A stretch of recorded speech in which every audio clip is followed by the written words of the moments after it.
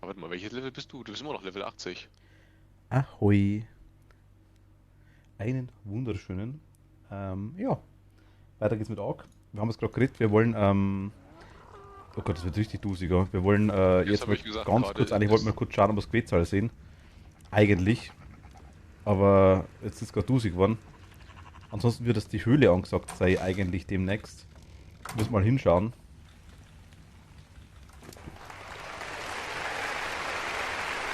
Alice, danke dir. Hi, danke dir. Vielen lieben Dank. Wie immer.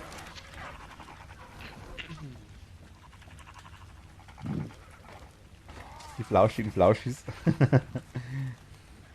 Hi. Und alles gut bei dir? Ich hoffe doch, oder? Hoffentlich auch keine Ja. Überschwemmungen.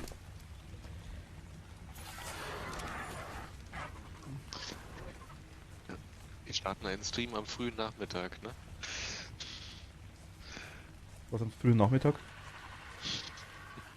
Naja, gefühlt wird es irgendwie immer später, ne? Dass wir loslegen. Ja, es ist halt geschäftmäßig geschuldet, sag ich jetzt mal. Ja, geht bei mir ja auch kaum eher. Also in dem Sinne. Also ich Ich, bin jetzt dann schon, also sagen wir mal Montag und Donnerstag will ich jetzt dann definitiv wieder eher. Aber danke dir, Alice. Definitiv wieder mal eher. Ich will jetzt auch dann irgendwann wieder was anderes spielen wie Ark, muss ich ganz ehrlich sagen. Ja, alles gut. Nein, ich wohne auf 1200 Meter über dem Meeresspiegel, da dauert das lange. Okay. Gut, ich bin bei 330 rum, ganz grob, aber Donau ist halt in der Nähe. Also bei uns fehlt jetzt aktuell auch noch nichts, aber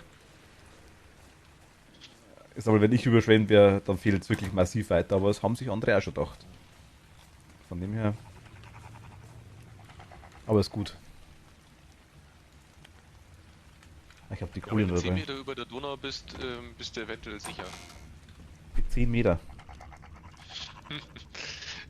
Naja, bei diesen ganzen Überschwemmungen war es doch häufig so, hier Pegelstand von dem Fluss ist um 8 Meter, 9 Meter angeschwollen.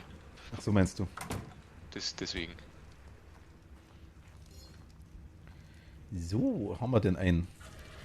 Ja Alice gut, ist wenn wir da, gerade Alice hier. bringt Glück. Schade.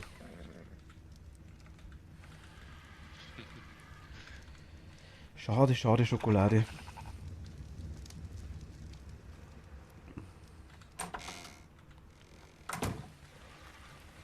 Aber Alice kennt unser Zebra noch gar nicht. Unser Wihihi.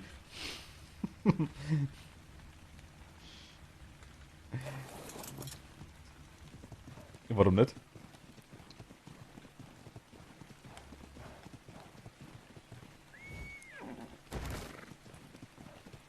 Und oh, das Pferd kann einen Zaubertrick. Das kann einen Kothaufen hinsetzen, das fast so groß ist wie es selber.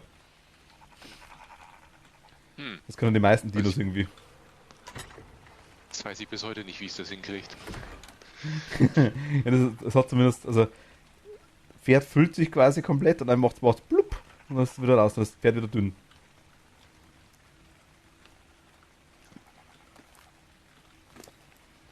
Ah, ich habe Eier aufgesammelt.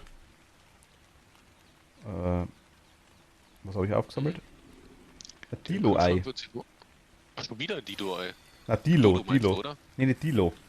Ah, Dilophosaurus. Ah, okay. Unsere Spuckis. Aber ich habe es nicht gesehen, dass ich es ausgesammelt habe. Also ich habe gerade drauf gedrückt und dann war da, hatte ich ein Ei in den Fingern. Das Brüten müssen wir uns auch mal anschauen. Oh, da ist auch ein Ei. Und auch da war doch ein Kothaufen. Kurz aufräumen. Kothaufen her. Kothaufen her.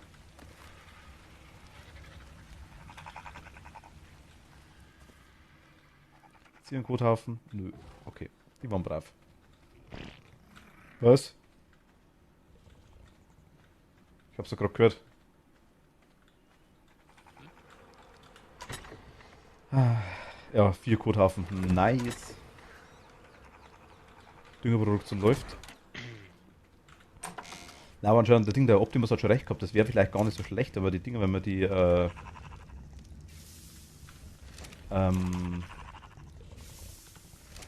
ja, weißt schon. Wenn wir die Eier züchten würden, irgendwie,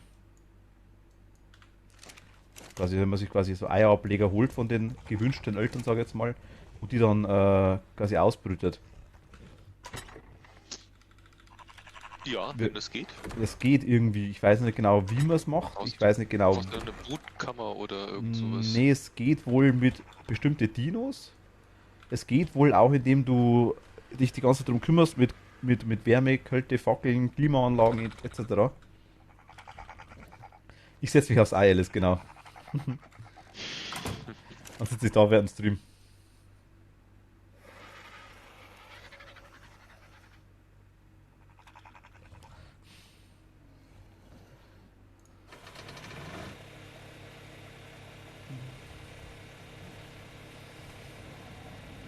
Das ging eigentlich. Wäre gar nicht so teuer. Ich baue jetzt einmal vorsichtshalber.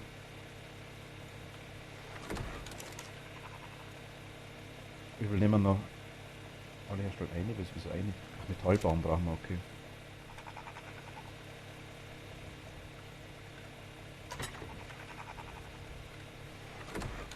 Ich habe irgendwo schon mal eine Klimaanlage gebaut. Irgendwo. Okay. Und die Klimaanlage ist quasi ein Schrank, wo du was reinlegst, wo du dann Nein, die ich glaube, Temperatur du steuern musst das kannst. Ei hindroppen, glaube ich. Und die Klimaanlagen quasi laufen dann, meine ich. Irgendwie so. Das heißt, du brauchst einen zu einen Raum, um das dann einzustellen. Nee, das geht im Haus, glaube ich, auch schon ganz gut. Aber ich weiß es nicht genau. Okay, okay. Aber ich habe irgendwo eine Klimaanlage. Ist vielleicht bei den Bauzeugs drin? Eine habe ich schon mal gebaut.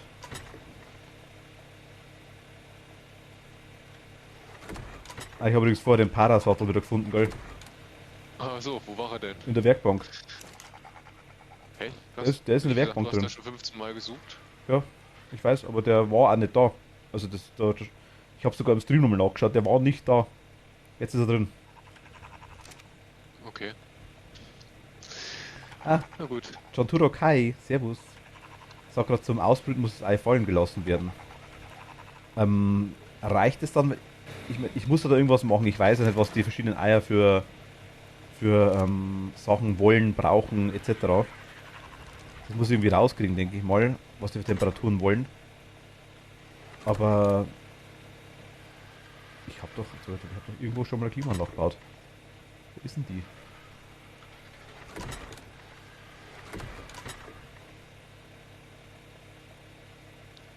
Steckdose? Lichter sind da. Oh mein Gott, da rennt einer in einer wahnsinnigen Geschwindigkeit. Die Eier brauchen unterschiedliche Temperaturen. Eine Klimaanlage reguliert das. Ach, die reguliert das automatisch. Aber das decken sich, habe ich gelesen, oder? Also irgendwie. Aber ich weiß dann immer noch nicht, brauchen wir dann einen separaten Raum dafür? Nee, glaube ich nicht. Also, Normalerweise würde das Sinn machen. naja, das glaube ich geht im Freien auch. Wie? Wie soll die Klimaanlage da die Temperatur Das regeln? ist eine gute Klimaanlage. Hm, Man stellt am besten zwei hin und dazwischen das Ei legen. Also zwei reichen. Ich habe mal irgendwas mit sechs Stück. Ich habe nicht gewusst, wie die Klimaanlagen funktionieren. Ich habe mal irgendwas gesehen mit sechs Stück oder mit acht Stück oder sowas. Darum habe ich jetzt, also wenn zwei reichen, ist okay. Ich habe gerade drei gebaut. Aber ich habe irgendwo, ich habe vier gehabt. Also eine, ich habe schon mal eine gebaut. Naja, egal. Die taucht schon wieder irgendwie auf. Aber ich hol trotzdem noch Metallbahn kurz hoch.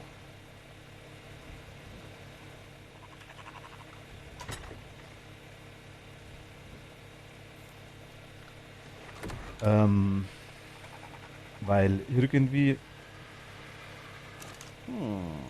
Einmal. Noch eine baue ich noch, dann haben wir vier. Oder? Oh, hier ist auch ein Eis. In Hesperornis Ei. Nimm mal das bitte auch mit. Ja. Also mal nicht essen, sondern. Ich mache mal gleich das Licht aus draußen. Eine machen wir so. Haben wir vier Klimaanlagen. Oh, hier ist ein... Die brauchen Ui, Strom, vermute macht ich mal. das Schaden, das. Wow, okay. Das Schwert macht gut Schaden. Ja, ah ja, ich habe die guten Schwert habe ich gebaut jetzt gerade vorher noch.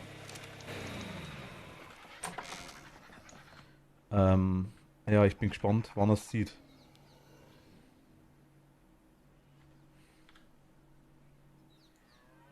Was meinst du, wann ich was sehe? Hast du das Stream offen? Jens? Hä? Hast du das Stream offen? Ja, wieso? Weil? Achso, nein, Was passt schon. ist? Nein, passt schon. War schon gut, dass du das Also hingeschaut ja, hast. ich habe ihn jetzt offen. Ja, passt.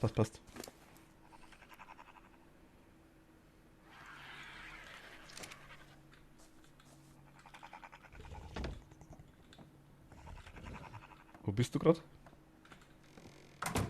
Unten am Wasser? Achso, okay, ja, passt. Hm. Also Klimaanlagen. Ja, du wirst das schon mal früh genug sehen.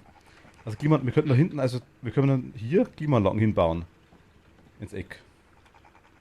Da könnte man eigentlich, wenn wir mehr haben, John Turok geht das. Kann ich quasi jetzt hier eine hinsetzen. Da quasi hier das Ei hin, hier das zweite, hier das Ei, hier eine, hier das Ei, hier eine. Dass ich quasi immer zwischen, also Klimaanlage, Ei, Klimaanlage, Ei, Klimaanlage, Ei. Geht das, Klimaanlage? Oder brauchen die wirklich immer zwei? Oder reicht da quasi, wenn sich die Eier quasi eine teilen?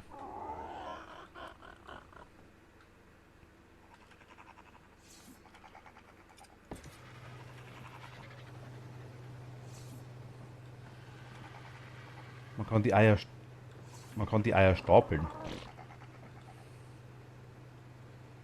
Also ich baue jetzt mal zwei hin. Die kriegen eh automatisch Strom von unten anscheinend, irgendwie von der Steckdose, das mir wahrscheinlich gar nicht gefällt. Die Kabel damit durchpacken. Muss ich anders machen. Der Schrank für Dünger ist voll. Ich hab da schon mehrfach. Und ich bekomme mehrere Eier zwischen zwei Klimaanlagen. Ach so. Aber wenn ich mehr Klimaanlagen dort stehen habe, dann ist es auch nicht schlimm.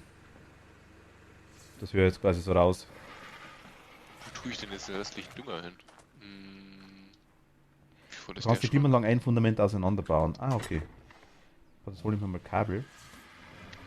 Stromverteiler. Auf den Beeten darf auch mehr als ein Dünger drauf sein, ne? Ja, ich habe absichtlich wieder nachgelegt vorhin. Du kannst da einen dritten dazu tun, wenn du magst, da ist kein Problem. Wird halt dann nach und nach verbraucht. Also der Dünger verbraucht sich nur dann, wenn er wirklich benötigt wird. So, jetzt machen wir ein bisschen Bauarbeiter hier. Wir verlegen Kabel. Martin ist zu dumm zum Kabel verlegen. Aber irgendwie hat das der Martin noch schon gemacht.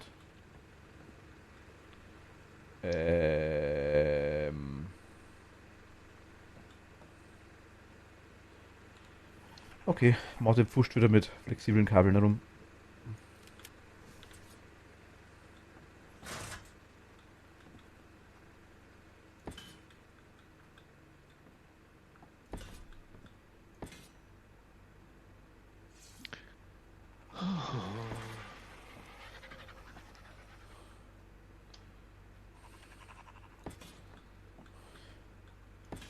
So. Das ist schön, das ist von mir.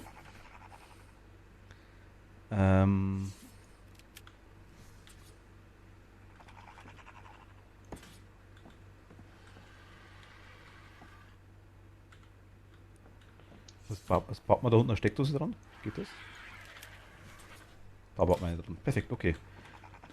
Dass es im Stroh drin funkt, das ist normal. Also da müsst ihr euch nicht wundern, das ist. Also ich kann quasi jetzt hier eine hinbauen, eine Klimaanlage. Dann lasse ich das hier frei und baue da nochmal eine hin. Das funktioniert dann.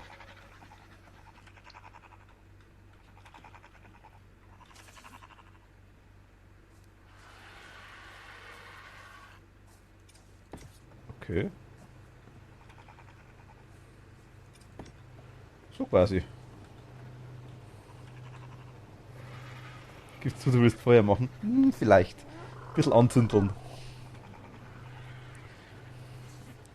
Das ist ein bisschen eine Steckdose mit einer LED, die ein bisschen funkt. Absolut safe.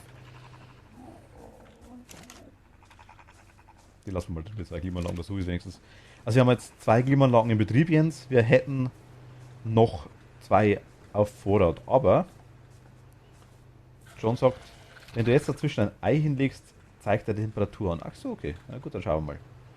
Was nehmen wir denn für ein Ei? Was haben wir denn? Wir haben ein paar zur Auswahl. Wir haben Triceratops-Eier. Wir hätten ein Raptor-Ei. Wir hätten ein Hesperonychs-Ei. Was? Hesperornis.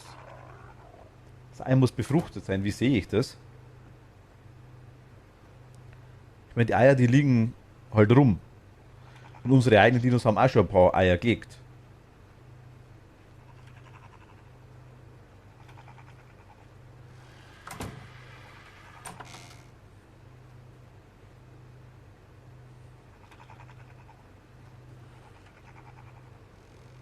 Zweite gelbe Leiste. Mit der grünen. Okay, dann haben wir kein befruchtetes Ei. Wie kann ich Eier befruchten?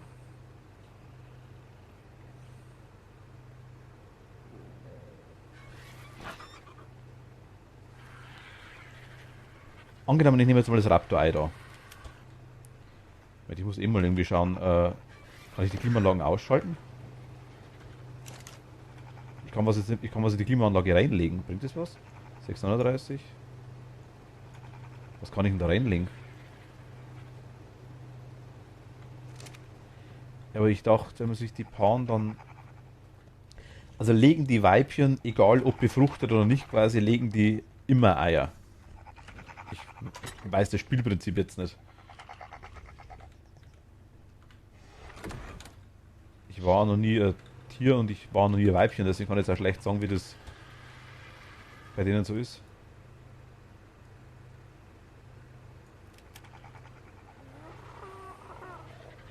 Dino-Kuppler spielen. Also ich habe jetzt ein Raptor-Ei in der Hand. Die Raptoren sind ja, haben wir lauter Herzl um drüber. Das sind quasi schon.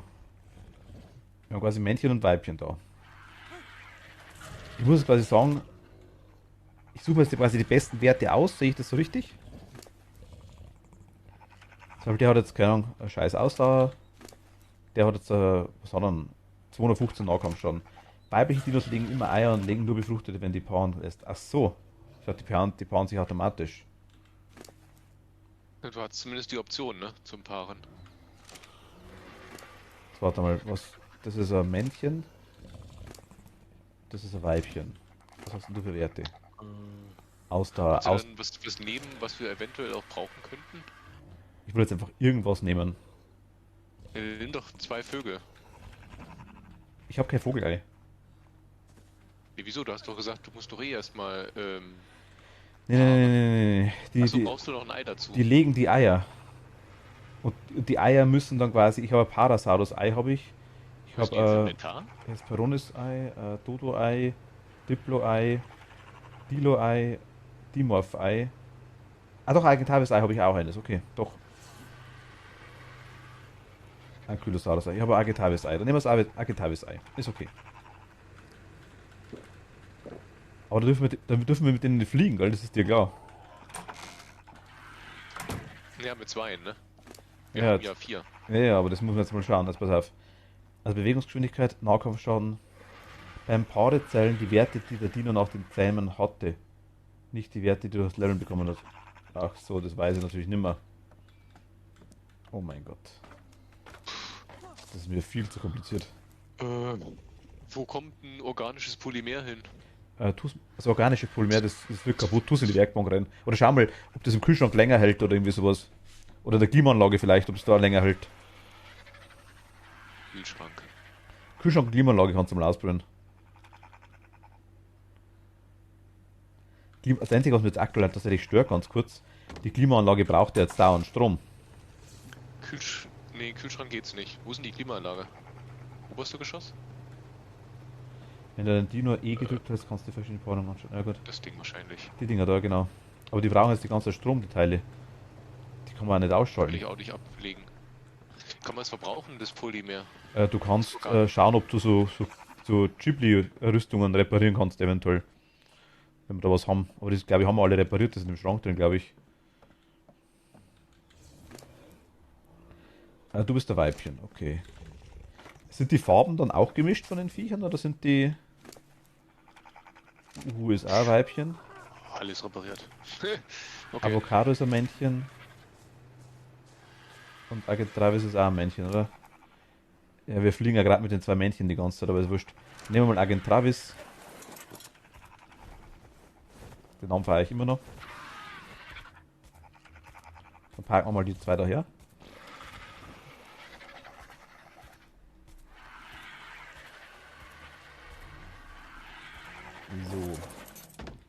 Dann So, ich habe E. einen Bauplan für eine Rakete oder Raketenmunition. Okay, Glaub ich, nice. nennt sich das wahrscheinlich eher. Paarung aktivieren. Verhalten. Paarung aktivieren. Okay, jetzt sind die zwei gepaart. Jetzt hat es gleich mal geschissen vor lauter Freude, das passt. Jetzt muss ich das Ei fallen lassen. Dass es befruchtet wird, sehe ich das richtig? Ach, der Generator braucht immer gleich viel, egal wie viel angeschlossen ist. Okay, das ist schon mal super zum Wissen. Dann können wir da voll pflastern wie nix.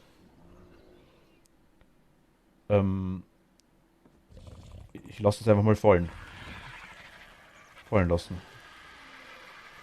Jetzt legt das Weibchen ein neues Ei. Und was mache ich da mit den alten? Das sind die Eier quasi, die wir haben, bis jetzt absolut hinfällig, oder wie? Die können wir bloß zum Kochen hernehmen.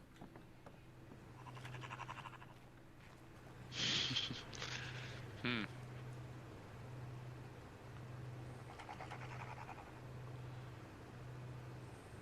Dann können wir quasi die wirklich getrost verkochen, die Dinger. Die Eier, die ihr habt, benutzt man nur für Kübel. Ach so, okay. Gut, jetzt also nach wie vor Eier sammeln, dann passt das schon. Also mit Kübel habe ich auch noch nicht ganz verstanden, aber... Also ich weiß, was es ist. Na gut, dann machen wir es so, dann stelle ich die Klimaanlagen gleich dazu. Wenn es nicht mehr verbraucht, dann ist ja wurscht.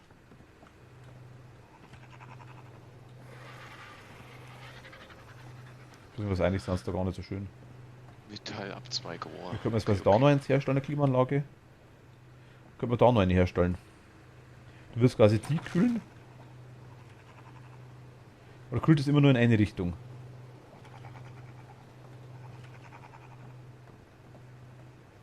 Einmal 10 pro Live-Stunde, okay. Warte schon, wenn ich jetzt quasi hergehe, wenn ich jetzt da noch einen Generator, wenn ich da noch eine Klimaanlage herstelle, da, auf den da, dann wird der Bereich auch gehen da dazwischen. Der Bereich wird gehen und der Bereich wird gehen, oder? Aber der mittlere wahrscheinlich nicht. Oder geht es diagonal auch?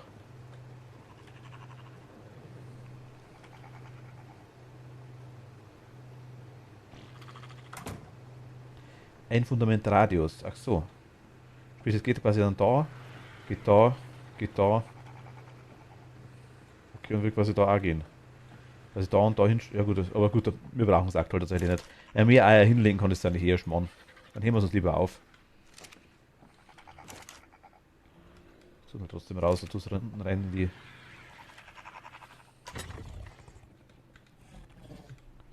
Steckdose haben wir auch noch. Okay, und wie schnell geht das jetzt mit dem Ei? Ich meine, es ist nicht, dass ich ungeduldig wäre, aber wie schnell geht das? Dauert der Zeit, ne?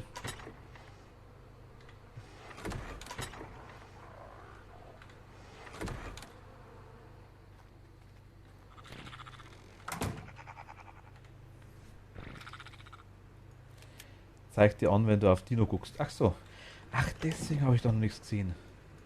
Ich habe das schon mal irgendwo gelesen, dass man quasi so am Dino sieht, ob der quasi schwanger oder trächtig ist.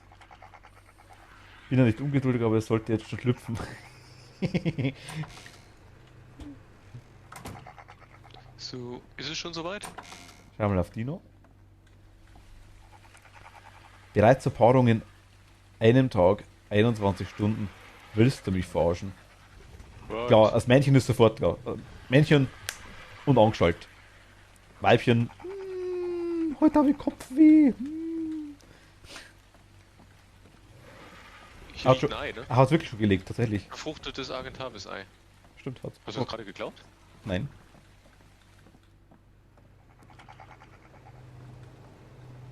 Okay, Was aber das heißt im Endeffekt, es geht sofort und dann kannst du es alle 2 Tage machen. So verstehe ich das, ja. Das Ei liegt da. Das ist pelzig. Es ist aber nicht mittig, ne? Mighty, servus. Gesundheit 89%. Er weiß quasi, das hält halt so lang. Verdirbt in Ja, 8 Tagen. 8 Tagen, ja. Habe die Mighty. Okay, Brutdauer 100. 2 Stunden 56. Ja, genau. Aber es sind 3 echte Stunden, ne? Aber ich sehe jetzt gerade kein Ding, Agent 3 bis Level 30, Spark Level 26. Man sieht die Eltern. Ich sehe das Gewicht. Ich sehe das Brüten, aber ich sehe jetzt nicht wie lang. Ich sehe die Temperatur Darf nicht. ich da noch Das weiß ich jetzt auch nicht. Aber darf ich mal kurz fragen, schlüpft daraus dann direkt ein echter Argentavis? Nein, da schlüpft der echte Argentavis raus, aber kleiner. Kriegen wir den noch durch die Tür? Ich denke, als Baby schon. Ich frage nur sicherheitshalber. Nicht, nicht, dass der schon zu groß ist und wir hier abreißen müssen. Das wäre etwas Was? unschön. Ach, wenn die Temperatur nicht stimmt, dann steht es dort. Okay. Also quasi passt es mit dem alles. Okay. Und Brutdauer quasi geht runter, 99,2. Wenn auf 0, dann ist die Brutdauer erledigt. Verstehe ich das richtig? Gesundheit quasi ist jetzt, wenn es kaputt geht, ist klar. Aber Brutdauer, ich kann es aktuell quasi liegen lassen. Und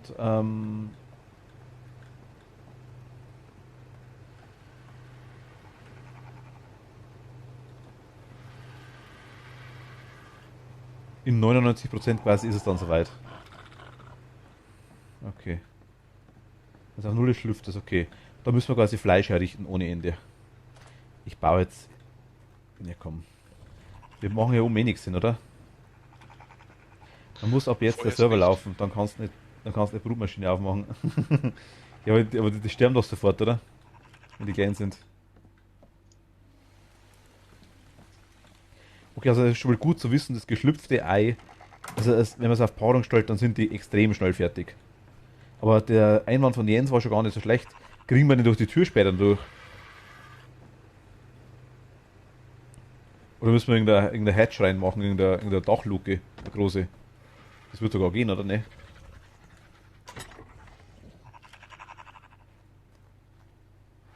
Ah ja gut, stimmt, okay. Maite hat recht. Jens, zur Not haben wir die Kryokapseln.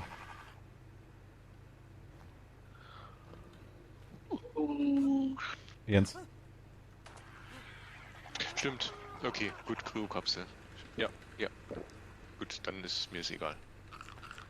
Aber interessanterweise trotzdem oben in der Dinger eine Dachluke reinmachen, geht das? Na, so eine tolle Dachluke, die wir am anderen hatten, geht zum Beispiel. Nee, nicht so eine tolle Dachluke. Die tolle Dachluke, auf die kann ich verzichten. Aber ich, Ja, aber die, ich habe gesehen, aber es die gibt wolltest du eine doch wieder Hatch. haben. Nein, es gibt eine Hatch. Na, es gibt ein riesengroßes Dach. Oh Gott, wie nannte sich denn das? Das ist, ich weiß gar nicht, wie das aussieht, ehrlich gesagt. Du hast den Aber ich weiß, Falltürrahmen gemacht, gell? Ah, da ein riesiger Steinfalltürrahmen. Zum Beispiel. genau, es gibt doch eine riesige Version dazu. Ich habe die noch nicht hergestellt. Aber du Ich habe kannst die die. auch noch nicht. Nee, ich habe die auch noch nicht gelernt. Achso, dann lern die mal. Die muss ich noch lernen. Doppeltür aus Glas gibt's auch, doppelter Türrahmen, aber das kannst du wahrscheinlich alles schon. Die ganzen Riesige, Doppel wieso, die haben wir doch benutzt, die ganzen riesige Doppel. Metallfalltür. Ach, es gibt ein Metall, es gibt eine riesige Ja, du brauchst Steinfalltürrahmen eine, und es gibt eine Falltür, okay. Ja, lehr mal beide. ja, ja, die kleinen haben wir ja schon. Lehr mal beide. Den normalen Falltürrahmen, den hast du ja schon kennengelernt. Beide lernen, beide lernen, beide lernen. Ah, Und herstellen. meine Punkte gehen runter. Du lernst eh nur die Dinger, die ganzen Bausachen derweil. Wir können es ja später Stein, wieder. Strom, Nee, Aufzug haben wir noch nicht Holz. gelernt. Aufzug muss der Jens lernen. Auch noch. Ja, logisch, das ist Day-Zeugs. Ich muss schauen, dass ich die ganzen Seitel und das ganze Zeug und die ganzen Rüstungen die ganze Zeit lerne. Den ganzen Dreck. Die Munition, das Zeug. Nachwachsdünger. Ach, das ist das, wo man wieder. Ach, okay, das ist das, wo man quasi wieder bepflanzen kann draußen. Okay, das interessiert mich nicht.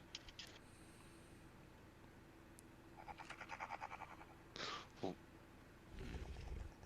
Ach nee, ich okay. muss wieder zur Werkbank. Ach, das ist doch zum Kotzen. Bau doch da oben rein einen hin, Jens. Wenn du da eine hinstellst, habe ich kein Problem damit, zum Beispiel. Oder.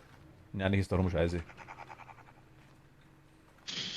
Ich kann sie schon unterbringen, so ist es nicht, aber das verstehe ich bei manchen Sachen nicht hier. Oder wir tun unser Dino rein. Wir könnten ja einen Agitavis reinmachen da. Das ist mir noch zu schwer. Okay. Ich bringe das mal runter zur Werkbank. Was denn? Wird ja hoffentlich genug Platz sein da drin, ne? Dass ich das halbe Inventar dort füllen kann. Es ist Platz drin. Ja, ja, unendlich, sehe schon.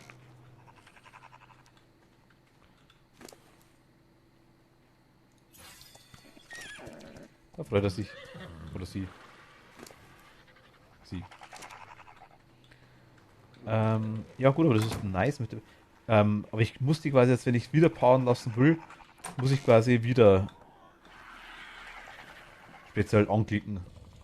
Oder powern sich die jetzt automatisch die ganze Zeit. Wenn die wieder können. Das wäre aber eigentlich schlecht, weil wir es ja abpassen müssten.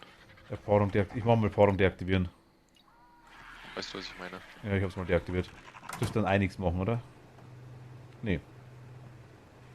Interesse halber nach dem Schlüpfen brauchen die großartig Pflege? Ich glaube schon. Also ich habe gelesen, die ersten 10% muss das von Hand füttern, sonst sterben sie ziemlich schnell und dann fressen sie vom Trog.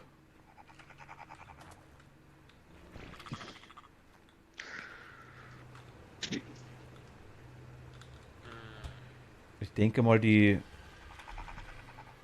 Trog haben ja einen dastehen, der den ganzen Radius beinhaltet.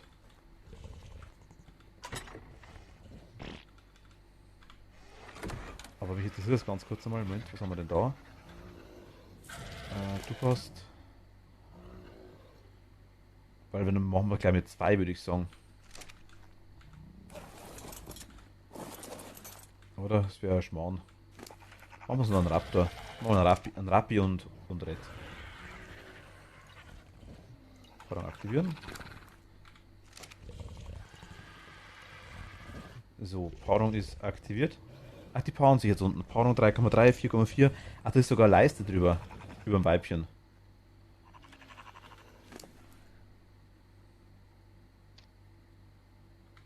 Oder unter Weibchen ist sogar Leiste.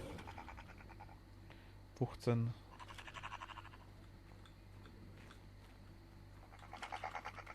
Hallo.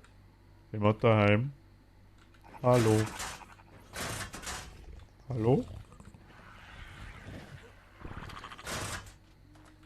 Hallo.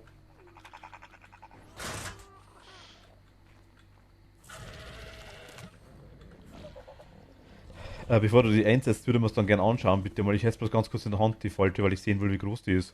Ob wir die ins Dach überhaupt reinbringen. Weil die müsste dann. Es hat ja alles die Größe von den Feldern normalerweise, oder? Die müsste dann irgendwie so. Keine Ahnung, wie viele Felder groß sein.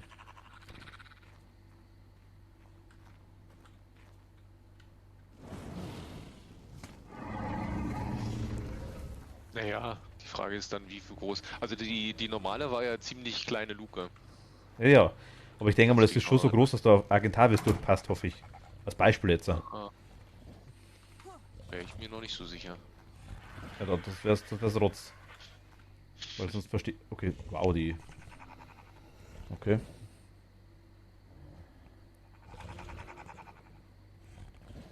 So,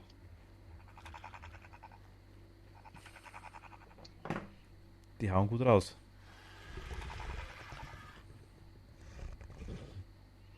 Na komm, leg Eichchen. Mach da Licht. 93, 94, 95, 96, 5, 97, 6, 98, 7, 99 und BAM! okay. Mal durch. Verhalten, Bauern Ja, deaktivieren. ich kann es jetzt platzieren. Mo ist schon nicht so klein. 2x2 ist es, Coming. glaube ich. Martin.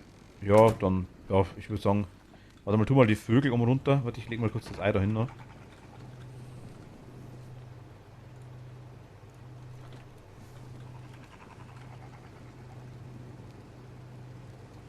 Konsulten, Die Parents, Frage wäre ja, wo du es hinhaben willst. Bruder, verdirbt, ja, müsste passen. Okay. Nee, dann mach mal ein 2x2 Feld gleich mal frei von oben. Was 2x2? Ja. Das ist ja voll asymmetrisch.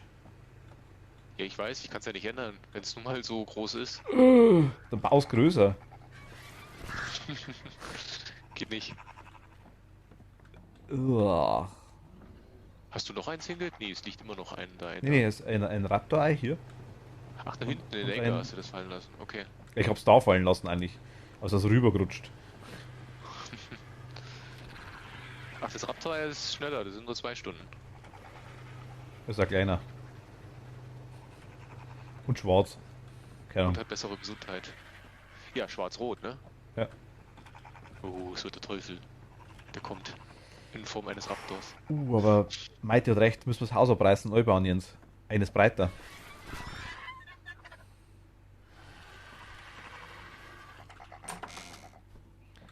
Ja, komm. Aber dann machen wir zweite, dann machen wir eine vorne und eine hinten. Ach komm. Kriegst nur eine. Ich bin gerade irgendwie. Theoretisch brauchst du nur halb abreißen. Also, Und vergiss nicht, wenn du von oben drauf stehst, du hast einen Überstand, ne?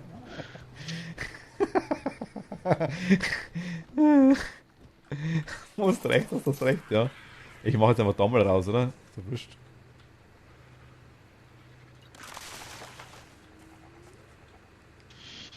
Also ein Rex braucht 5 Stunden, okay. Wie schaut's denn da aus? Warte mal da. Dann machen wir da mal noch, oder? Also 2x2 hast du gesagt. Ja. Dann machen wir so. Äh.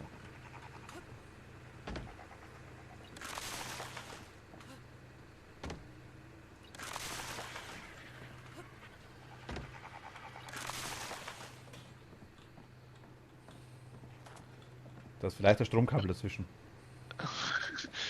Ich wollte jetzt nicht so offensichtlich sagen, aber das sieht ziemlich scheiße aus mit dem Stromkabel.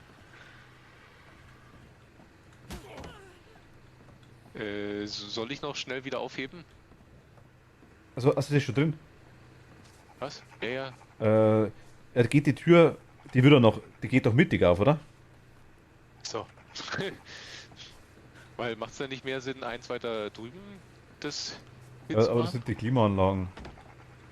Das Ding. Wie geht denn das Tor auf?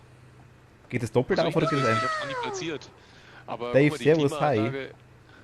Die Klimaanlage ist hier in der Schräge eigentlich.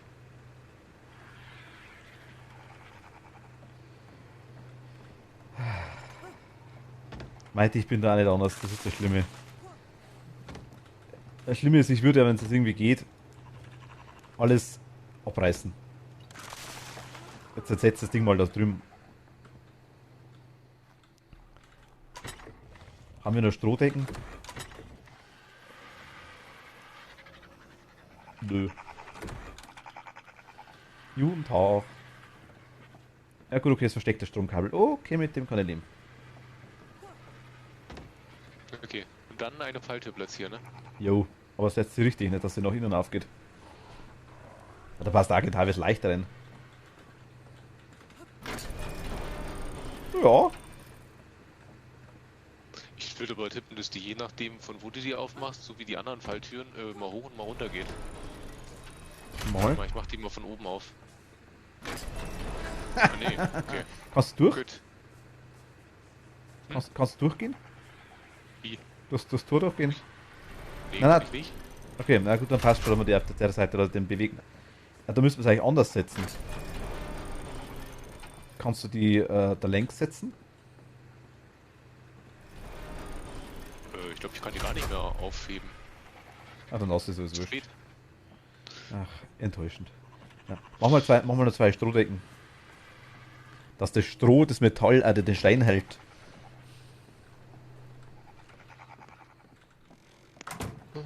Gut, aber Breeding ist in Progress.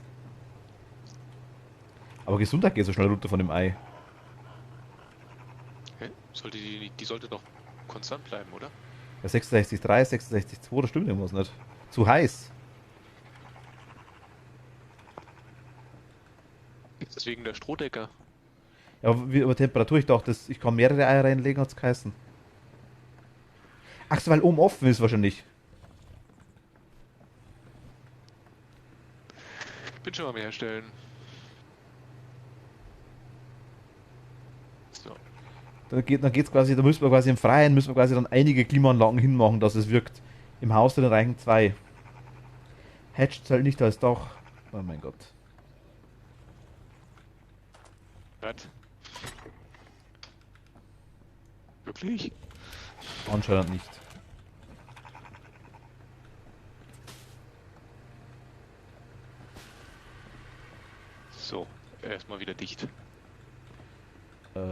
Ja, also wenn ich da Dinger Klimaanlage noch hinbaue, dann Oh wow. bringt Aber das was? dem Raptor ist das egal. Zu heiß. Okay.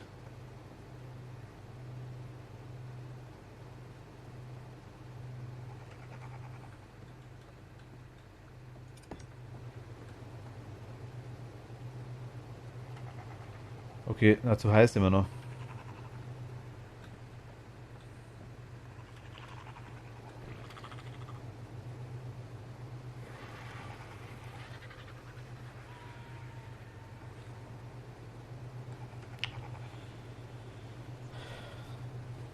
Ein Keller bauen, Legekeller, das wäre vielleicht gar nicht so schlecht, aber in den Boden reinbauen können wir nicht. Nee,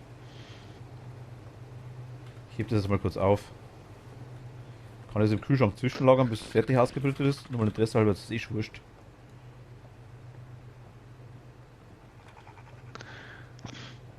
deswegen habe ich ja mal gefragt, ob man nicht vielleicht doch lieber einen extra Raum baut.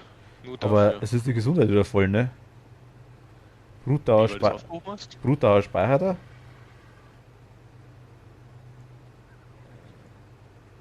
Brutdauer 93 von 100. Aber die Gesundheit ist anscheinend weg. Oder ist Verfallszeit und Gesundheit was anderes? Warte mal, ich leg's mal nochmal hin. Nein, ist was anderes. Äh, Aber es muss, jetzt haben wir 4 Klimaanlagen, das muss doch anrühren, oder? Das muss doch im Freien auch gehen. Dass wir gerade Hitzewelle haben. ja, wir haben 37 Grad. Wo siehst du das? Wieso H drücken? Vorhin Ach waren es so. gerade 39.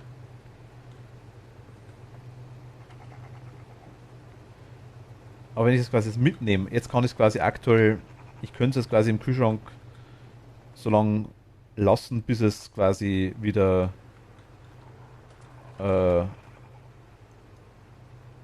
da drin dürfte es quasi wahrscheinlich nichts verfehlen. Wäre es nicht trotzdem vielleicht sinnvoller im Erdgeschoss? Wir haben doch unten hier da wo jetzt die Raptoren gerade draufstehen, dem Platz. Da Mm, könnte ich doch zumachen äh, und von innen quasi noch eine Tür durch. wegen der Von mir Hedge ist auch ohne zählt das Fenster. Wetter, bis was Temperatur von draußen, die Klima gehen nicht im Freien. Ach so, Kacke. Genau, aber man könnte auch hier zumachen. Weißt du, was ich meine? Ich weiß schon, was du meinst, aber das. Es kann auch ein kleiner Raum sein.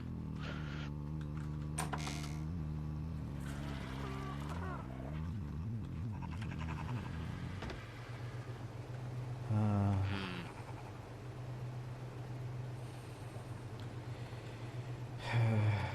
Ja, aber wir haben jetzt scheinbar Außentemperatur drin, ne? Mit der Falltür.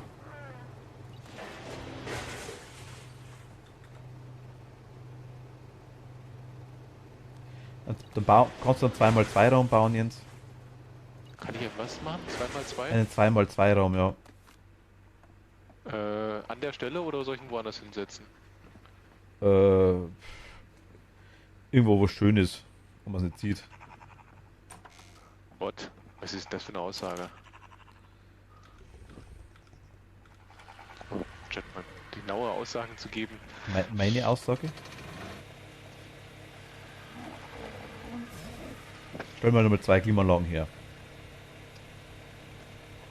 Und müsste es eigentlich, wir haben zwar 2 jetzt verschissen, aber eigentlich sogar relativ verlustlos gehen. Haben ja die.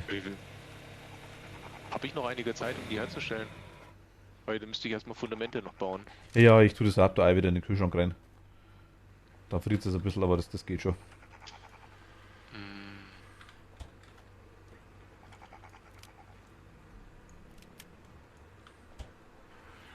Die müssen das abgeschneit ab und zwar 2x2 Raum und so und quasi in jede Ecke Klimaanlage hier rein wahrscheinlich. Verstehe ich schon, okay. Dann brauchen wir aber Strom, also es wäre schon gut irgendwo hier dran, weil, Oder willst du 3x3 haben? ja, Wenn ich warte, jetzt nein, nein, gerade nein, dabei nein, bin. nein, nein, warte, Moment. Ich komme mal, wo wir das hin tun. Wie Ja. wär's denn, wenn wir es einfach, Also 4 Grundflächen hätte ich jetzt schon.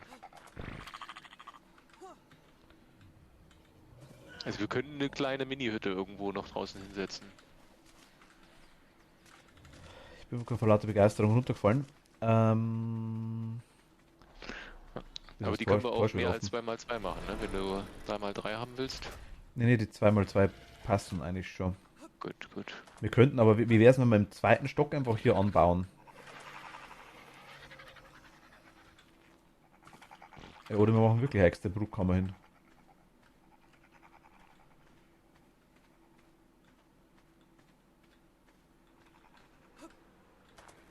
Wenn wir dahinter hier das Gashaus rein machen, hier hin.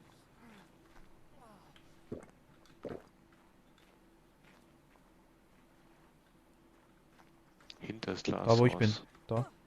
Da irgendwo hin vielleicht? Oder ist das blöd?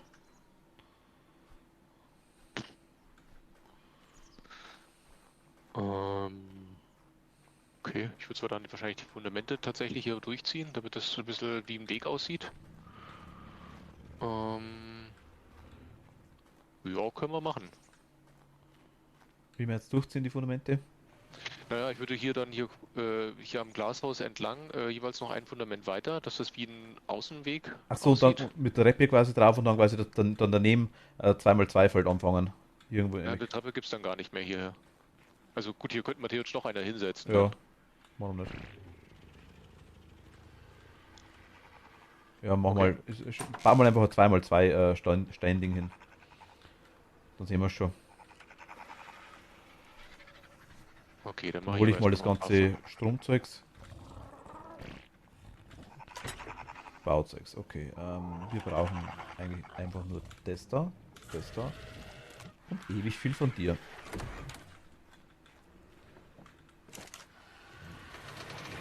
Wie viel kann ich machen? 100, das ist ein bisschen viel, aber mal 30.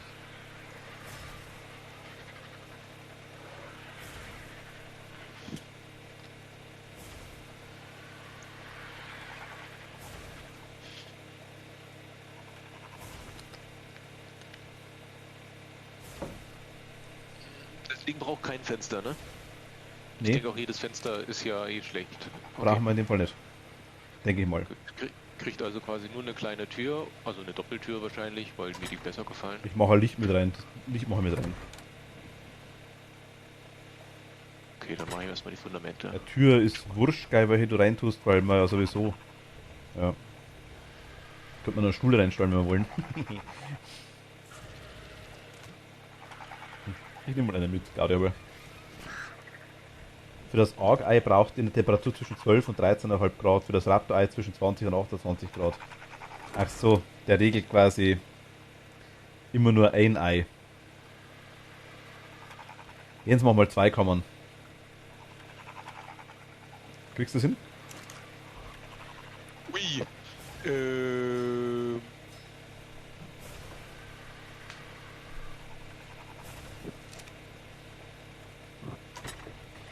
Gerne auch getrennt. Also gerne auch 2 Zimmer. Also die nicht quasi nicht verbunden sind, wenn du magst. Kannst du einen Weg dazwischen reinbauen oder je nachdem. Ich glaube, dann ist es aber am einfachsten, das zusammen zu machen und quasi 4x2 zu machen und dann zu packen. Okay, aber gut zu wissen. Ja, ich wusste es auch nicht, dass das verschiedene Dinger sind, aber dann haben wir zumindest 2 Brutständen. Das ist glaube ich gar nicht so schlecht. 2, 3, 4. 1. Oh, da brauche ich aber noch ein paar Fundamente, da habe ich ja viel zu wenig gemacht. Das sieht ein bisschen komisch jetzt aus, nicht wundern. Tetris. Den.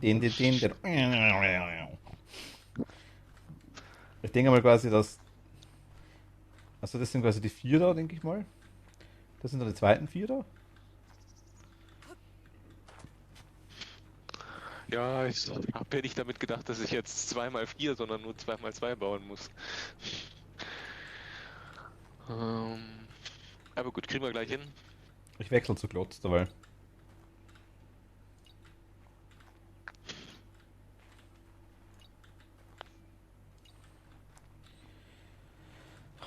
Frage ist nur. Oh, da gar nicht gemacht, gell? Na gut, soll er. Lassen wir mal den Weg. Wo ist denn der Weg, Jens?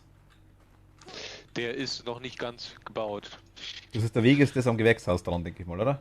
Ja, genau. Deswegen, da fehlen auch noch ein paar Stücken.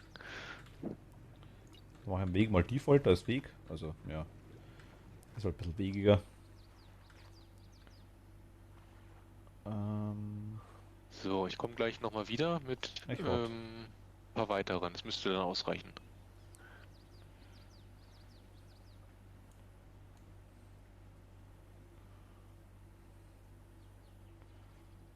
So, So sieht man gut rum tatsächlich. dann. Nur hier ist alles zu. Also,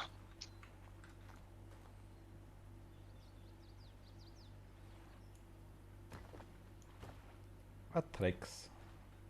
das ist 2 mal 4. Das ist der Weg.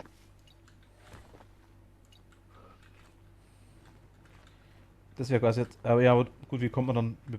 Durchgang würde ich jetzt nicht machen zu der zweiten. Ich würde 2 extra Türen machen. Ja, da, warte, wir machen hier noch eins weiter. Na, warte mal. Guck Achso, mal, okay. da kann man doch hier eine Tür machen und hier eine Tür machen. 2 mal nebeneinander. Einmal links, machen wir die Spiegel verkehrt. Ja, wenn du meinst. Ja, meine ich. Jo. Gut.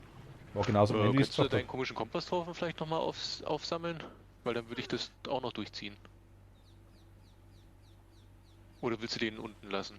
Ah, von mir das kannst du auch unten lassen, ist ja wurscht. Ich kann meinen Komposthaufen nicht aufsammeln, ich kann ihn nur zerstören oder einen neuen bauen. Aber wenn, Ja, wenn man so anschaue.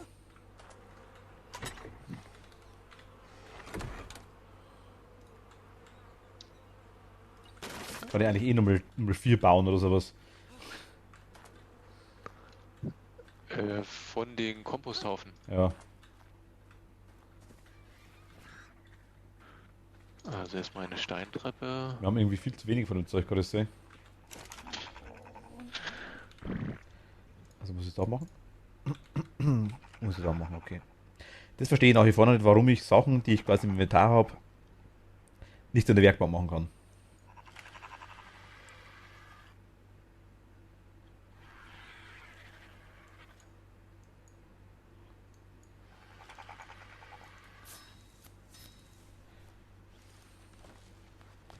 An was fackelt's?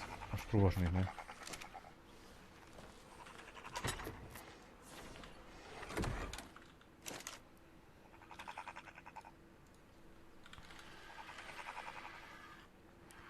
Am Holz tatsächlich, okay.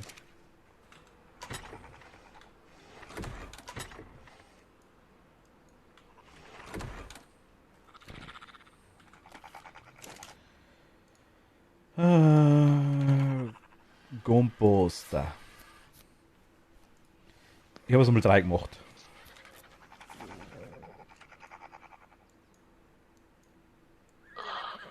Also 22 bräuchte ich.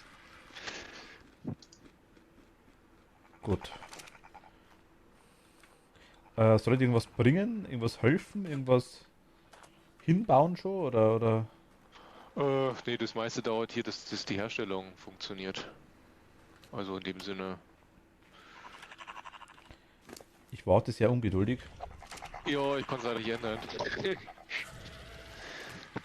Also die Wände komischerweise gehen immer relativ schnell mit der Herstellung, aber Fundamente sind super langsam. Genauso wie Türen und irgendwelche Rahmen. Okay, Ich kann, weiß gut, nicht kann warum. es. Schlecht Mittag habe ich nicht gemacht. Ich muss mal schauen, wo ich einen Weg weiterlege vom Kabel. Wahrscheinlich oben übers Gewächshaus entlang. Okay. Vielleicht gar Hast du nicht so das schlecht. eine Ding Komposthafen ist weg. Design? Okay, das heißt, ich kann die noch setzen. Ich gehe mal raus. Wenn ich raus darf. Au. Oh Gott.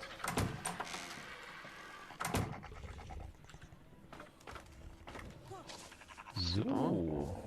Hier von oben schaut es cool aus. Okay, geht das auch?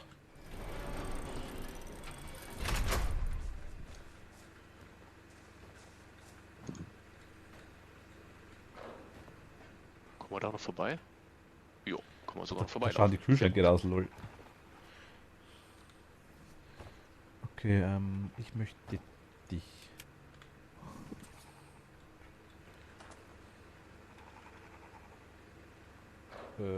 Das ist jetzt leicht belastend.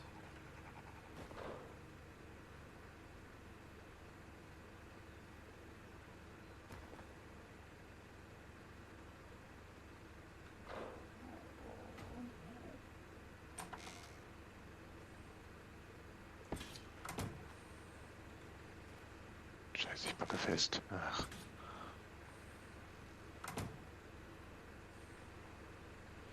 Irgendwas mit dem Stromkabel oft ein bisschen komisch, muss ich ganz ehrlich sagen.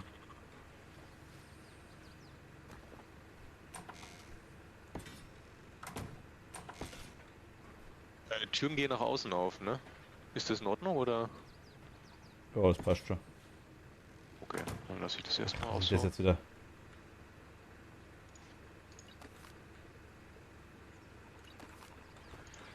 Alter, wie viel Kabel willst du noch mitnehmen? Willst du mich verarschen, Spiel? Da hat er 10 Kabel aufgehabt, aber das eine, was ich. Ah. Das ist Fifi. Ja. Nee, das Komm wollte her. ich nicht.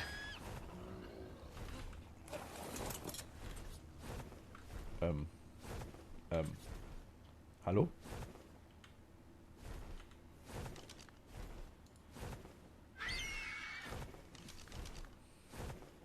Alter, willst du mich verarschen? Leg das Fernrohr weg jetzt.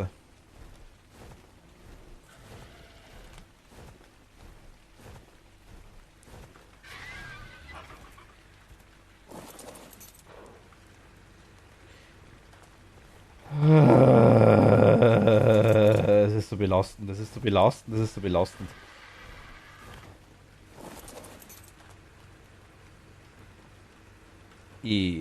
Abreißen, flexible Stromkabel. Okay.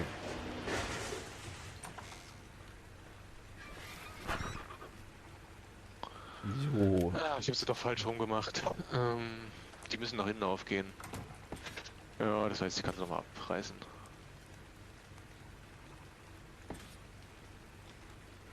Schade, schade. Wieso?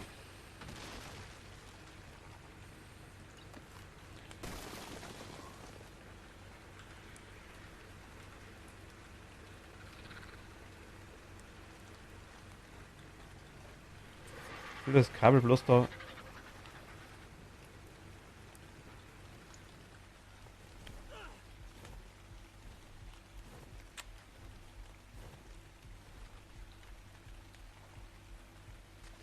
Ich sauf mich jetzt.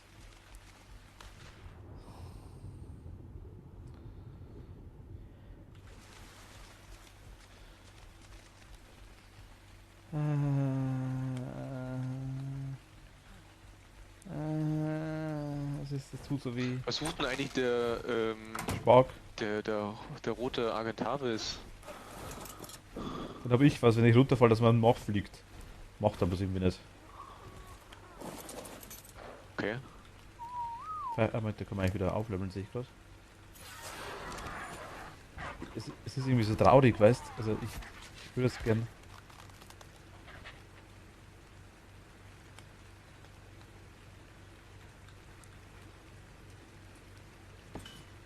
Ich hab's geschafft.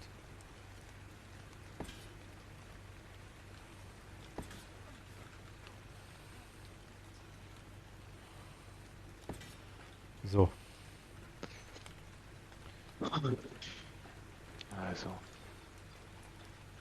Dann würde ich sagen, gehen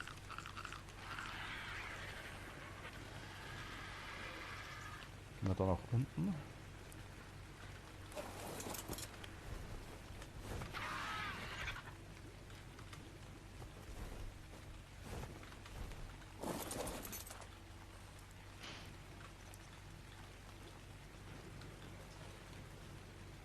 Da wäre dicker, gell?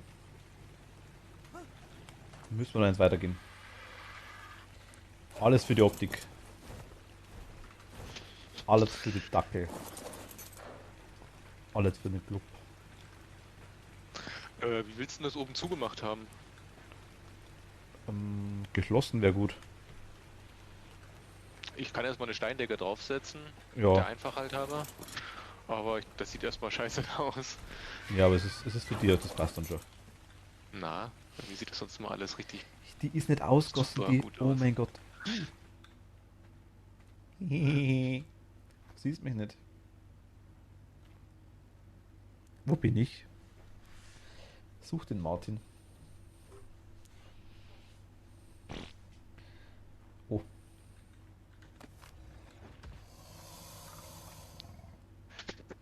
Okay.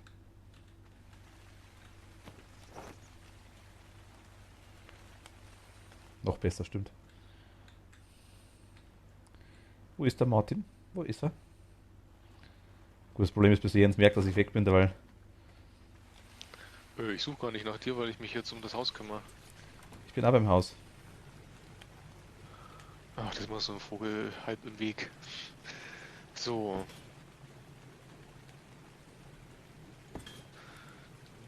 Neuer Versuch, ich sehe dich ja.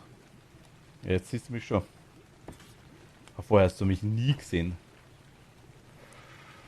Ah, Hm. Machen wir das mit den Kabel? Geht das so?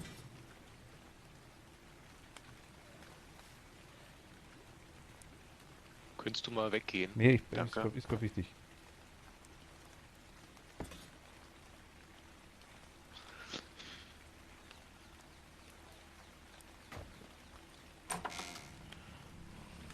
Okay. Bin ich auch gerade am Bauen.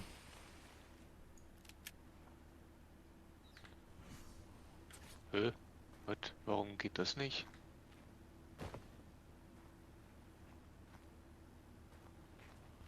Das passt und so, ne?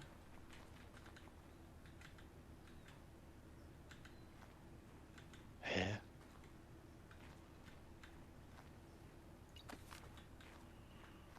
Das geht doch so, oder? Dachte ich mir.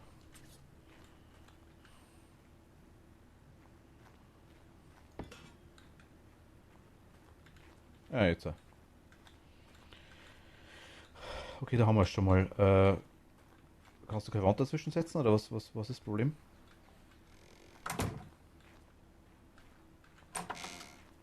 Nee, schau dir das mal an hier. Das sieht doch, die Wand ist falsch. Siehst du das? Mhm. Sehe ich. Ja, siehste, das meine ich, das ist das Problem. Ich könnte die Krise kriegen, ey. Aber die passt. Lass das Kabel stehen, gell? Ach so, warte. Nach Möglichkeit wäre gut. Aber warum hat er die falsch gemacht? Das verstehe ich nicht. Ich verstehe da mehr nicht an dem Spiel, teilweise. Also da. So, die hat er jetzt falsch rum hingesetzt. Was ja auch blödsinnig ist.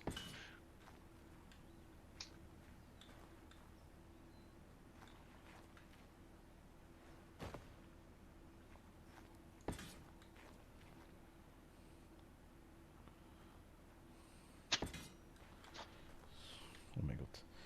Mal schauen, ob das funktioniert so. Ist mein Kabel weg? Nee. Ich brauche noch eine Steckdose.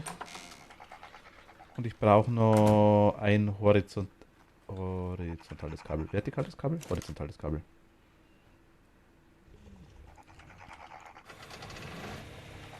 Vertikales Kabel.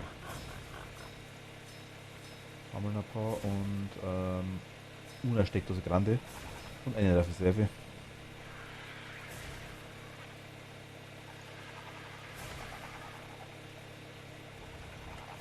Die sind bleischwer.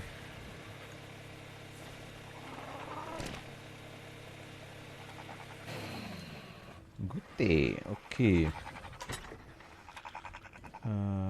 Übertragen? Nein, nur eine.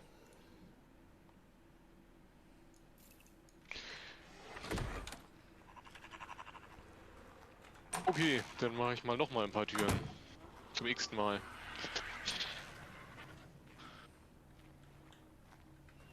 Okay, jetzt schauen wir mal. Die Kabel da. Der Nuller. Wo ich das Kabel hinpoppt. Ah, da, ah, da? Ach so, okay, das wäre jetzt blöd gewesen, okay. Nummer 0. Nummer 9. Nee, da ist schon eine Verbindung. Da ist in der Verbindung, hat das schon passt. Nummer 0. Hat da auch Verbindung her? Müssen wir jetzt irgendwie. Ah, okay. Jetzt hoffe ich, dass wenn ich die Steckdose hin platziere, dass die nicht nach draußen, natürlich packt die nach draußen raus, ist ja klar.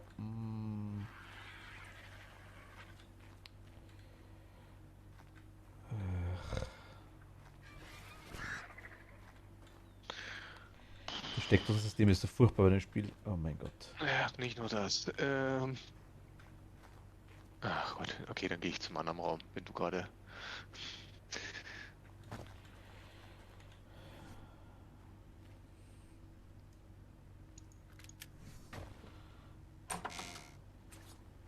Ja, genauso will ich's. Gut, dann machen wir das nochmal. Gut, Türen gehen wieder nach außen auf. Ich hoffe jetzt hier auch.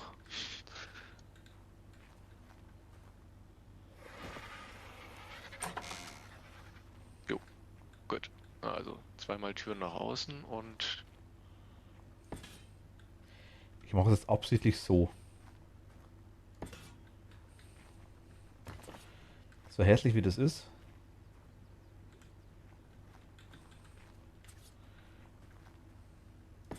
Was besser, wenn die Steckdose nach draußen wegpackt.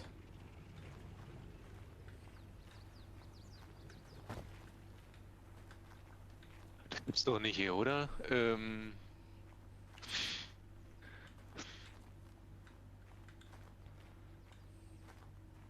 Hä?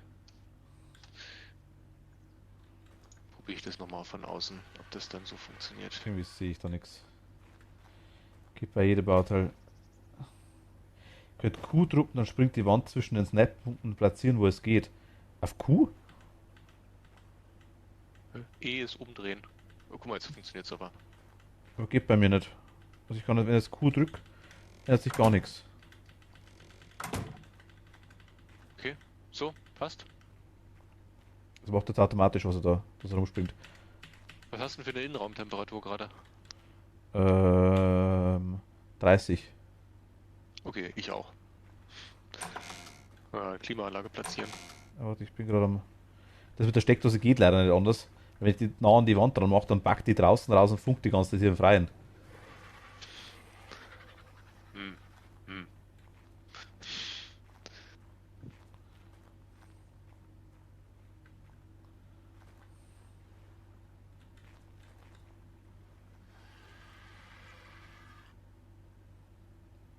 Gibt eine Baumod, die mehr Snap-Points hinzufügt, okay.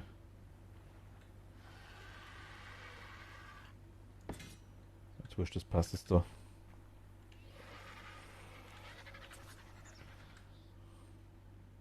Ich finde es halt lustig, wie ich das da frei bewegen kann.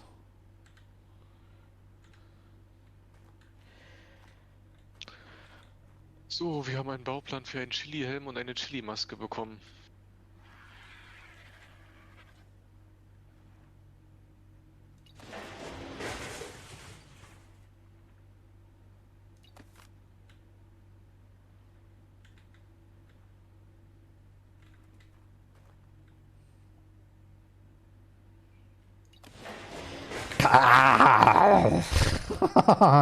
Es ist so traurig. Und Jens muss, muss weggehen, ohne Scheiß. Das war wieder echt ein Problem.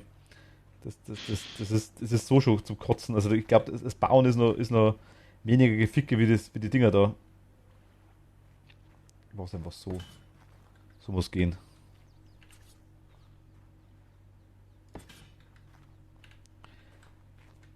Ah, okay, jetzt geht's. Okay. Nicht schön, aber von mir. Jetzt die Klimaanlagen hier. Das ist natürlich die Tür genau auf einer Seite von dem.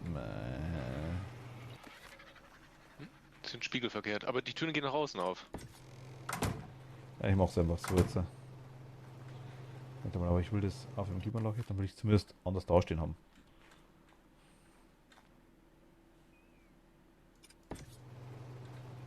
Toll.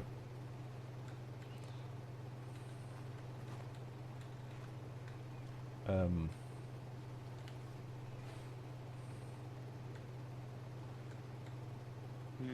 Ich könnte ja noch ein Dach oben drauf basteln.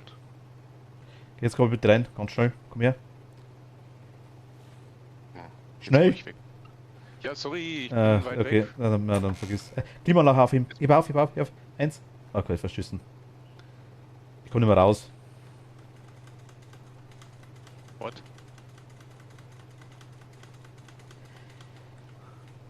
War eigentlich ist genug Platz? Ich komme deswegen auch nicht mehr raus.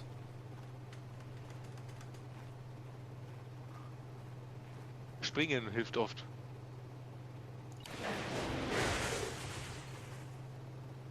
Jetzt hast du die... Ich hab nur das Kabel, ich hab nur das Kabel erwischt, ich weiß. Ich kotz gleich. Das ist... Ah. Ich hoffe, die Klimaanlagen sind nicht sehr teuer. Doch. Na, es geht tatsächlich. Ah, Mann, ist das zu kurz. Also, ist das ein Krampf. Metall kostet halt 80 Stück. Aber wir kriegen die Hälfte ja wieder für das Zeug.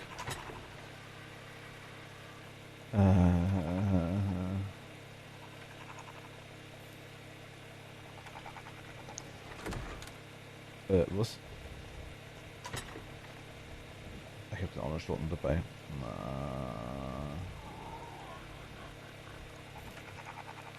Jetzt geht's, okay. Ist das ein Krampf? Ist das ein Krampf? Ist das ein Krampf? Ich sag's euch.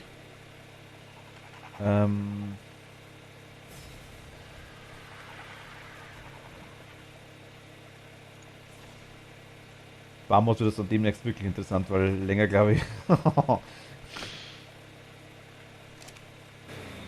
Es ist schon, also ich glaube, man hat mehr Möglichkeiten durch das ist schon ganz gut, aber die Punkte zum Snappen, es ist ein bisschen, ich sag's mal, hakelig. Vielleicht mache ich ja grundlegend was falsch mit den Kabeln, ich weiß es auch nicht. Okay, das hat aber Strom.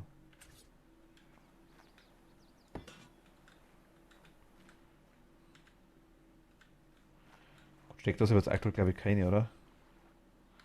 Ja, so eine mache ich wieder, was es verbindet das da drüben, das schaut auch wieder kacke aus. Ist eh schon schlimm genug, dass einmal durch den ganzen Raum durchgeht. Heißt, du verlegst Stromkabel. Das ist eigentlich das Schlimme dran. Ach man, eine. Durch den ganzen Raum, um Strom dahin zu kriegen, setzt der Steckdose und von der Steckdose aus gehen dann wieder Kabel weg. Quer durch den Raum. Das verstehe ich nicht. Weißt du, wenn man die Kabel dann auch verlegen müsste, könnte, je nachdem, würde er, ja okay, aber das ist schon gescheit krampfig so. Okay, man, versuchen wir es einmal. Erst von der Seite aus einmal. Ich baue es trotzdem mal rein, die Klimaanlage, und mein Gott, ich stelle das Kabel raus.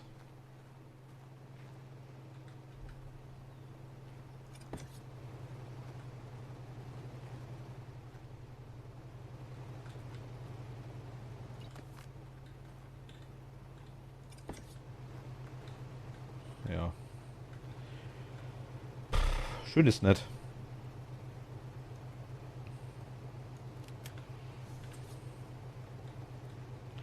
Machen wir da hinten noch Licht hin. Ne. Das richtig komisch ausschaut.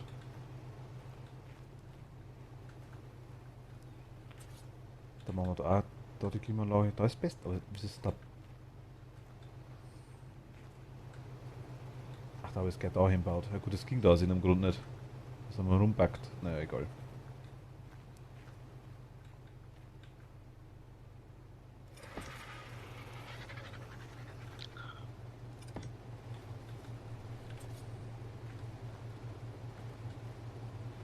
Machen wir Lampe auch da hin.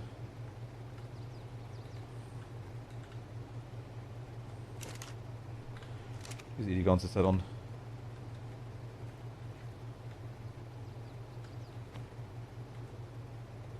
Er zeigt mir den Rundstrahler an, weißt, aber ich habe halten für mehr Optionen habe ich vom Kabel. Ich will eigentlich nur einmal einschalten.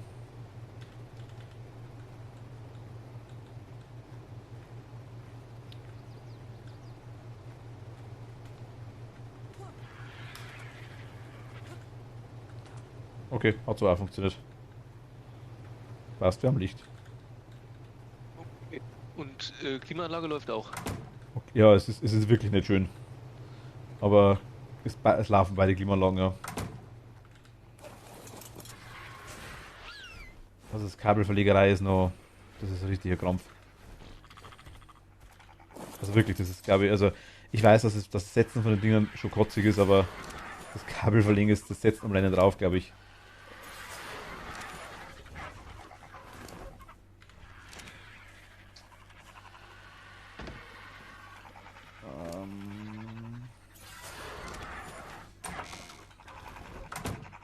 Gut, dann leeren wir Kann das ich Zeug mich noch noch ganz kurz bewegen? aus. Ich kann mich noch bewegen. Soll ich mal die Komposthaufen noch setzen? Darfst du gerne machen. Ich würde jetzt mal noch ein Dach oben drauf setzen.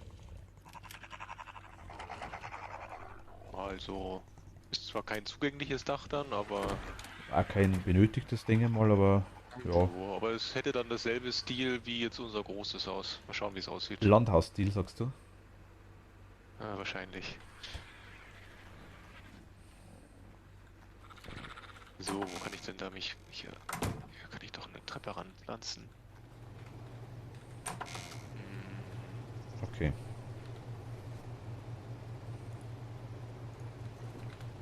Jetzt geht's ihm gut, oder?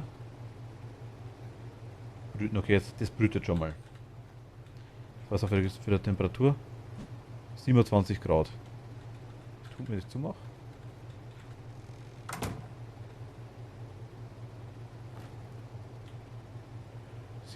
Grad. Ja. Müsste jetzt eigentlich theoretisch drüben eine andere Temperatur sein. Wenn ich ein anderes Ei reinlege. Theoretisch. Also, Frau für einen Freund.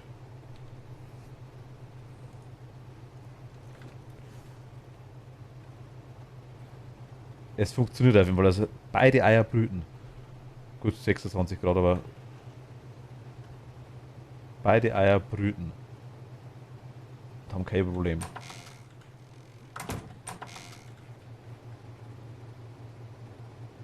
Und Gesundheit bleibt auch stabil, okay. Ja, alles klar. Gut, aber das Dach notfalls Jens. Die Leiter kann man ja. Hm, so schlecht ist es gar nicht. Da kann man da drüber springen. Kannst du einen Steg hinmachen? was? Nee, nee. Ich will es komplett zumachen. Ach Gott, komplett zu. So wie im anderen. Okay. Hell genug ist er normalerweise. Aber soll ich die Komposthaufen jetzt vorm Haus hier platzieren überhaupt? Oder?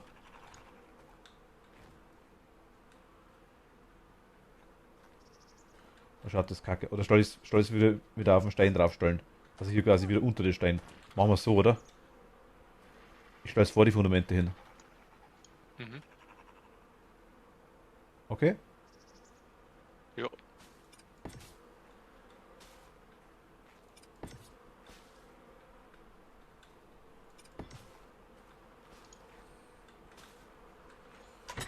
Passt schon. Haben wir jetzt ein paar Komposthaufen. Naja. Wie komme ich denn jetzt hier hoch? Flieg. Oh mein Gott, was ist denn das?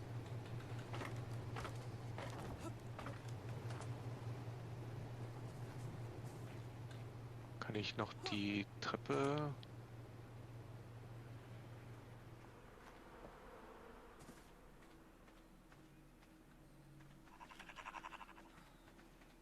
Geht. We want you.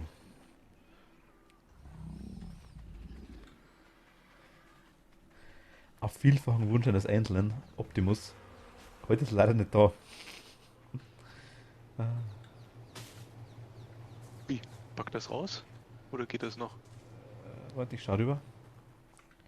Wenn das dein Begehr ist. Nö, schaut gut aus. Okay, gut, dann... Also ich sehe nichts.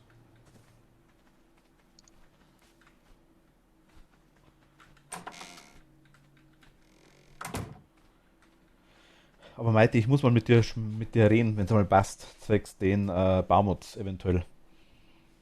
Was ihr da hergenommen habt.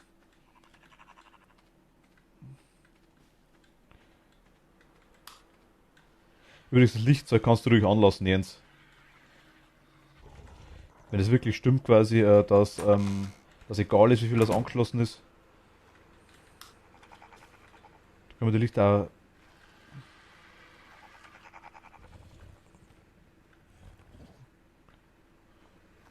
Den Baumods, ich weiß nicht, fragen wir halt mal einfach allgemein in den Chat, wer kennt ein paar gute Baumods, die er empfehlen kann. Also Generator braucht angeblich pro Stunde, pro Real-Life-Stunde ein Benzin. Egal wie viel das angeschlossen ist. Akzeptiere ich so.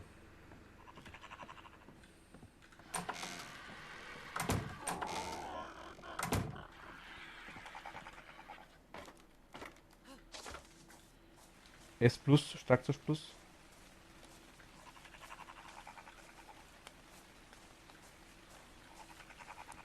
Also S plus ist die. Oh mein Gott, was ist denn das da?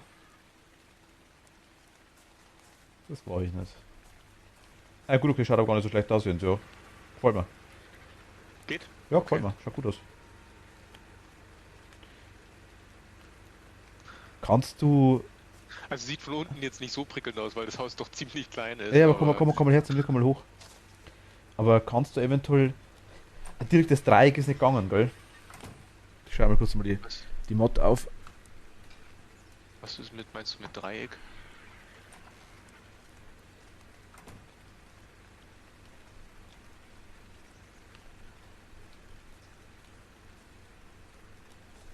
Hm? Also Structures Plus, also S Plus quasi. Mal schauen. Ja, von hier oben sieht sogar richtig gut aus. Genau, ich wollte gerade sagen, aber vielleicht kann man ins Eck, könnte man da ein Dreieck reinbauen? Geht das? Oder die Dreiecke haben Meinst nicht du? wirklich funktioniert? Nee. Nee, Dreiecke funktionieren Also ziemlich schlecht. ich meinte quasi so, man quasi hier das Eck hier noch so schräg zumacht. Weil der komplette Platte kriegen wir hier nicht hoch, glaube ich, die steht über. Muss nicht sein, das war jetzt bloß nur so ein kleiner. Du weißt ja, dass es keine Dreiecke gibt, ne? Ja, deswegen das war jetzt meine Frage, ob da. Also keine halbe Stein. Es gibt zwar ein dreieckiges Steinfundament, aber das ist ja wieder so komisch, wie das oben Wo beim man, Balkon war. wo man ein Ding machen kann, wo man quasi ein rundes Fundament machen könnte. Ja, irgendwie so halbrund, genau.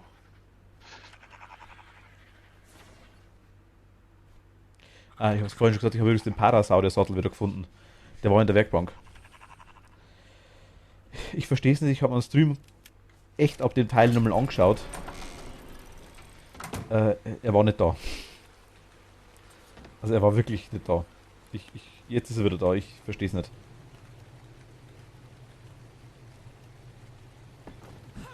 Also es ist einfach nur rein dekomäßig, die Fackel da oben, aber ich finde, sie macht sie ganz gut.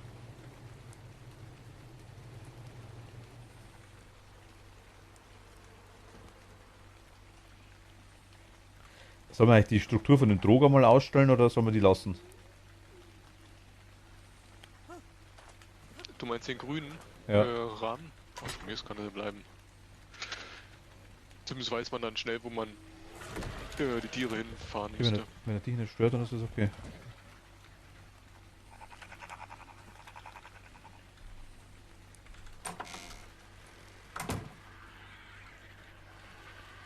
Theoretisch könnte man jetzt quasi eigentlich da dazwischen zu den Dingen, zu den Tieren gleich noch ein Ding reinbauen, gleich noch einen Kühlschrank reinbauen, wo man das Fleisch rein tut. Da man die gleich füttert.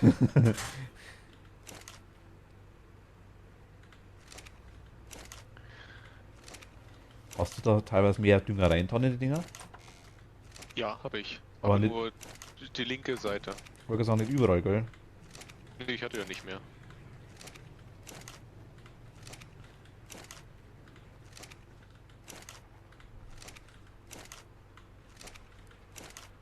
Okay, 4 brauchen wir noch.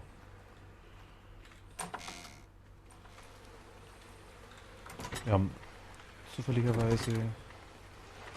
Hier ist einer drin. Ah, wieder Stroh nachlegen. Einer drin haben wir 2. Ist da den Heu. Puh. Da haben wir auch noch 2. Okay. Dann backen wir die mal voll, dann haben wir hier überall 2 drin, ist ja wurscht, dann haben wir eine Zeit lang unsere Ruhe. Aber steht irgendwo eine Temperatur drin? Nee, die Regel ist automatisch anscheinend. Also, wenn du die Eier anschaust, siehst du, dass denen beide gut geht. Ich denke, es gibt wahrscheinlich noch Eier, die viel krasser sind.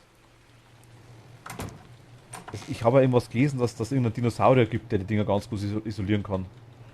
Ich habe schon mal versucht, damit ein bisschen reinlesen, das Brüten. Irgendwie geht das Tür zu machen, immer nicht gescheit. Liegt auch ein scheiß Kabeln, glaube ich, die herumliegen überall.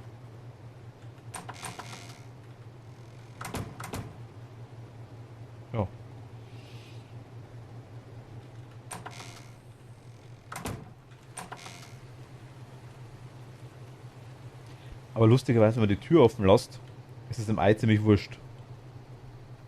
Hm, Naja, das passt schon. cool. Eine weitere Struktur ist entstanden. Jetzt brauchen wir noch ein Ja, paar Ställe, Jens. unsere Ressourcen haben ganz schön abgenommen. Ja gut, aber ich habe... Das Mal habe ich gefarmt. Ja gut, das geht aber. Ja, hier rechts ist schlimm. Ja. Beim Holz. Aber Holz haben wir oben Ja, dann ganz... Holz haben wir oben dann ganz Schrank, gell? Ich habe den Schrank herum auch voll gemacht. ja, ist glaube ich auch nicht mehr so Okay. viel da.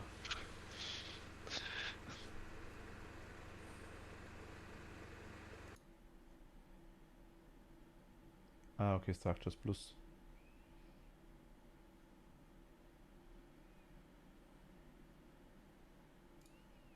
Ja, mal schauen. Muss erst schauen, ob der Server das einmal frei packt, aber ich denke schon.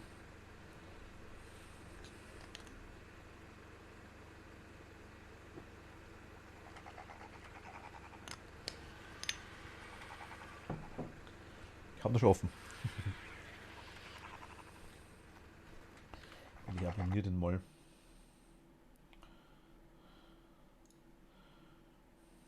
Also geht gerade nicht. Ja, muss ich mir anmelden später wieder.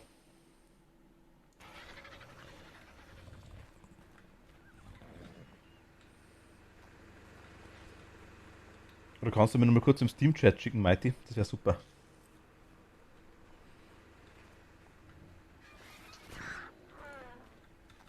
Gut, ja, riesige Falltür, okay. Das Zeug wäre soweit. Dann haben wir jetzt, glaube ich, das Brüten auch soweit verstanden. Zumindest mal den Anfang.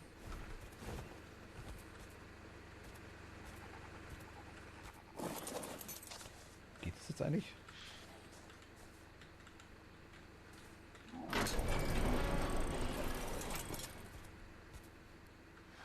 Ja.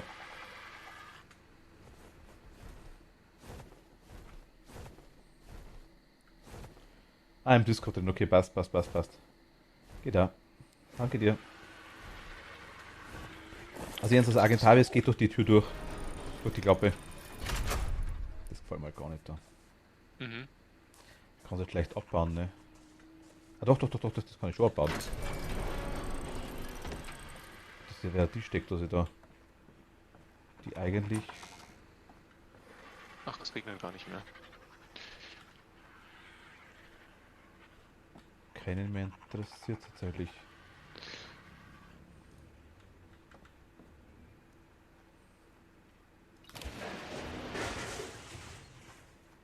Was hast du gerade gemacht? Ha? Ui. Ja, das meine ich. Es gibt Stromaussetzer. Sind unsere Versorgungen zu schlecht? Nee, ich habe gerade abgebaut, weil die hat die quasi den Bereich neu connected. Okay.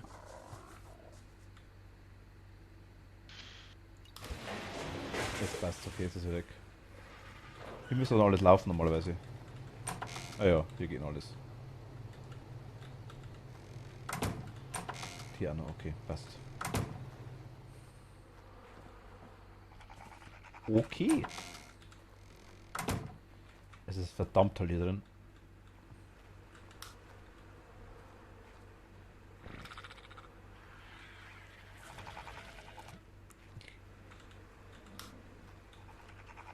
Naja, okay.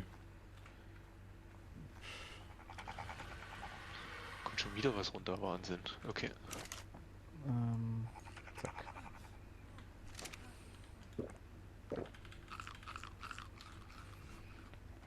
Das ist falsch rum. Gut, okay. Wir wollen, also baut haben wir. Ja, weiß nicht, Jens, wie schaut's denn aus? Wollen wir. Na gut, aber also Stelle wäre eigentlich blöd, gell? Weil die Stelle müssen wir dann irgendwie machen, dass die wirklich mit dem Tor rauskommen.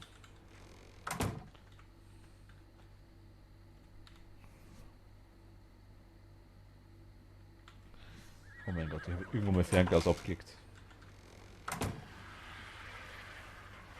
Da gibt es nicht so viele Möglichkeiten.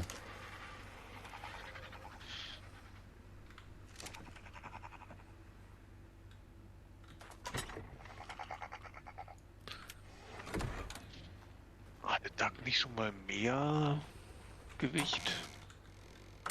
Wer? Nee, ich bin gerade mit dem Duck unterwegs, aber Ne, die kriegen eigentlich mehr Gewicht die ganze Zeit. ja, Ich level sie die ganze Zeit.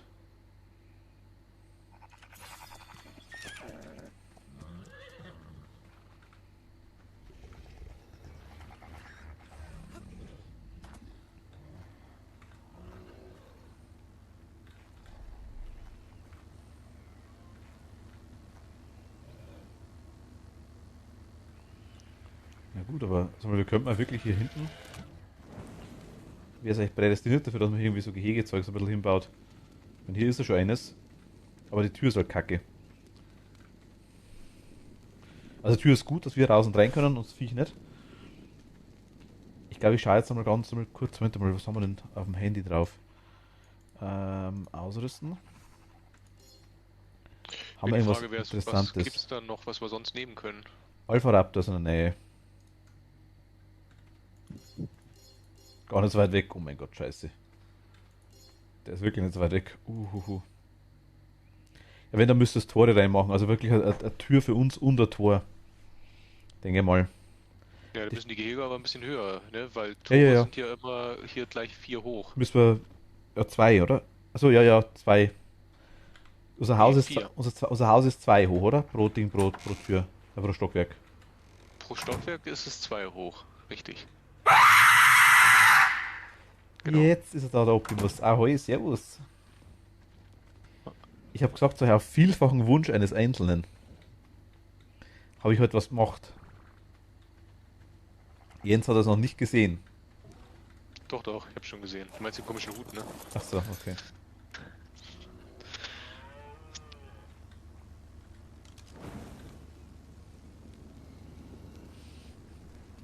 Ich habe noch heute mal gebaut. Weißt du, musstest den komischen Hut sogar bauen. Ja, ja, den muss man bauen. Hm. Ich sag dir lieber mal nicht, was der kostet hat. Ich glaube, ich will es gar nicht wissen. Na, ist besser. Also es war jetzt, er hat Fleisch gekostet. Was? Ja.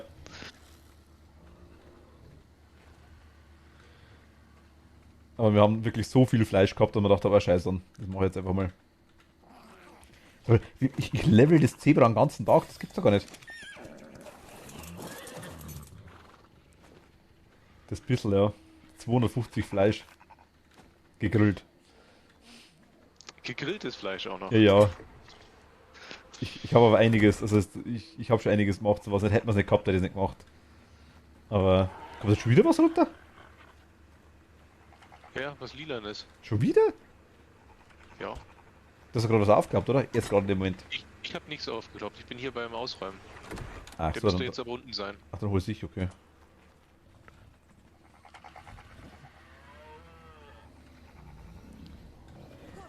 Wenn ich die irgendwo festpack, beim Kano ist der Hut richtig genau. Okay, dann schauen wir kurz beim Kano.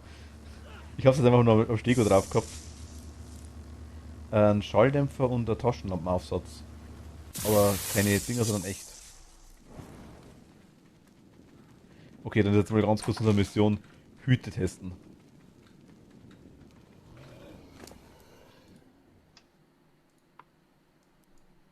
Nein, schon wieder.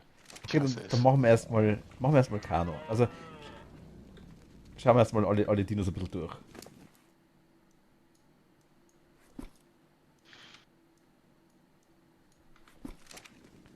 Gut. Naja.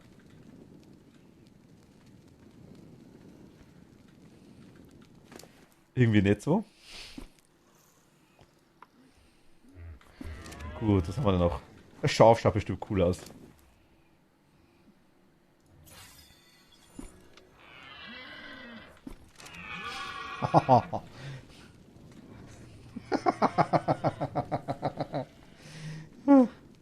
Also am Stego hat es auch ganz cool ausgeschaut tatsächlich.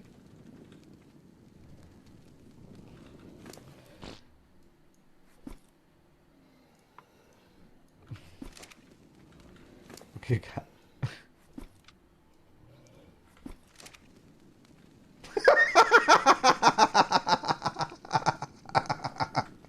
der Mad Hatter ist da. Der verrückte Hutmacher. Oh mein Gott.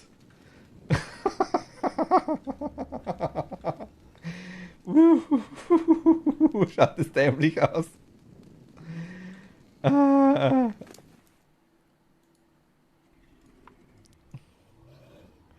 Das ist wirklich epischer. Mit dem T-Rex, den Ceratops haben wir noch nicht gehabt.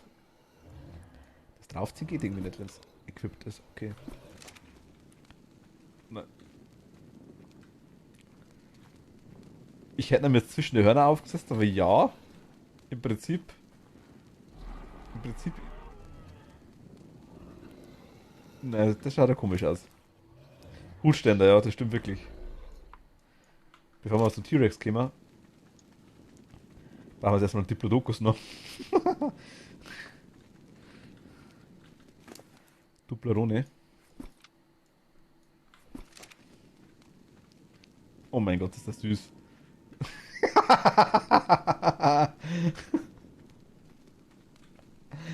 Ah, ist das blöd.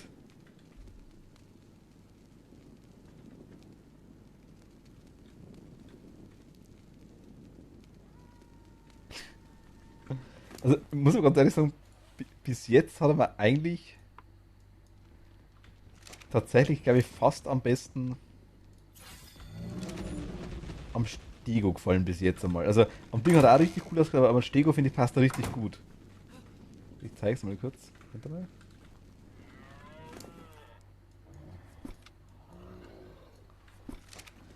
Stego finde ich passt er richtig gut. Der schaut stylisch aus damit.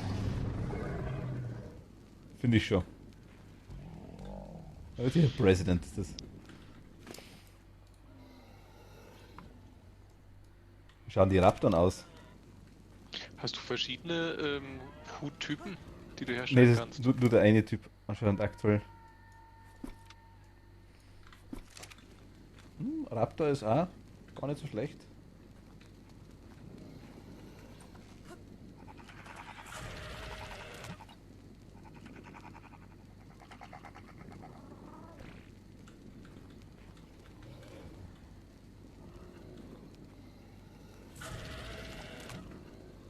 Raptor passt irgendwie, finde ich auch, ja. Also ich finde, der schaut am Stego richtig gut aus und der schaut am Raptor richtig gut aus. Am Kani schaut er super aus, aber halt ein bisschen dämlich einfach, finde ich. Also lustig, so muss ich sagen. Oh Gott. Schaut aus wie der Batman. Oder wie Zorro. Hey ho, Zorro. Was mit dem komischen Hut. Oh mein Gott, es fällt mir gerade was ein. Das müssen wir auch noch unbedingt berühren. Da mal aussehen, okay. Dann haben wir unsere Knutschkugeln. Ich lege jetzt mal ganz kurz weg. Oder Dödi, kurz aus dem Grünen raus. Mal sehen.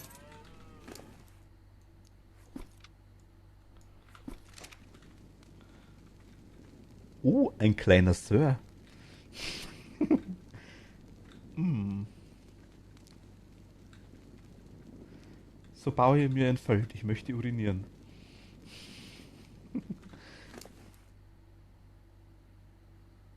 Was machst du bei den kleinen Dödis für die Steine? Was ist dann da wichtig? Jens?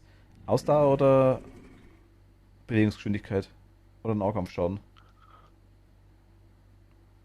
Die Stein, Ja, ja. ja, erstmal Ausdauer war wichtig.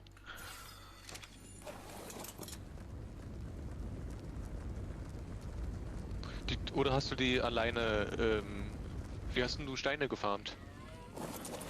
Mit den Viechern. Naja, dann weißt du es doch selbst, was da, Ja, aber oder passt Ausdauer inzwischen. ich denke mal jetzt einfach vom Prinzip her, was Hast ja die schon die meisten machst öfter das du. gelöffelt. Je mehr Damage, ja genau, das wollte ich mal sagen, je mehr Damage, desto besser ist auch die Ausbeute. Okay. Und dann? Ja, genau, das machen wir mal kurz. Okay, Ankylosaurus. Der Uncle Sam in dem Fall passt sogar. Was? Oh, Wo ist jetzt der Soundtrack schon wieder hin, verdammte Kacke? Wo ist der kombiniert? Ah, ist kombiniert, okay. Ah, gut, Uncle Sam. Ich würde es gern mögen. Na gut, das schaut ein bisschen grantig. Das einfach irgendwie passt.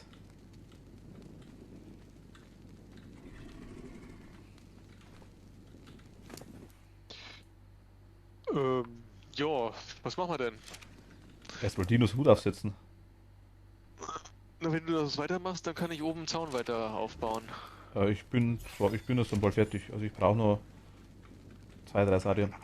Schaut aus, ob er sich Ruhe möchte. Ja, irgendwie schon, das stimmt. Okay, Pferdschrei, wie stylisch aus damit. Hau mir ab.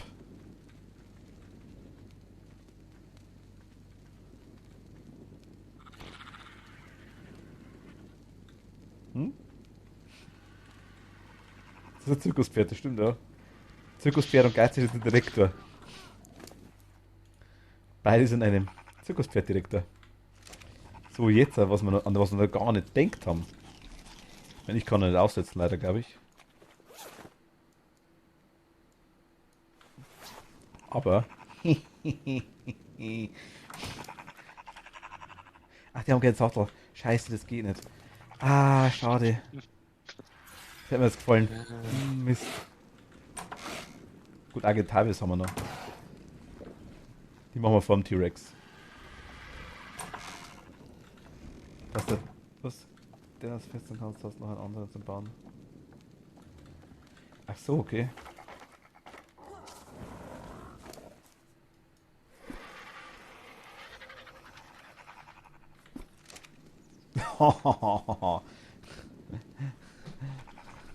Der amerikanische Adler.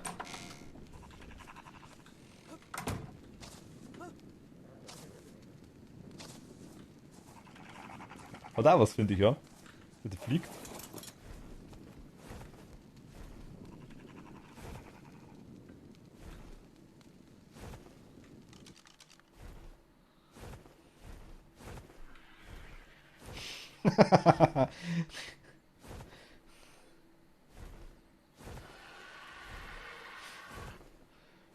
Hat was.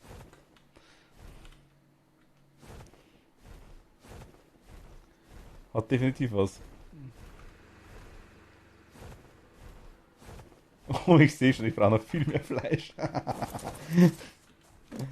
der Agatavi schaut cool aus, das stimmt allerdings wirklich. Wir haben ja wirklich einen Alpha-Raptor ziemlich nahe Ja, dran ja, ich sogar. weiß, ich weiß, ich weiß. Warum sollte ich Ja, den können lügen? wir doch einfach mit dem T-Rex beseitigen, oder? Was ist noch das? Jetzt müssen wir fliegen. Oh mein Gott.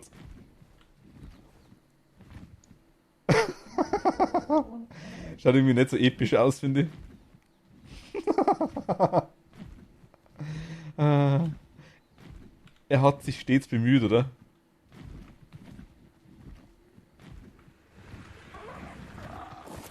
Nee. Also, Agetavis schaut super aus. Stego schaut super aus. Der Diplodocus schaut super aus. Hui, Level 67. Okay. Der Raptor, Ja, der Alpha-Raptor. der ist gerade so ein bisschen so angreift, oder? Hm? Der rennt da wirklich bei uns an der Base rum. Ja, wirklich. Was hast du gedacht? Der T-Rex ist gleich weg, ich sag's dir.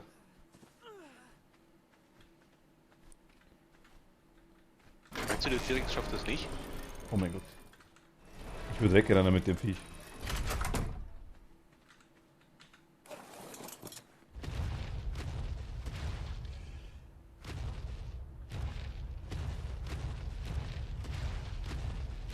Wir sind erst bei uns in der Base drin. Was weiß ich denn?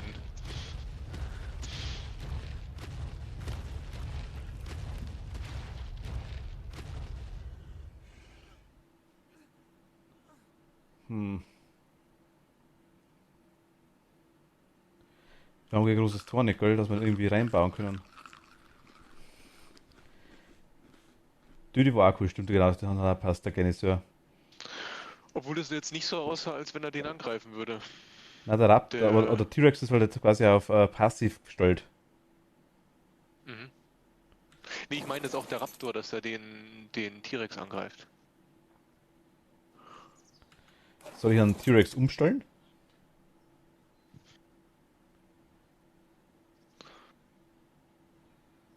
Ich habe irgendwie keinen Bock, dass ich hier eine Irgendwie eine blöden... Art Selbstverteidigung wäre gut für den. Stelle ich ihn mal auf neutral.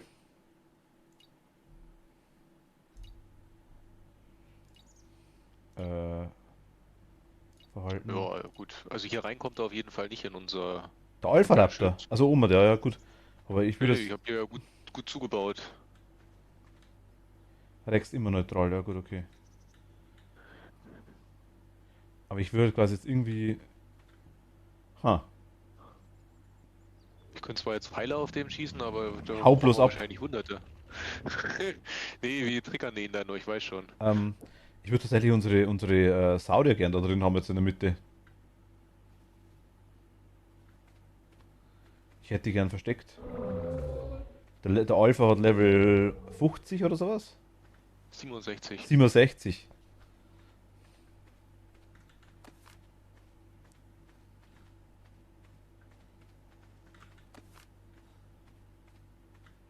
Okay, solange wir noch einen T-Rex haben, machen wir mal das kurz mit dem Hut. Oh mein Gott. Das ist mal ein großer Hut.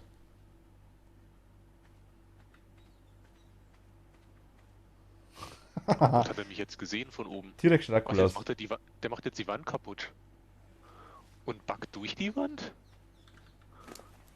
Wir könnten ein Problem haben, Martin. Okay, dann versuche ich es mal mit T-Rex, oder? Ja, das wäre nett. Also die Wand hält noch einiges aus. Ja, kann der, kann der Alpha Stein kaputt machen? Er macht Schaden. Ja, kann er. Kann er sogar sehr gut. Scheiße.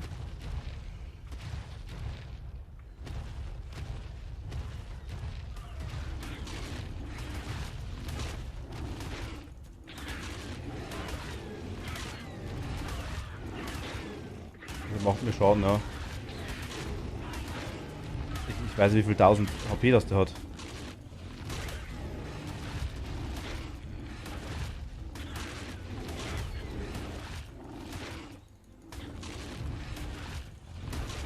Okay, T-Rex ist dreiviertel weg.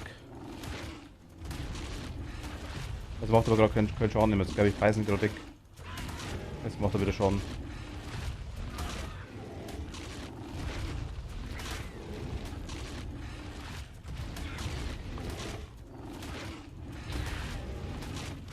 Das Problem, was ich dann irgendwann habe, ist die Ausdauer vom T-Rex. Ja.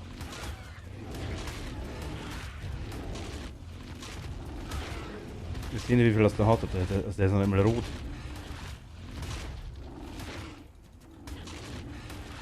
Okay, aber du tust eigentlich im guten Abstand zugreifen, dass Aber der so der ist, gar aber nichts der ist, ich hab. Jens, helfen, genau, stimmt.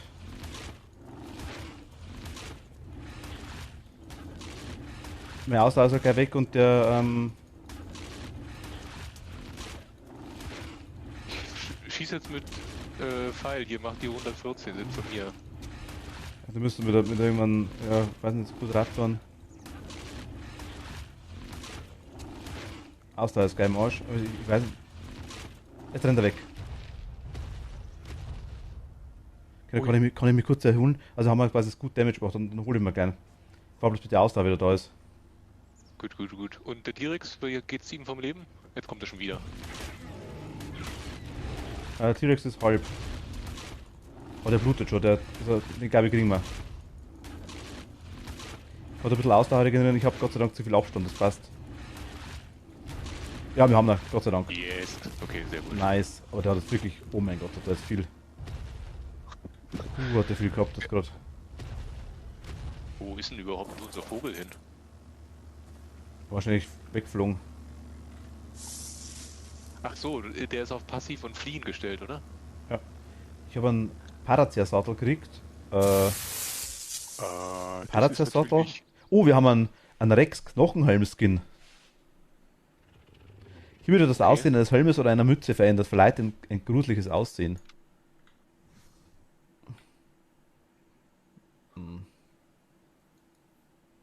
Ja, es ist schon sehr gruselig. Hallo.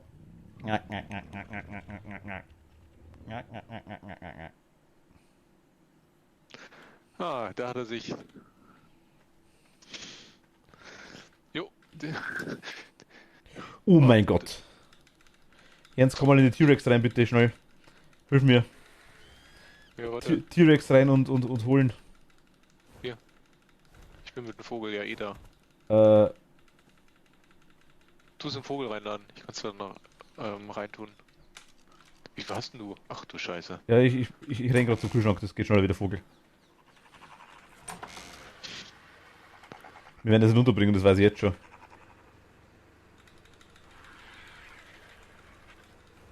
Erster Kühlschrank ist voll.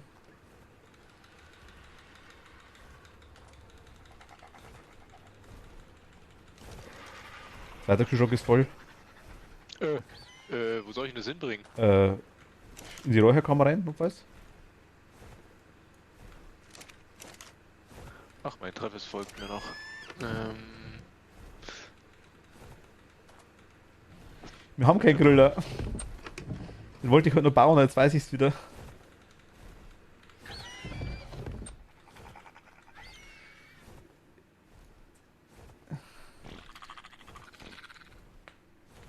Ich wollte mir den schon Industriegrill, genau, ich wollte den schon lernen. Fabrikator müssen wir eh drin haben. Ich habe den da, jetzt weiß ich es wieder. Ich habe den heute mal gesehen und dann mir gedacht, oh cool, die machen wir auch noch.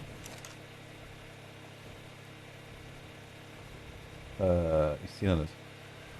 Also. Metallbahn und Zement, oh mein Gott. hat sich jetzt der dumme Vogel festgebackt, ey. Das gibt's doch nicht.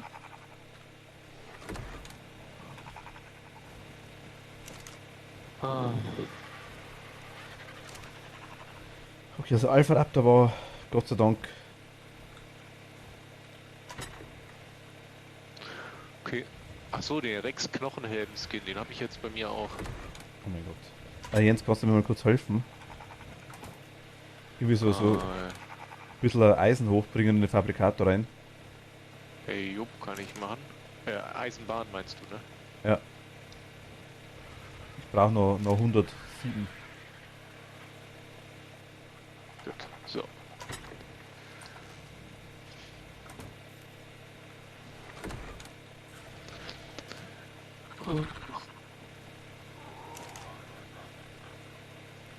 Da ist noch was drin? Nee, scheiße. Okay. Sind Hast- unterwegs. Hast du? Gut, dann passt. Ich habe 110. Ja, Hau rein in den Fabrikator. hab ich. Was ist das, glaub Level? Weiß gar nicht. Hm?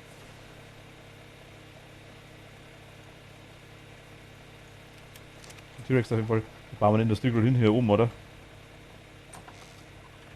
Größten unten haben wir jetzt. Ich weiß, wie groß ist denn der? Sehr groß.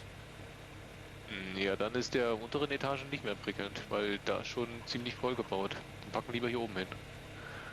Ja, machen daneben. Ah, dahin. Da muss er die Struktur einspacken. Was ist denn das? Ein Industriegrill. Hol mal das ganze Brontosaurierfleisch hoch. Okay. Ja, aus dem. Aus allem, was wir haben, aus dem Grill da überall. Naja, erstmal aus dem. Räucherkammer.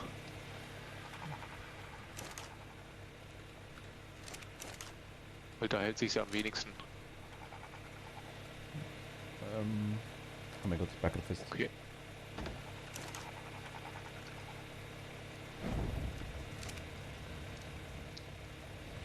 Einfach reinlegen, ne? Einfach reinlegen, ja.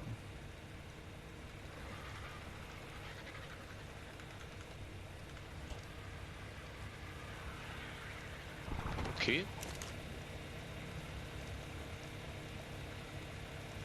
Die letzten 2 Stunden, wir haben eigentlich nur rumprobiert tatsächlich. Also wir haben, ich zeig's dir gleich, wir haben im Brüten haben wir rumgemacht. Wie schnell wird denn das fertig? Weil Verfallszeit ist Sehr, ja sehr kurz. schnell. Okay. Ach, da sind jetzt solche gegrillte Filets rausgekommen, ne? Soll ich die gleich in den Du, Kühlschrank du bringen? wenn du mir beim Hochtragen helfen wirst, wäre oft einmal gescheit, aber jetzt habe ich schon. Hast du noch was übrig? Jetzt glaube ich nicht mehr. Ja, ich habe ja alles aus der Räucherkammer hochgetan. Achso, okay, hast du gemacht, gut. Gut, na dann. Machen wir so, oder? Komm. Wenn wir schon haben, dann haben wir das Zeug ein bisschen rein, oder? Dass die Lunge so brennt. Wir haben mit, tatsächlich, da haben wir noch so Spezialdinger. Oder was Benzin? Leg immer nur ein Benzin in den Grill, irgendwann vergisst es und dann ist der ganze Benzin leer. Achso, okay.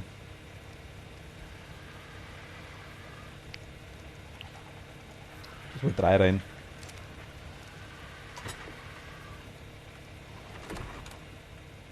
Hier oben ist wieder heiß tatsächlich, aber das ist blöd. Gut, weil der Grill wahrscheinlich auch noch Hitze abgibt, denke ich mal. Gut, aber wenn der so schnell fertig ist, Ja, dann... ja, das passt einmal frei. Achso, oh, der ist ja wirklich schnell fertig. Was haben wir jetzt eigentlich Okay. für Ding für, wo das ganze Haus jetzt heiß? Was haben wir denn hier? 40 Ich Grad verliere und jetzt im ganzen, draußen... ich verliere jetzt im ganzen Haus Leben. Weil der Grill so heiß ist, oder weil die Tür da, weil die Hedge da offen ist. Draußen sind es auch 40 Grad. Ja, wahrscheinlich, Was haben wir überhaupt gekriegt? Wir haben ein Rockwell-Rezept gekriegt für Räucherfleisch, Konsumgut, was immer das ist. Ich habe einen Leuchtpunkt-Visier gekriegt, ich habe ein Alpha-Raptor, glaube ich, habe ich jetzt eine. Ich habe ein Flak-Brustpanzer mal gekriegt.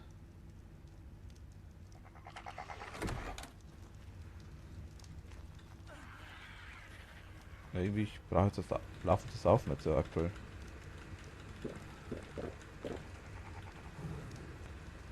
Ich sag's dir gleich, Mighty keine. Halt lange genug, sagst du? Okay.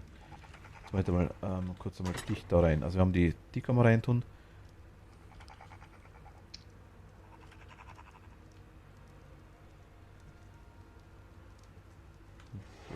Gehen wir es mal auf. Wir haben die. Ja, Trophys habe ich immer, mache ich weg, die sichere ich schon extra. Extra Lederhose kommt ja auch nicht rein. Das Visier und der Aufsatz, das Zeug kommt rein. Hier haben wir die Lederrüstung und die Flakrüstung drin, genau. Ich tue den Helm jetzt mal zum Ding, zu dem Event-Dinger rein. Den Hut.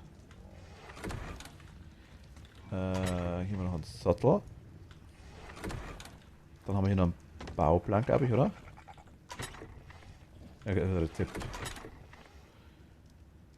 oh Gott, wir haben ja hier nirgendwo Stroh While it drin. might not taste as good as freshly cooked meat, jerky is just as nutritious. Ach so. Ach so. Hier steht dabei, wie die Rockwell medizinisches Gebräu. Two handful of Tintoberries. Was ist ein Handful? 5, 10? Jetzt habe ich was gesehen, dass dir gespoilert wurde. 20 ist eine Handvoll, okay. Die Rezepte, die wir finden, Jens, das sind wirklich Rezepte, da steht dabei, was das ist.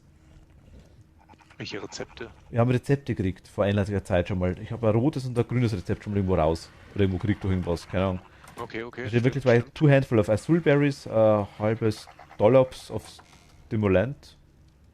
Dollops, keine Ahnung. Submerged Water, also quasi Wasser dazu. Cook in a Cooking Pot. Kriegen wir. Energiegebräu. Quasi zum Dinge auffüllen. Hier quasi das medizinische Gebräu zum Energie auffüllen. Hier quasi ist das Rezept für das Räucherfleisch, das wir jetzt eh schon wissen, wie es geht. Nehmen wir das Rezept für das Energieding mit und schauen mal. Ist schon fertig? Nö, aber er kommt gut voran. Geht flott, okay, sagst. Ich tue dann immer gleich. Stimulantien kann ich, habe ich schon gemacht.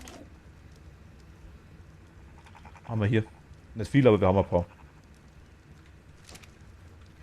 Generell Schießpulver und Wieder Betäubungsmittel hergestellt.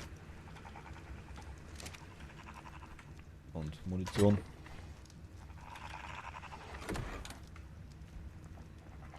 Jetzt warte mal, was habe ich dabei gehabt? Ich leg's mal kurz in den Kochtopf rein. Aber ich weiß, na, erst einmal das Zeug wegraten. Leder muss raus. Das kann wieder hin. Aber Industriegrill, gut, haben wir es gehabt. Den wollte ich eigentlich heute am Anfang schon machen, hab's aber komplett vergessen.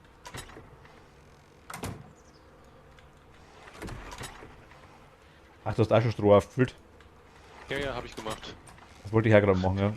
Ja, ich habe gerade wieder einiges weggebracht und festgestellt, ups, hier ist nirgendwo Stroh drin. Ne? Ja, ich hab noch was. Passt, okay, dann habe ich genug für die anderen zwei. Perfekt. 8000 Schießpulver, krass. Was wurde dir gespoilert, was mir gerade einfällt?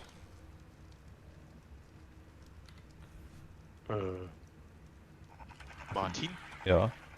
Wo ist denn unser Ei hin? Ist das nicht geschlüpft? Wir müssen mal eine Meldung kriegen, was das geschlüpft ist, oder? Nee, das Argentavis-Ei ist nicht mehr da. Das hätte ja eh noch ein paar Stunden vor sich. War es in der Hitzephase zu heiß? Nee, deswegen sind ja die Klimaanlagen da.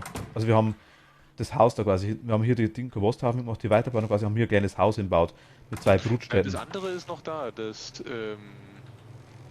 Raptor-Ei. Dem geht's gut. Raptor-Ei quasi hier und haben quasi hier gegenüber. Eigentlich hätte man noch ein Argentavis-Ei, denke ich. Hier auch mal? Ah. Guck mal, hier ist kein Ei da. Irgendwie ist das buggy mit den Türen.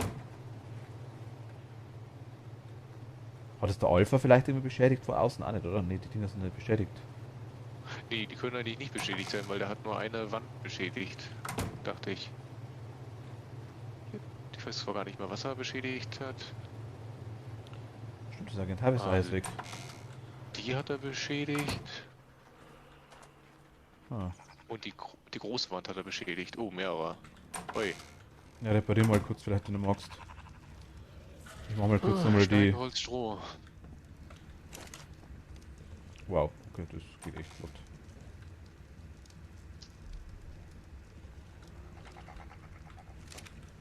Der grillt in 12er Stacks, grillt der. Okay, dann können wir die Feuer unten eigentlich vergessen. Wir lassen die Feuer zwar noch da stehen, würde ich sagen.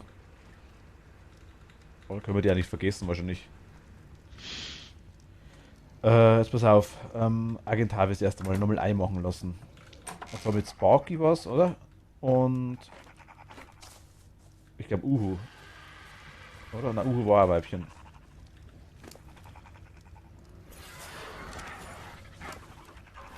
Das war, oder war es Uhu und Avocado? Irgendwie so, glaube ich, oder?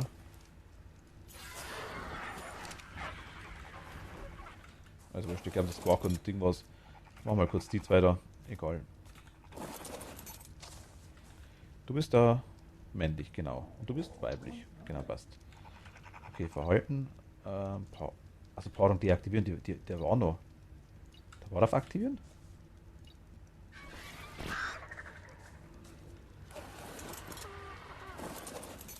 Ich dachte, die habe ich wieder ausgeschaltet. Ist beim, wo ist denn der Agent Travis? Jens? Einer steht vor der Haustür. Der Travis. Ah. Mit dem war ich gerade unterwegs. So, Wände sind repariert. Na, der war. Okay, dann habe ich den einen bloß nicht ausgeschaltet. Anscheinend.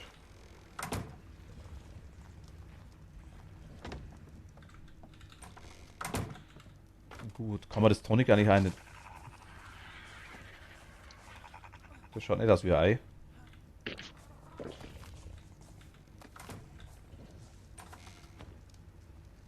Okay, Paarung 50% passt. Also, wie schaut's denn aus? Dass alle zwei geschissen, weißt. Kann ich das da drin auch machen? Wir hatten schon ein Agetavis-Ei. Wir hatten schon eines. Es hat bloß am Anfang ziemlich gelitten mit den, weil wir irgendwie das Problem gehabt haben, dass die Klimaanlagen dann nicht mehr funktioniert hat, weil wir quasi hier ins Deck, wir haben quasi hier oben haben wir eine Hatch reingemacht, also ich glaube die da. Und dann hat es quasi nicht mehr als Struktur, nicht mehr als Dachzelt. Und dann wurde es quasi, weil zuerst einmal die Klimaanlagen hier und hier. Dann wurde es dem Ei zu heiß. Also die braune Kugel.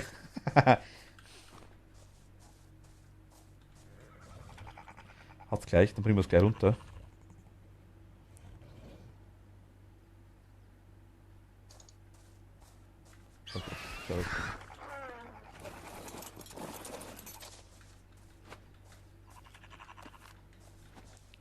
Okay, ich deaktiviere die Paarung gleich wieder von beiden.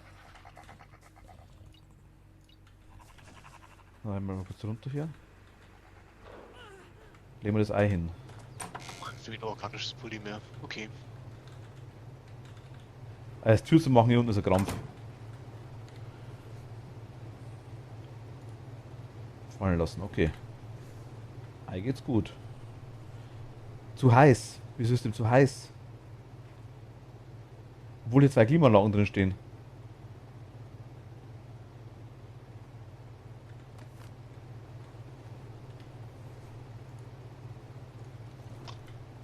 Ja, draußen sind es 31 Grad, aber deswegen. Hm. Das war hier im Eck.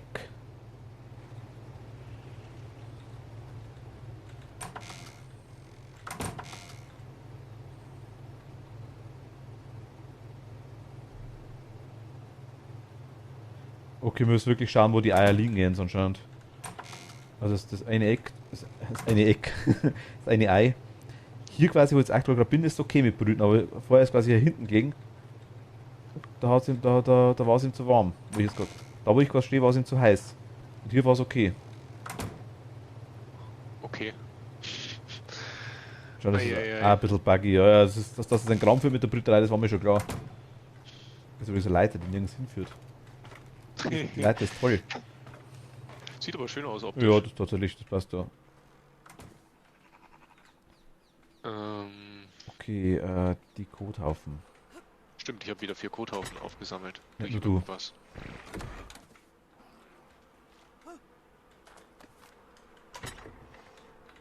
So, ich habe auch organisches Polymer aufgesammelt. Okay, jetzt machen wir kurz. Wie war das Rezept? Jetzt schauen wir kurz. Rezept war Cooking Pot. Okay, also Cooking Pot ist nicht Industrie. Grill. Nein, das ist was anderes. Okay. Der ist fertig, oder? Ja, passt. Dann ist Cooking Pot wirklich Cooking Pot.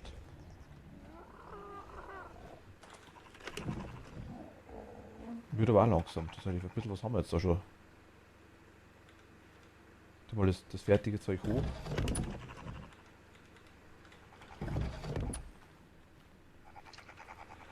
Also ein bisschen Fleisch haben wir langsam, würde ich sagen. Auch von dem gegrillten Zeug, von dem Jerky. Hast du oben wieder ausgemacht? Ja, da ist noch 3 Benzin drin. Ah ja, zum Thema Kacke. Kann dir einen Trick verraten, wie es schneller geht, wenn du willst. Von alleine kommst du drauf. Wie was schneller geht, dass der Dünger draus wird. Also, Noch schneller. kannst du mir ruhig sagen, ist überhaupt kein Problem. Werden wir nicht benutzen. Wir ersticken quasi den Dünger. Wollte ich gerade sagen. Aktuell hier quasi der ganze Schrank voll. Und hier ist auch jedes Feld hat mindestens schon 2 dort. Ach, dass wir Kacke kriegen. Haben wir aktuell auch kein Problem. Ich weiß, man kann sich am Vogel draufsetzen und Plus drucken. Also, man kann aktiv kacken. Das weiß ich, wenn du das meinst.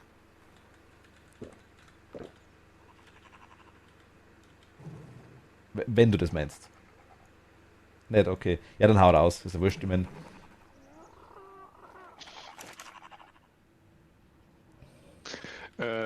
Wie war denn das eigentlich, Martin? Willst du noch mal zu einer Höhle oder machen wir das dann doch wieder einen anderen Tag?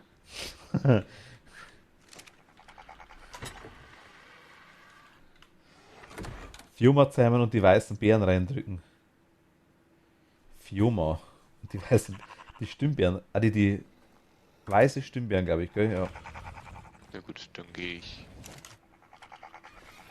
kurz weiter basteln.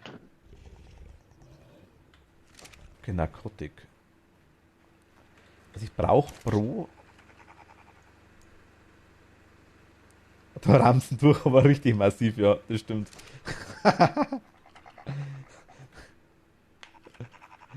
Firma, was? Typfüller. Phiomia. Okay. Gut, kenne ich jetzt tatsächlich auch nicht.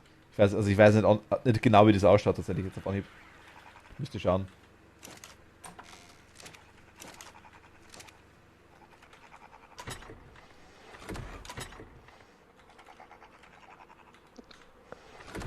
Oh mein Gott, nein, das tun wir nicht an. Warum ist denn eigentlich in Travis so viel Fleisch und... Weil das der Vogel war mit. Also im Travis. Ach so, habe ich einen falschen Vogel. Ich weiß nicht, du warst mit Avocado immer unterwegs. Okay, okay. Ich habe den vorhin nur genommen, weil der als erstes da stand. Dann nehme ich einen Avocado. Tinto Berries. Das hat Merchant Water. Gut. Wasser haben wir ja separat sogar. Haben wir eine Füllflasche. Oder hätten wir sogar ein Ding. Oder die Flaschen annehmen, oder?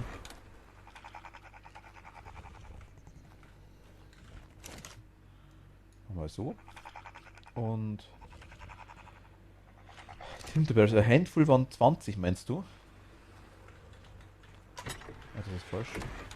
Dann können wir die zweite Wasserflasche auch gleich reintun. Warum nicht? Tinterberries, was waren Tinterberries? Das waren die Stimbeeren, das waren die weißen. Azulbeere, Amabeere.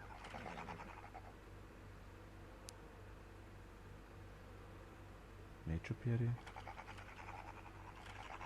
Ah, die da, die roten sind die Tinterberries, okay.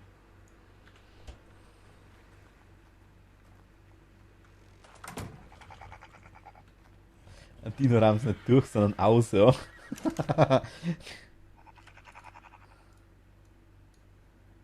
Schau mal. Normal müsste es gehen, oder? Wir haben quasi das Rezept. Wir haben jetzt two handful of Tinterberries, müssten dann mit 40 Stück hingehen. Wir haben Narkotik drin. Und im Wasser. Wasser haben wir auch drin.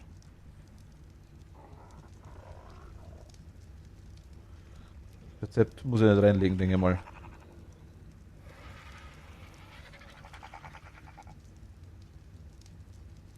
Ah, tatsächlich. Okay, es waren ja 20 Stück tatsächlich. Und eine Wasserflasche, okay. Das ist gut, das machen wir uns ganz kurz. Die Beeren haben wir draußen, glaube ich, noch welche im Trog drin. Beziehungsweise im Diplo müsste auch noch was drin sein. Im Duplerone. Gehen wir die mal raus. Schaut gut aus. Jetzt haben wir kurz die Tinterberries, die wir noch rumliegen haben. Hier ist nichts drin. Da war es Hanopas. Gut, auch nicht mehr so viel, okay.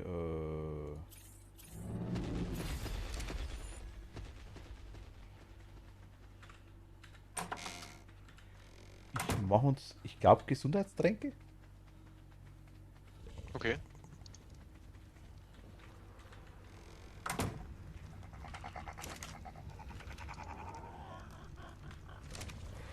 Gibt es eine Möglichkeit, da einen Wasseranschluss hinzubringen?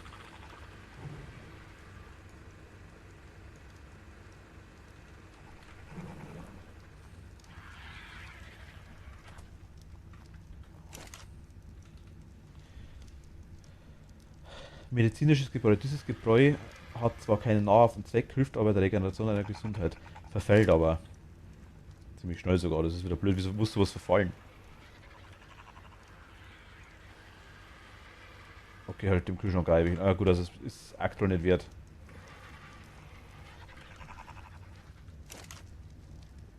Mhm.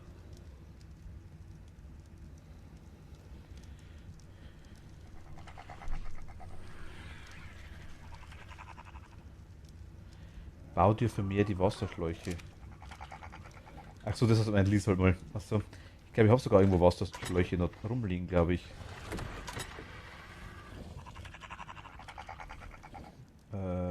Stellen wir es da schräg. Vertikal. Nö. Tatsächlich ja nicht.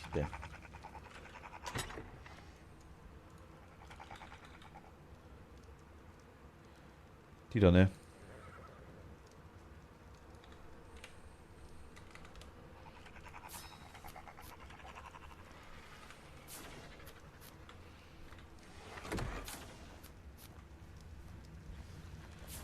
Aber die kann ich... Hm. Ich tu mal die...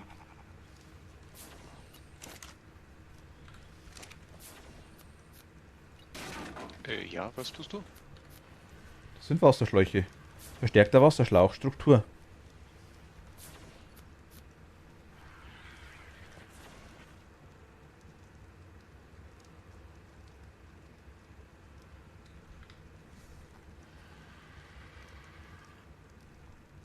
Die anderen. Das macht der Ding, das macht er automatisch, okay. Farbe. Jo, das war schlecht. Dass da kein Wasser drin war. Na. Moment mal, ich habe doch Wasser dabei, oder? Ich habe es natürlich nicht auffüllt. Jetzt warte mal, eins nach anderem. Mal kurz das Wasser mal auffüllen. Dann machen wir hier, weil der kommt da eh gleich weg. Machen wir mal kurz zwei. Die für Leder.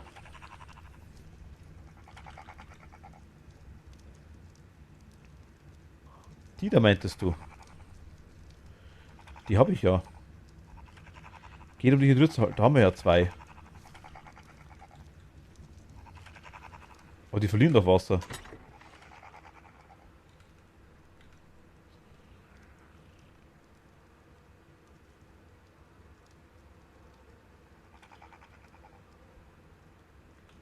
Was ist an denen besser?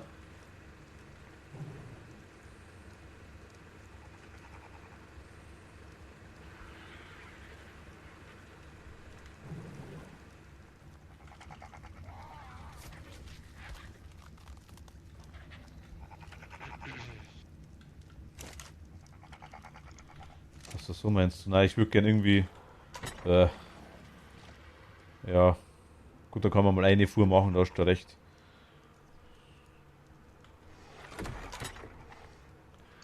Ach, gibt es keine Option, da irgendwie einen Kochtopf? Also, warte, machen wir es mal anders. Ich baue jetzt erst mal einen Kochtopf ganz kurz. Herstellung. Koch. Topf. Wir haben auch noch einen draußen, ne? Kochtopf. Dachte ich. Ja und?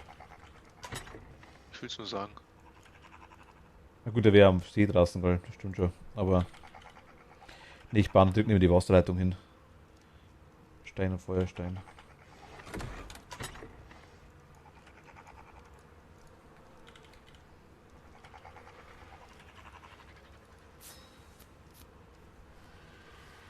Auf Dauer ist Schulbürgerarbeit. Ja, ich verstehe schon.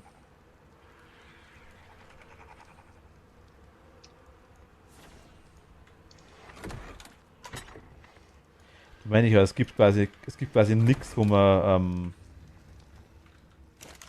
jetzt irgendwie sagen konnte, okay, äh, ich lege da wirklich eine feste Leitung hin.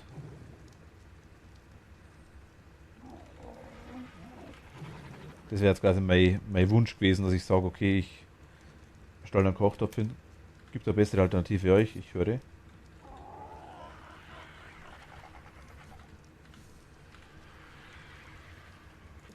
Okay, ich reiß die Feuer doch ganz weg, Jens. Okay. Wir brauchen sie nicht, oder? Ich glaube nicht mehr. Nee. Jetzt warte mal, gibt es hier irgendwas mit Wasser? Metallwasserspeicher. Verbinde es mit Rohren, um Regen aufzufangen zur Bewässerung oder fülle es selbst mit Wasser und spart und bewässert automatisch umliegende Beete. Wenn es mit dem Wasserhahn verbunden ist, speichert eine große Menge Wasser. Ja, ich glaube, den kenne ich, aber der glaube ich geht noch nicht.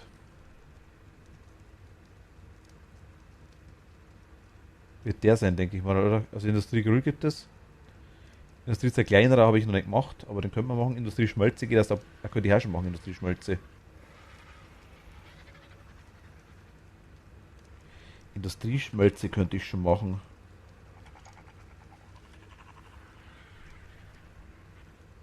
Ah, die da, Nummer 89. Ja gut, da müssen wir noch ein bisschen hin. Ich habe jetzt aktuell zu wenig Punkte, Jens, aber ich könnte Industrieschmelze lernen als nächstes. Aber ich fürchte, dass ich jetzt dann ein Problem kriege. Weil ich glaube, Level 81 ist die Taha-Ausrüstung. Die hätte ich gern. Äh, Mit Industrieschmelze, Öl ist kein Thema nicht mehr, Kristall ist kein Thema, Metallbahn 2500 gut.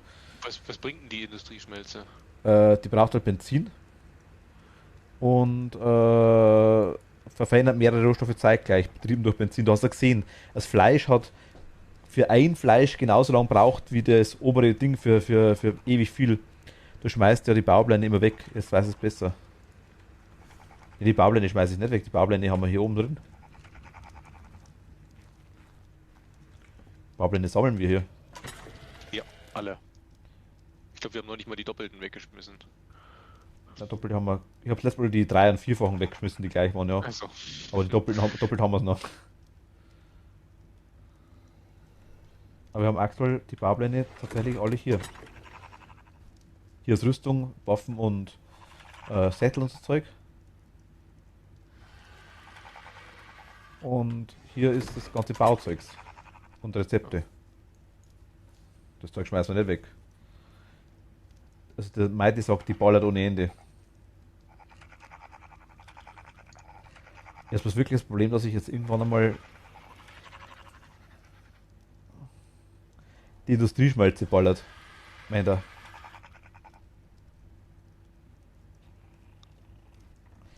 Also ich meine, es dauert schon ewig, bis das Zeug unten fertig ist. Der Industriekocher war super, aber Industriekocher müssen wir halt wirklich hergehen, dass wir dann ganz, ganz viel machen gleichzeitig. Weißt du, oder beim Industriegrill meine ich. Genauso muss es mit dem anderen Zeugs auch sein. Ach, und die Industriekocher kannst du an die Wasserleitung anschließen, wahrscheinlich, denke ich mal, oder?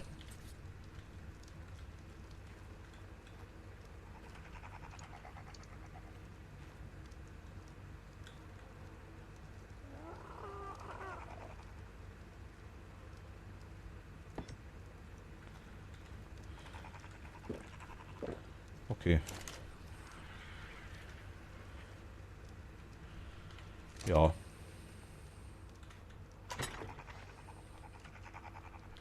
Ja.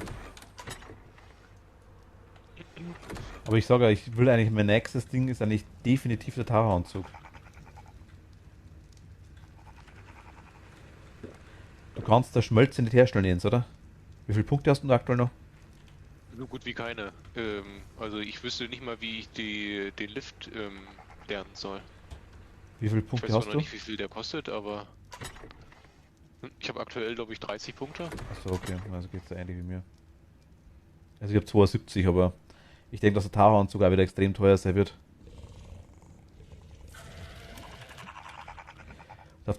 Am Tara-Anzug will ich auf jeden Fall haben. Ich weiß zwar nicht, was der für Ressourcen braucht, aber das sehe ich ja dann, wenn er freigeschaltet ist. Aufzugsschiene, ich finde die Dinger so derb sinnfrei. Okay. Ja gut, ist halt interessant, wenn man mit einem Dino unterwegs ist, sag ich jetzt mal. Und wenn man natürlich die Kryokapseln hat und mit denen rumrennt, ist das Thema, ja klar. Aber die haben halt die Kryo-Krankheit dann auch wieder und alles. Naja, gut, weiß ich nicht. Hätten wir sogar noch Lagerfeuer. Sogar noch Lagerfeuer für sehr viel da, Jens.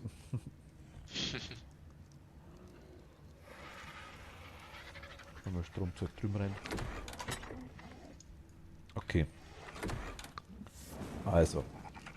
Jetzt mal kurz schauen. Gut, es ist optimiert. Krankheit kann man ausstellen. Okay, hat es zum Beispiel aus. Ja gut, aktuell haben wir es noch auf standardmäßig.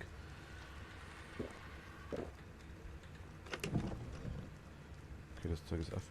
Ah, wollte ich gar nicht, scheiße. Ah, gut, es regnet. Dann brauchen wir jetzt gerade keine Gedanken machen über Wassermangel. Also die 2 Schmieden, glaube ich, wird man. Also ich den Kochtopf kann ich mal weg tun, da glaube ich.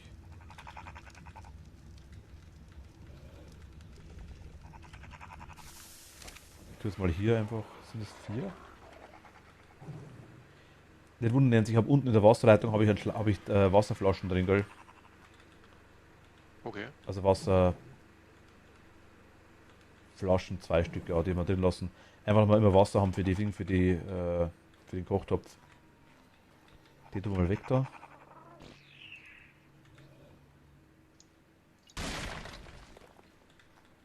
Da haben wir quasi den Kochtopf da vorne, das passt.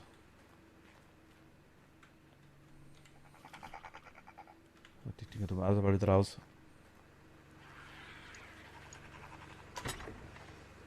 Ich habe übrigens auch schon geschaut, es gibt eine Schildmod, habe ich gesehen. Eine gute, die wohl, wo man es in jeder Größe machen kann und lauter so Zeugs. So, also die Wand geht jetzt auf jeden Fall bis zum Anfang vom Gehege. Das wäre etwas für unsere blinden Mitspieler. Gut. Also der Alpha Raptor ist halt gerade vorhin auch da reinkommen. Ich weiß aber nicht, ob der innen drin gespawnt ist oder... Nee, nee, nee. Ich habe da vorhin schon mal geschaut, gehabt, wo ich das erzählt habe mit dem Alpha Raptor. War der oben oder? Da war der oben, ja. Der war oben drauf. Ah, okay, okay, dann ist er runtergefallen. Also, es war ein Alpha Raptor drauf. Ich weiß nicht, ob es der war, aber ich gehe davon aus, dass es der war. Wäre schon ein saublöder Zufall, dass der da oben despawnt ist und dann gerade einer bei uns gespawnt. Also, das wäre schon ganz, ganz komisch. Oh, möglich ist alles. Theoretisch, ja. Fiumia, da hätten wir welche. Teddys haben wir ein paar da. Tech Parasaria, aber wir haben. Schaut das Viech aus? Ach, da hinten ist das okay. Na, da fliege ich ja hin.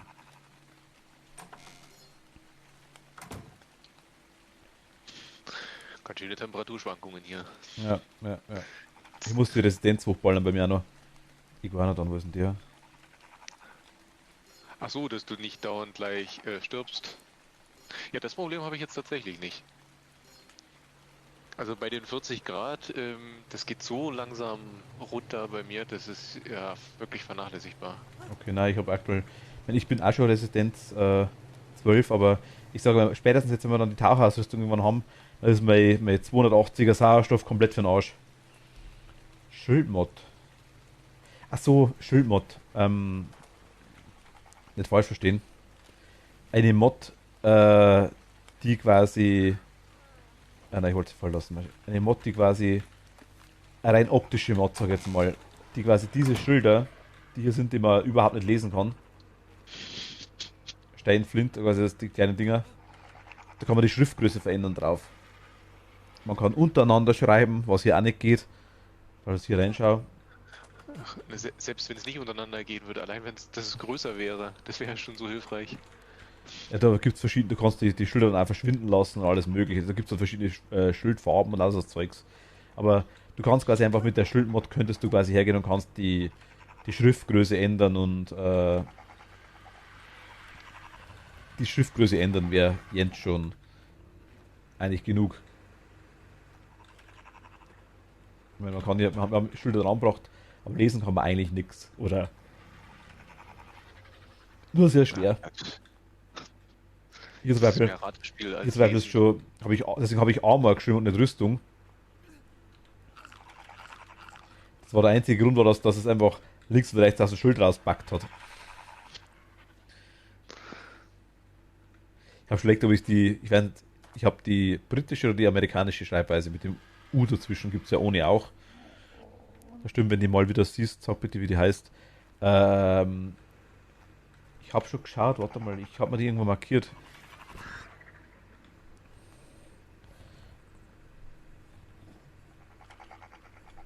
Warte mal, ich kann kurz Uiui, schauen habe ich heute nebenbei. so viel gebaut, dass mein Level fast voll ist. Okay. Wie hat das die heißen?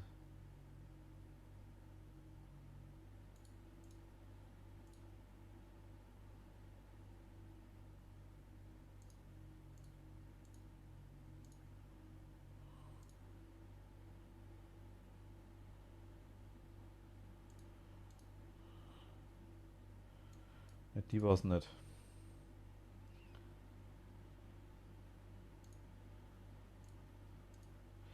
Also ich habe es auf Anhieb gerade mal geschaut, ich habe es Tauras, also Taurus Beta Science habe ich jetzt gerade mal gefunden, aber das waren nicht die, die ich angeschaut habe.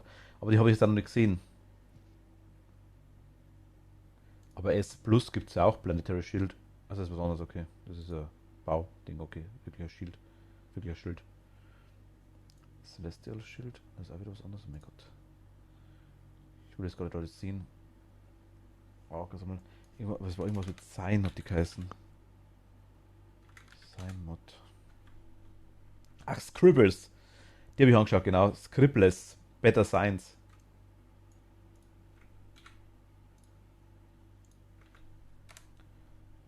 Die habe ich mir angeschaut. Ich habe es gepostet. Scribbles hat die geheißen. Also, wenn wer was Besseres hat, gern her damit. Aber die habe ich habe es noch nicht ausprobiert. Ich habe die bloß mal gesucht und habe mir gedacht, hey, schaut sich ganz nice an. Das einzige Problem, was wohl die Mod hat, sie geht mit dem komischen, es gibt wohl einen Modloader von Ark, wusste ich nicht. Und die, glaube ich, funktioniert mit dem Modloader oder nicht oder funktionierte nicht damit. Ich weiß nicht, ob das korrigiert ist. Zumindest war in den Kommentaren einiges drin über das Thema. Also, das kann ich nicht genau sagen. Die Tonic-Serien, wenn du suchst, sind im rechten Kühlschrank. Da sind also mal 4 Stück drin. Haben wir jetzt 8 Tage Verfallszeit. Was machen die? Regenerieren Gesundheit. Achso. Aber wenn du sie rausnimmst, haben die bloß noch 2 Stunden ungefähr. Wäre vielleicht was für so einen Höhlentrip, ja. Da muss ich vielleicht halt jeder 2 mitnimmt. Teuer sind sie nicht. Die roten Beeren, ein bisschen ein Narkosemittel und Wasser. Ende. Mhm. Okay. Gut. Also man darf dann noch 2 mitnehmen, auch wenn die dann verderben. Oder wenn du stirbst, ja. Überhaupt kein Thema nicht. Ja, ja.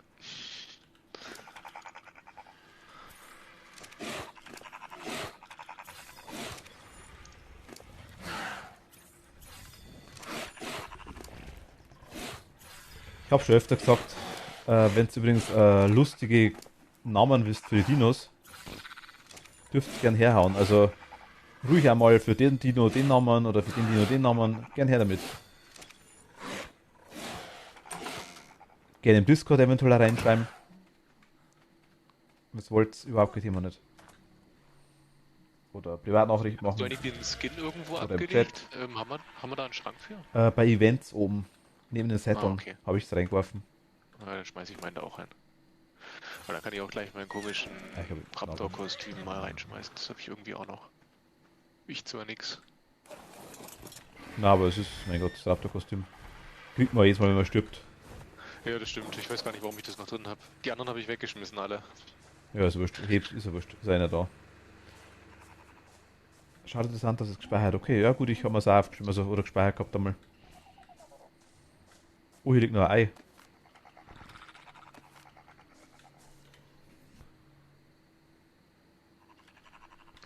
Okay. Wie haben wir es denn? Ja, obwohl eigentlich.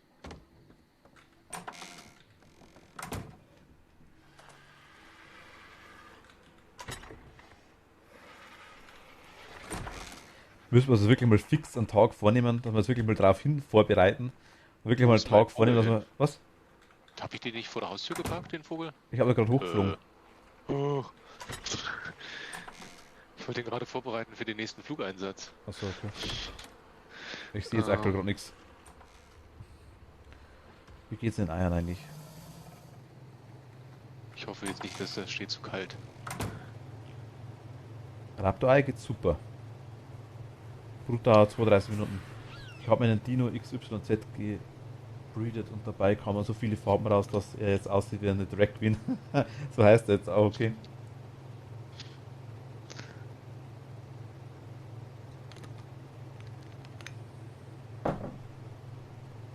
Na, aber es gilt also generell, egal wann. Nochmal was Blödes, Lustiges einfällt, her damit. Ich sage, wenn wir quasi gerade nicht streamen, ruhig in den Discord reinhauen. Ja, aber es geht um Dinge, es geht um ja gut. Aber Agentavis Ei braucht noch 2 Stunden 28. Ich hoffe bloß, wenn ich einen Server ausschalte, muss ich was machen, jetzt in dem Fall, der überspringt nicht gerne mal ein paar Zeit. Ich habe schon öfter den Fall gehabt, dass dass einfach Zeit vergangen ist. Wenn der Server kurz ausschaltet, du schaltest halt ein, dann sind da irgendwie gefühlterweise ein paar Stunden rum. Oder ist jetzt, ja, eigentlich dürfte es nicht sein, aber es ist von den Dinos her zumindest. Kommt mir oft so vor. Wenn du quasi einen gelevelt hast, machst du den Server aus, schaltest den Server ein und levelst ihn gleich wieder. Aber mehr. Also nicht das gleiche Level, sondern. Oder die kriegen wir mit einer Erfahrung so schnell, ich habe keine Ahnung, wie es funktioniert. Irgendwas passt da nicht ganz.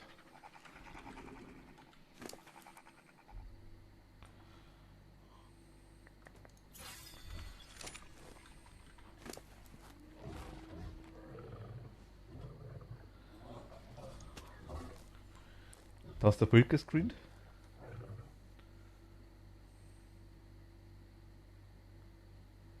Nein, ich glaube tatsächlich nicht.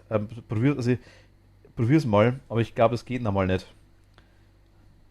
Eigentlich soll es keiner können, außer ich, aber ich ging vorher bei Mighty komischerweise.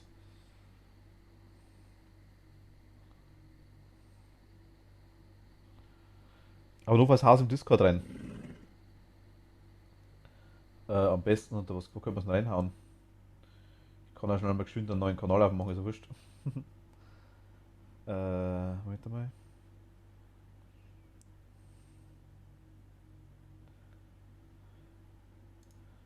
Warte mal, das passt soweit. Zack. Ähm,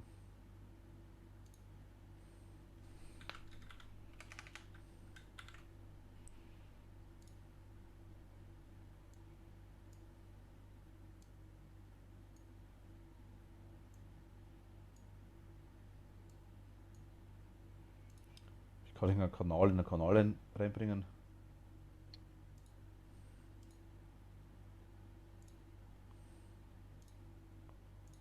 Okay, warte mal.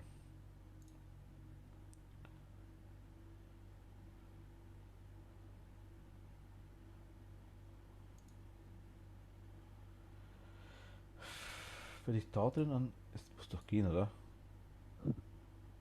Kanal bearbeiten. Richtung, einladen, Kanal löschen. Ähm, Textkanal erstellen.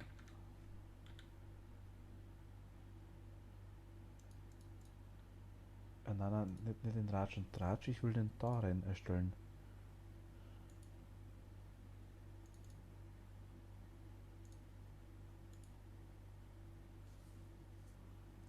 Hm.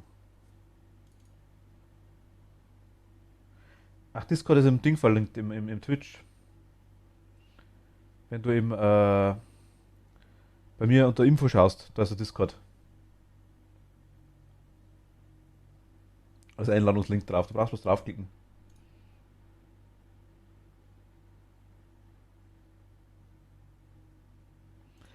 Aber ich würde sagen, Haus einfach, also Gaming Info-Mods gibt es einen Ordner, da kannst du es auf jeden Fall reinhauen.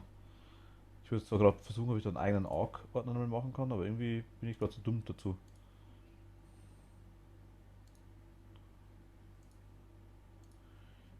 Kannst du sämtliche Integrationen machen und allen Scheiß, aber irgendwie, okay.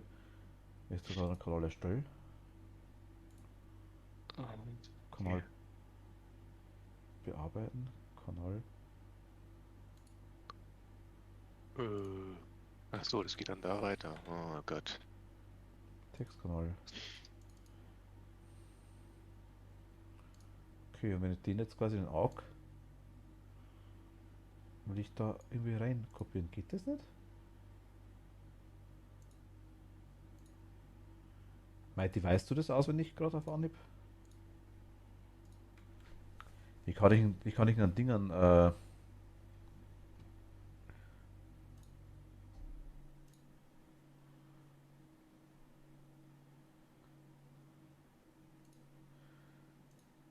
einen Kanal in einen bestehenden Kanal erweitern? Das quasi, dass ich sage, okay, Willst du eine Gruppe haben? Oder also eine Kategorie heißt das ja unter Discord. das müsste der Einladungslink übrigens sein. Ich habe nochmal Post. Ja, ich habe quasi, ich habe ja einen Kanal.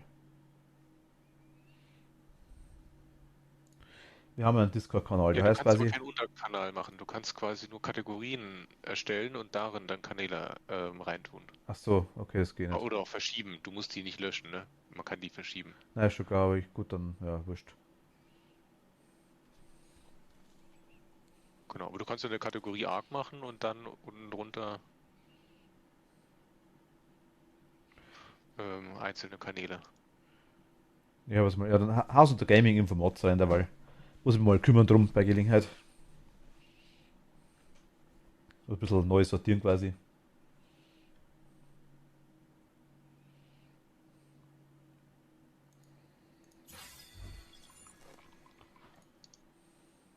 Ah, nee. So. Das, was Jens sagt, ja gut, okay. Na, ich dachte, das geht das ging, oder das geht irgendwie zu spät, ist unter allgemein drin. Okay. Ja. Das ist eigentlich das Schlimmste, dass man es verschieben kann, finde ich. Was meinst du, verschieben? Dass wenn eine Nachricht quasi woanders drin ist, dass man es quasi dann nicht verschieben kann. Nee, das geht nicht. Du Das ist kannst einen auch anderen schlimm. Kanal verschieben. Okay, die sind grün. Ich kenne genug, die ganzen Kanäle löschen und irgendwo anders wieder neu erstellen, und wo ich mich dann einfach nur darüber ärgere, dass der ganze Inhalt weg ist. Ja, die gibt's. Oh mein Gott, das habe ich gerade zugemacht, warte mal.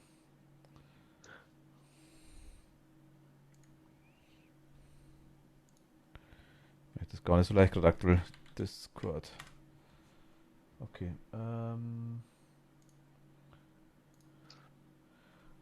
Aber die gehen doch eigentlich, die zwei. Grün-Blau. Ich sehe der Krokodil hinten liegen.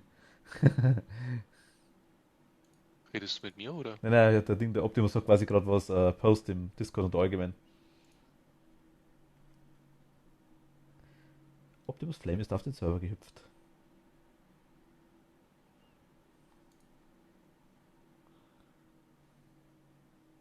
Aber ich finde es eigentlich schlimm, weil eigentlich wäre das ganz, es wäre so einfach bei Discord, es wäre so simpel, dass ich Beträge, das kann jedes Forum kann das, dass ich einen Beitrag von jemandem einfach verschiebe.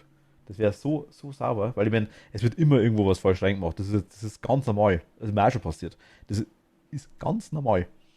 Aber dann, dass man einfach den Beitrag nimmt und verschiebt ihn einfach. Geht bei Discord nicht. Unmöglich. Ist ja auch kein Forum. Ja, aber es will ein sein in bestimmten Bereichen. Zumindest hat es die Möglichkeiten, sag ich jetzt mal.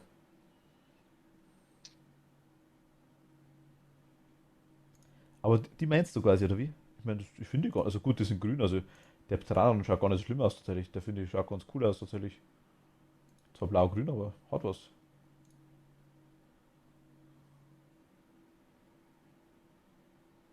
Also, mir gefällt die Farbe auch. Das meine ich damit, ja. Schaut cool aus. Ich weiß, es gibt bestimmt jetzt wieder welche, die sagen, die verlierst nie wieder, ja, das stimmt. Das sein, du bist irgendwo, die fallen in irgendeiner Grube mit nuklearem Abfall rein. Dann hast du vielleicht verschissen.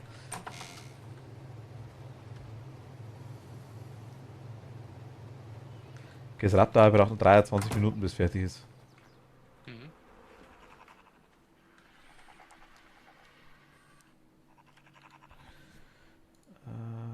Was ist denn? Okay. Ich fliege einmal kurz eine Runde. Wen nehmen wir denn? Nehmen wir einen Uhu.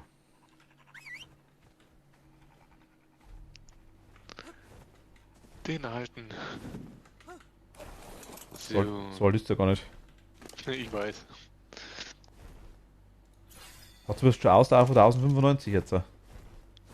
Okay. Und? Bewegungsgeschwindigkeit 100%, aber der kommt mir jetzt gerade irgendwie flott davor wie die anderen.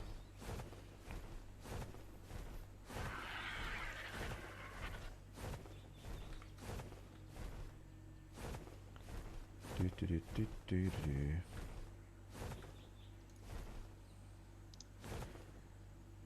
Da also Terry. Ich hoffe nicht hier oben, wo ich gerade rumbaue. Na, der ist unten, der ist unten. Das ist ein T-Rex.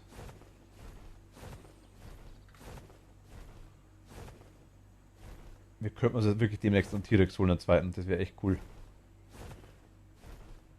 Mhm. Ich meine, der hat jetzt ganz eine anständige Ausdauer, sag ich jetzt mal, der Vogel. Wenn der Gewicht 472 hat, für dich zum Dranhängen reicht's. Können wir uns einen Teddy holen und einen T-Rex. Das machen wir mal. Können wir vielleicht sogar jetzt noch machen, ja?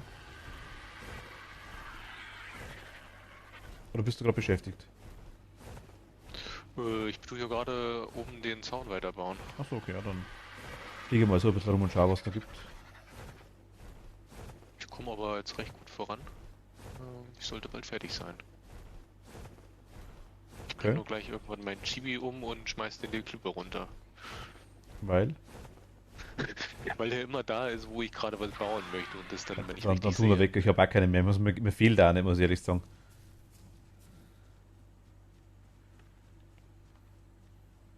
Gut, da hat immer noch ein bisschen, aber die Ausdauer läuft. Aber anscheinend ist wirklich unterschiedlich, wie schnell die regenerieren. So. Also ich bin auf jeden Fall schon außerhalb der Base, also in unsere Base sollte nichts mehr reindroppen. Okay, die könnten wir mal irgendwann erweitern, ein bisschen das Ding, dass wir da wirklich Platz haben. Beziehungsweise wenn dann der ganze Bereich mal vielleicht irgendwie abgetrennt ist, dann... Das ist ein Mosh-Shops. Keine Ahnung.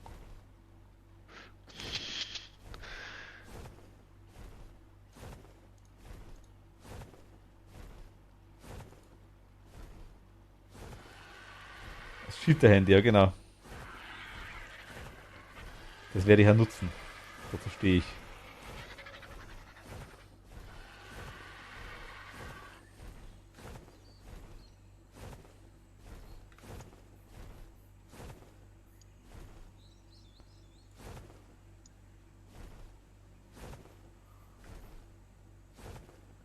Ach, das ist ein Mosh-Shops, das kleine komische Viech da, okay.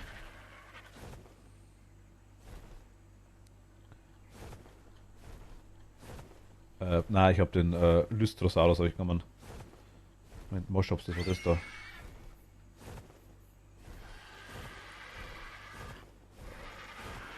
schauen, was das für ein Viech ist.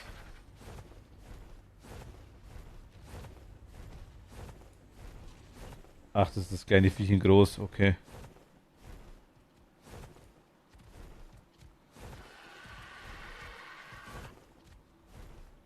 Alles klar, okay.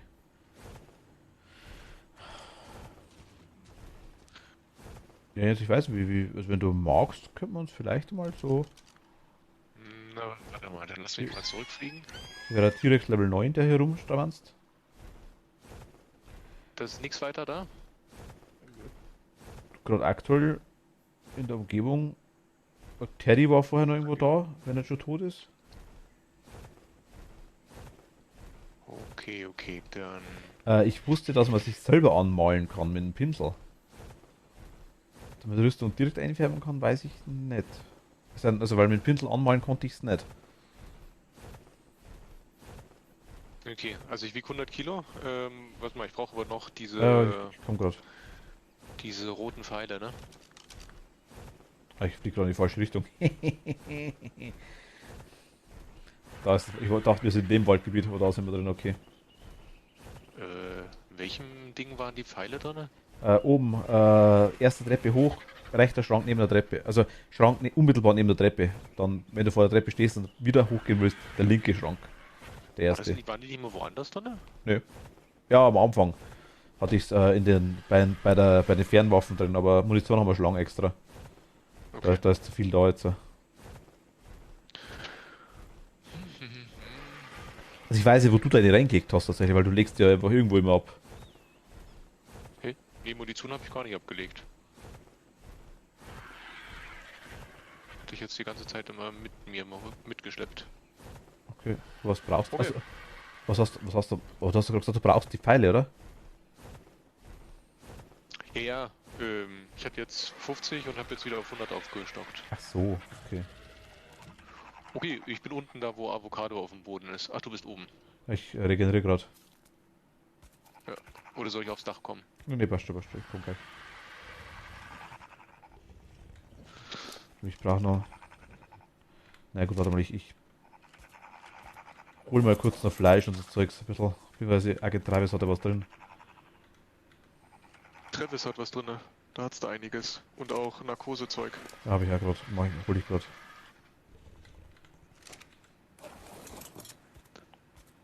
Müsste gleich gehen, okay.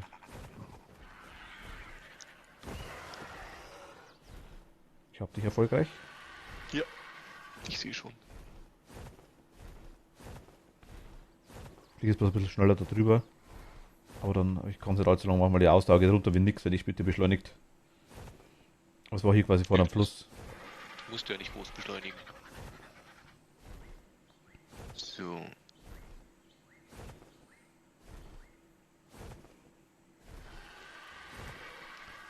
Gleich ist wieder Gaudi. Ja, ist das Ding, er ist auf. Ich will halt bloß haben, dass ein T-Rex anschießt sehens. Das sollte eigentlich kein Thema nicht sein. Theoretisch nicht, genau. In der Theorie. Kommt darauf an, ob du mich dann fallen lässt. Es kommt darauf an, wer zusammen spielt, wahrscheinlich, denke ich mal, ja. So, Hier ist er vorher gerannt. ich sehe keinen T-Rex. Hier war er vorher. Ich weiß nicht, wo in welche Richtung ist das. Oder ist das despawned? Oder ist irgendwo weggerannt? Das ist aber unsere Richtung, ne? Wo wir rauskommen. Ah, ich schau gerade. Aber. Vielleicht eher an die andere? Oder? Ach, da unten das ist ein Pferd, oder? Erst auf jetzt rennt hier ein Pferd rum. Ich hab vorher die ganze Zeit jetzt gesucht. Wie geht's deiner Ausdauer? Naja, die ist noch relativ Das, gut. das ist gut, ja. So eine langsam fliege ist eigentlich kein Thema. Der T-Rex war Level 9, also eigentlich easy.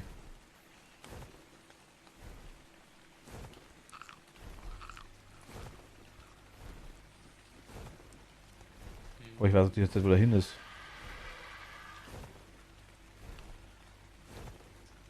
Da vorne, hä? Da vorne, glaube ich, ist er, ja. Ich habe noch gesehen. Direkt vor uns. Siehst Ach, du? da hinten. Ja, noch ein ganz schönes Stück entfernt. Was macht denn da für komische Kreisbewegungen? Oder Ja, ist da das ist, die das, Angriffs? glaube ich, das ist das beim Terry Dog, glaube ich. Ach nee, das sind andere Viecher. Oh mein Gott, scheiße, ja gut. Das Ding, das ist der Stego. Dürfte es sein. Ja gut, der ist Ist der tot. kaputt? Aber er greift schon wieder das nächste an, oder? Aber gut, der andere greift weg. Soll ich abschießen? Ja, schieß ruhig mal.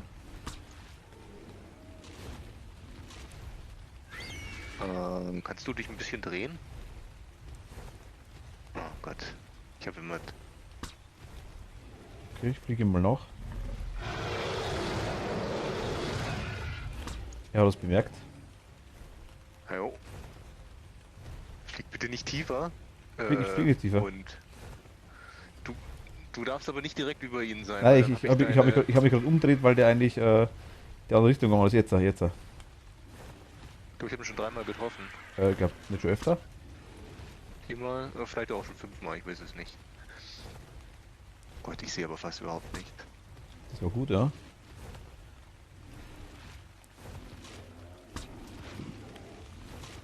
Oh, Halla, wie oft muss ich den denn treffen, ey? Ja gut, der T-Rex hält schon was aus. Das ist Level 9, ne? Ja, deswegen hält er auch was aus.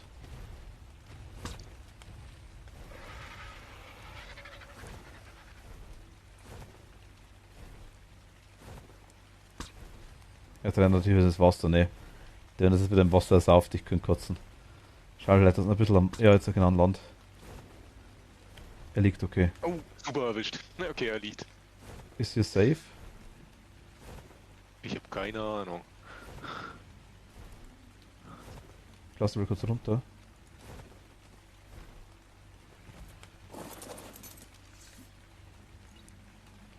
Okay.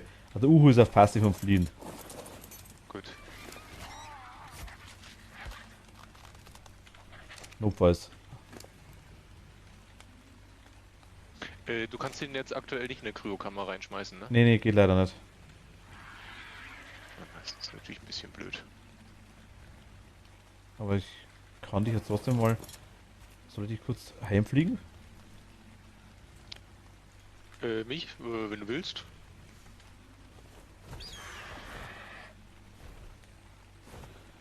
Weil er müsste eigentlich lang genug betäubt sein.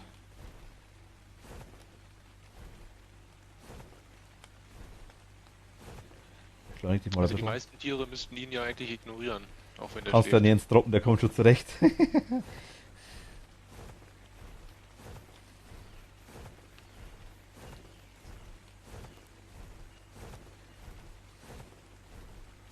Ja, aber so ist ganz cool. So machen wir das mit den anderen Dinosauriers auch alle. Das ist echt gut. Ja, die Mauer nimmt Gestalt und ich sehe es gerade, ja. Jo, danke. Die Bewusstlosigkeit passt, okay. Das ist ein weiblicher T-Rex, was haben wir für einen? Der war ein Weibchen, ne? Ich glaube auch ein weiblichen.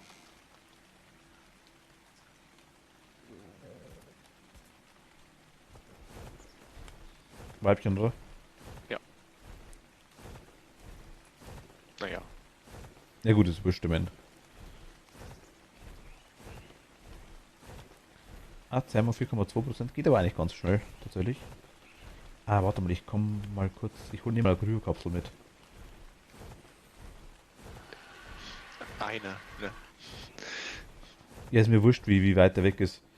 Ich riskiere jetzt auch wohl nix.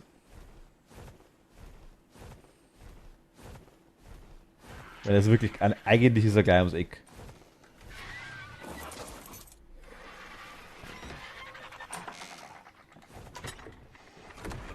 Ja gut, fliegt man auch, ist wurscht. Macht das kurz.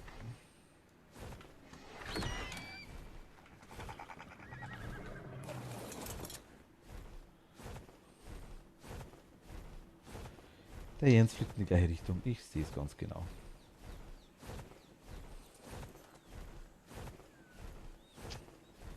Achso, du bist gerade auch losgeflogen. Ja, naja, ich wollte aber nur hier oben die Zeit nutzen und noch ein bisschen weiterbauen. Okay, hat mein Vogel Level gekriegt wieder? Ah ja, tatsächlich, weil ich die Musik gerade gehört habe. Ja. 1140 Ausdauer, langsam geht es. Und denk dann auch mal wieder an Gewicht, ne? Ja, mache ich schon. Aber zuerst mal Ausdauer war mir jetzt erstmal das Wichtigste. Ja, völlig in Ordnung. Ich sage ja gar nichts dazu. Okay, das war jetzt eigentlich tatsächlich fast schon zu leicht. Ich sehe jetzt aktuell aber auch nichts, was man irgendwie angreifen mag. Das Tolle ist, dass jetzt wieder schönster Sonnenschein ist und wir den gejagt haben im dicksten Nebel. Das ist richtig, ja.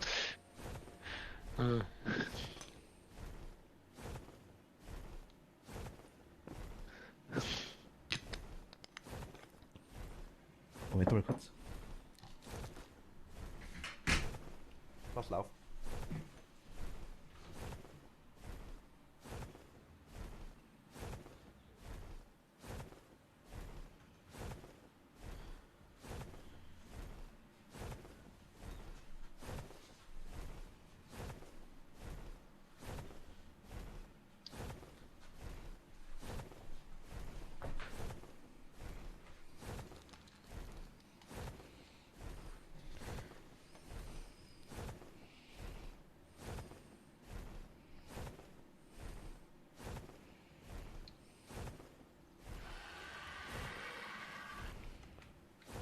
Nee.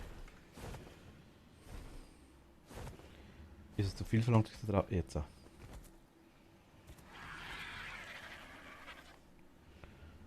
Okay. Schmiere stehen steht an. Jetzt hat mich hier oben ein Raptor angegriffen und jetzt ist mein Vogel geflogen, was natürlich super ist, aber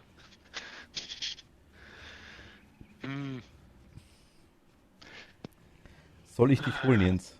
nee, das ist schon in Ordnung. Ich backe mich jetzt runter zum Vogel. Schauen wir doch an mit Tee und pfeif ihm. Nee, der war gar nicht so weit weg. Also ich konnte zeitlich runter. Und ich musste eh runter jetzt zur Base.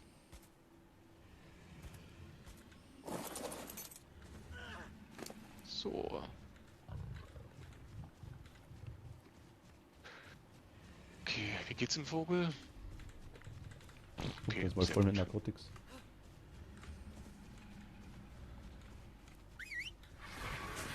Schauen wir gleich, wie es unserem Ei geht. Dem Ei ist es zu heiß. Schau mal, ob du es umlegen kannst. Welches Ei? Argentavis oder? Ist Argentavis-Eis mal wieder. Schau mal, ob du es umlegen Ei. kannst. Aufheben und dann wieder fallen lassen, ne? Ja. Aber in irgendeine andere Stelle vielleicht näher an die Klimaanlage. Und ich muss da mal eine dritte reinbauen. Muss ich dann verbrauchen? Die fallen lassen, muss ich drücken. Äh, Okay, jetzt habe ich es genau zwischen beiden. Ist mir noch warte, zu warte heiß. mal, ich komme mal kurz. Ich habe eh gerade Zeit. Dann baue ich noch dritte und stelle es rein. Wollte ich vorher nicht schon machen. Weil das Ja. geht irgendwie wahnsinnig schnell, ne? Dass die Gesundheit hier runtergeht. Das Raptor-Ei müsste jetzt eigentlich dann gleich soweit sein. Ja. Soll ich es derweil in den Kühlschrank legen? Nee, ja. Ich bin gleich da. Oder liegen lassen? Nein, ich nimm's in den Kühlschrank rein.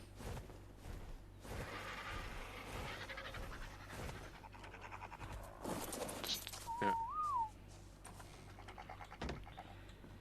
Obwohl ich mich dann mal frage, wie das dann überhaupt überlebt. Im Kühlschrank drin ist, hat nichts zu tun. Hm. Okay, zum einfachen Wiederfinden, ich habe es jetzt in den Fleischkühlschrank gelegt. Nur, dass du es weißt. Ja.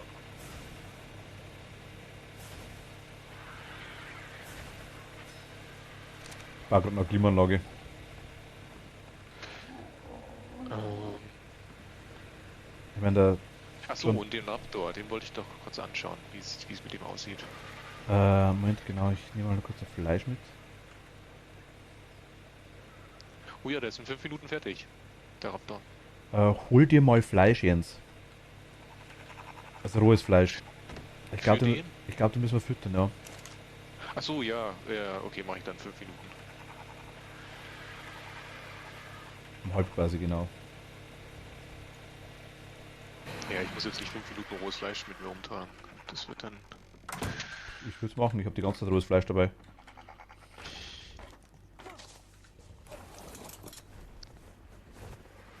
So.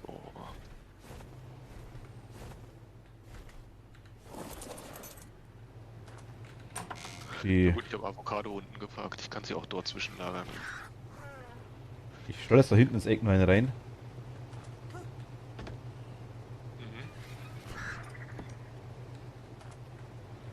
Und dann holen wir es mal ganz kurz. Soll ich machen?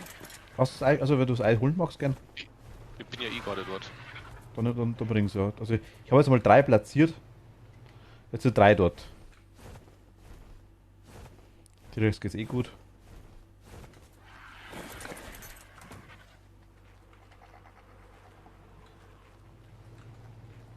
Was ist denn hier los? Baust du einen Scheiße Schneemann? Jens? Wo ich was? Ob du einen Scheiße Schneemann baust? Warum? Komm, schau her. Hä? Einen Screenshot gemacht Nee. davon.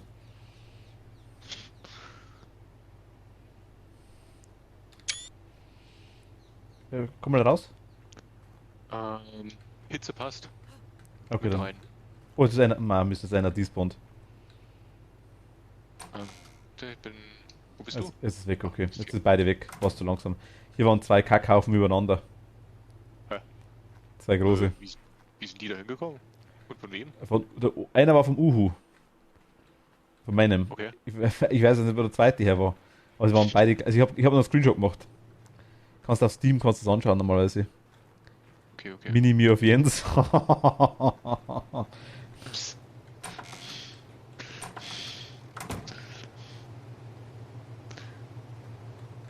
3 Minuten noch. Gut. Wie geht's dem T-Rex? Dem Ich geht's hab's gut. jetzt gar nicht auf Folgen. Ich hab's gemacht, doch der hat 20% Zähmung und ist bei, ja, keine Ahnung, 95% Bewusstlosigkeit. Hm. Warte mal kurz, ich schau mal ganz kurz, ob ich's vielleicht.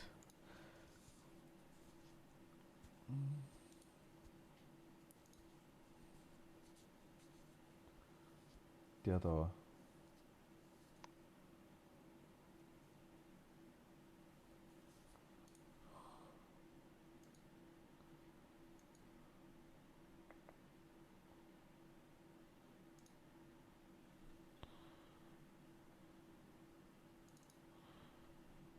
Ach, nice. Okay, ich poste einmal in Discord.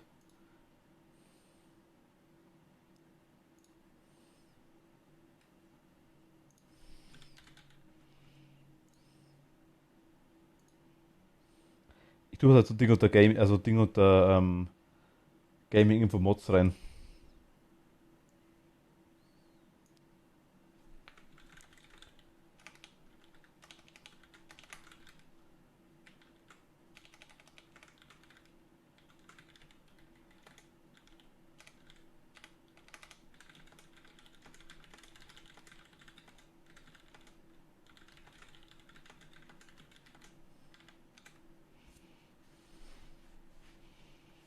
Ist gepostet. Also unter Gaming Info Mods, dann kannst du später anschauen, Jens, wenn du magst. Mhm. Ich würde jetzt bloß 2K kaufen, aber es sind schöne Kackhaufen. Sie sind sehr ästhetisch gestapelt.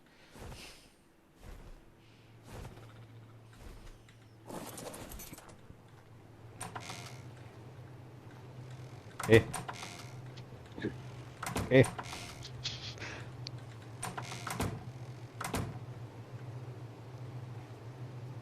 So, Hast du das Fleisch sind aber dabei? noch 50 Oh, Sekunden.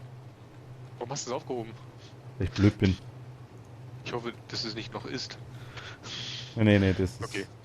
Ja, Fleisch habe ich dabei. Ich hab 120. versehen die auf F. Ich habe auch noch 930, aber dann passt das okay. Ich muss sogar die ganze Zeit futtern. Ich habe es mal auf Null gelegt, das Fleisch. Obwohl ich dann nicht weiß, ob ich das... Naja, schauen wir mal. Ja, warte mal. Nein, das musst du einfach, glaube ich, direkt geben dann. Denke ich auch. So, warte mal, ich will ab dabei sein. Ich glaube, beanspruchen müssen wir es noch. Das muss ich machen, ich weiß gar nicht. Ob ich es machen muss. 6. Stamm. Schau mal. 8, 7, 6, 5. Ja, sind die und der schlüpft. Okay, da Ui. ist er. Ach, Oh, ist der klein. Prägung auf. Warte mal, ich mach mal Prägung. Warte mal. Bin in den Raptor. Geil. Ich kann schon mal das Inventar öffnen übrigens. Ja, wie nennen wir den Raptor? Was, Level 75? Minimi. Oh, kann Bob ich dem gerade was... spontan Hunger auf Schnitzel kriegt. Okay. Und verbrauchen? Ich kann kein Fleisch reinlegen. Ui, warum ist denn dem seine Gesundheit so schlecht? Ja, der stirbt ziemlich früh. Wenn man, Äh, man kann bloß über 5 reinlegen, oder wie? ja.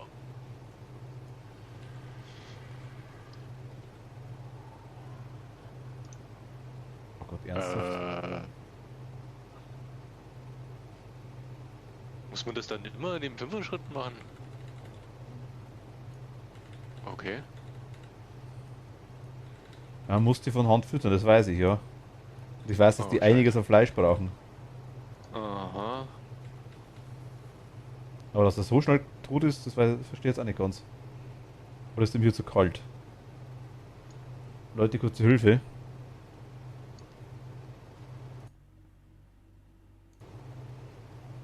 Machen wir das richtig? Ich meine, wir können da halten, das ist okay. Ich kann mal kurz weglaufen und Fleisch holen.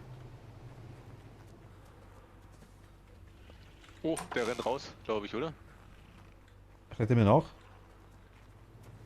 Ja, der hat Folge Erdbeermeats. Wo ist er Aha. denn? Da in der Ecke.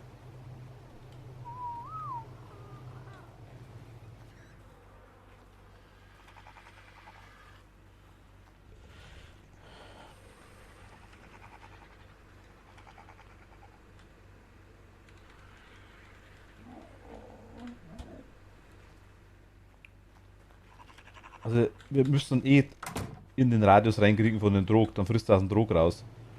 Müssen wir bloß schauen, dass im Drog genug drin ist. Achso, ja, dann mach mal Folge Nee, wieder an. später. So. Ich komme auf den nicht drauf, weil du stehst komplett im Weg. Ich Bist du brauche drin? Zuwendung in 7 Stunden. Ich komme nicht rein. Ich komme nicht ins Menü rein.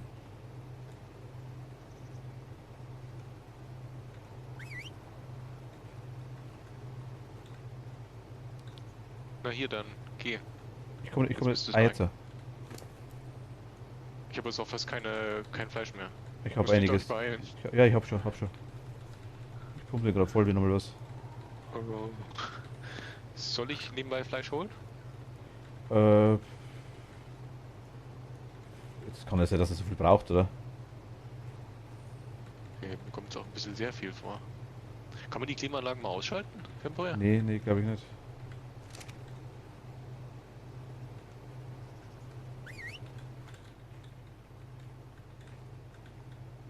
Wo ist er jetzt? Okay.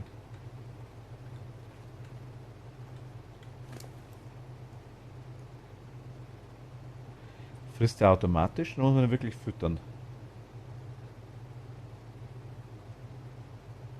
Also ich habe dann immer verbrauchen, Ja, dann geht's zumindest nach. jetzt fangen das sich aber bei der Gesundheit bei 42. Jetzt geht es immer weiter runter.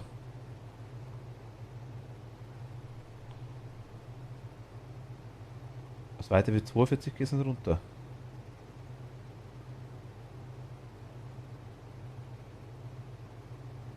Es geht zwar nicht höher, aber es schwankt zwischen 40 und 42 die ganze Zeit.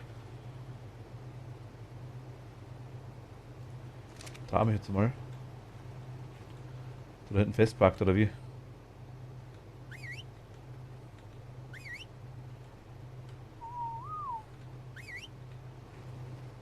Der ist schon Level 80 und los. Also Folge Level 75. Nee, aber das war ja direkt am Anfang an schon. Ja gut, es haben zwei Raptor mit 100 und mit 105 und 120, glaube ich, haben das Kind gekriegt. Ja gut, also er frisst selber. Also ich glaube, wir haben das umsonst reinpumpt, Jens. Okay. Warte, ich gebe da mal noch Fleisch. Ich habe jetzt welches geholt. Hab jetzt Dann geh mal ins Menü rein. Also es darf fast bloß, 200 habe ich. es darf bloß nicht leer werden, glaube ich. Ach, jetzt hast du wieder Folgen an. Rennt er mir nach? Nee, der kommt nicht durch die Tür raus.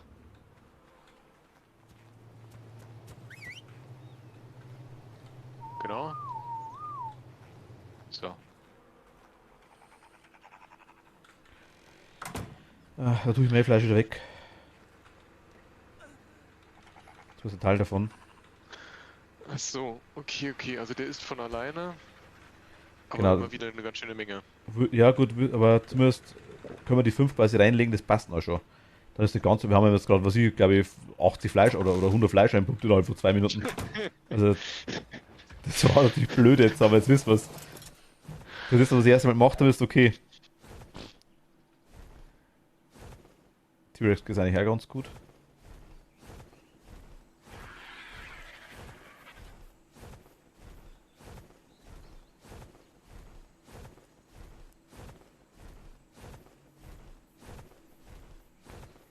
Das musst du da erstmal wissen, wie das funktioniert.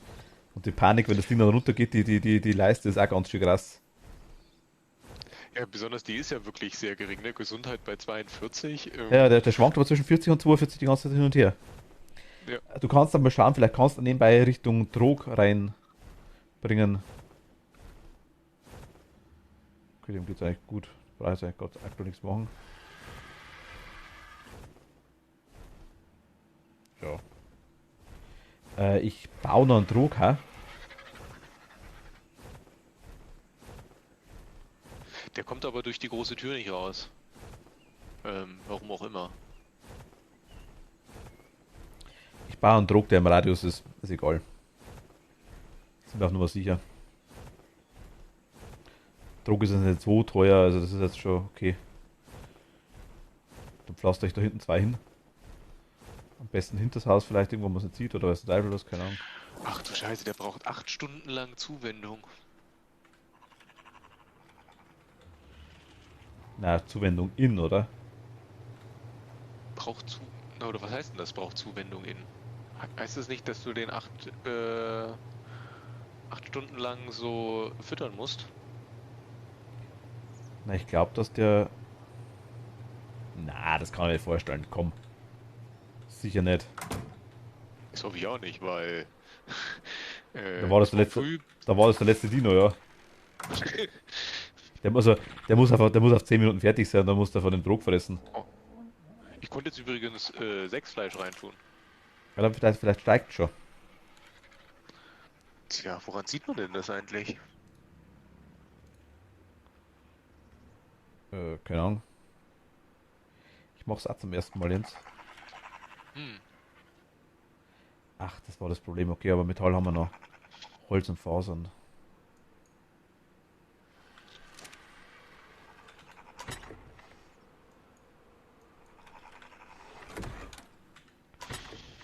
Ich tue mal ein rohes Metall in die Werkbank rein, weil das brauchen wir ab und zu für ein paar Dinger. Hast du den eigentlich vom Namen her mit Baby vorne dran genannt? Ne, Minimi heißt er. Achso, okay, also das Baby ist dann automatisch davor.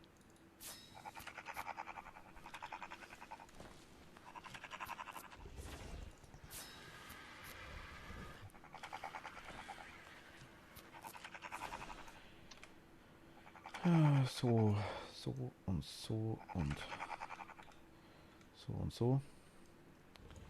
Ich habe mal 2 Drüge gebaut, sicherheitshalber. Die tun wir jetzt, so tun wir die hin. So am besten, ich tu's mal hinter das Haus, oder? Ja, hier hinter das Gewächshaus vielleicht? Ich hätte da hinter das Haus dran. Oder hier hin. Ja, genau, hier kannst du auch anbauen. Oder dahin.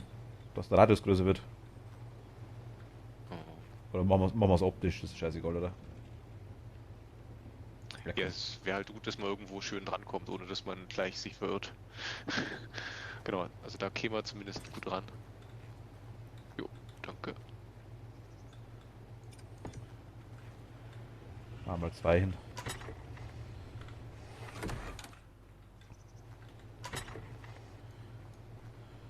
Ähm,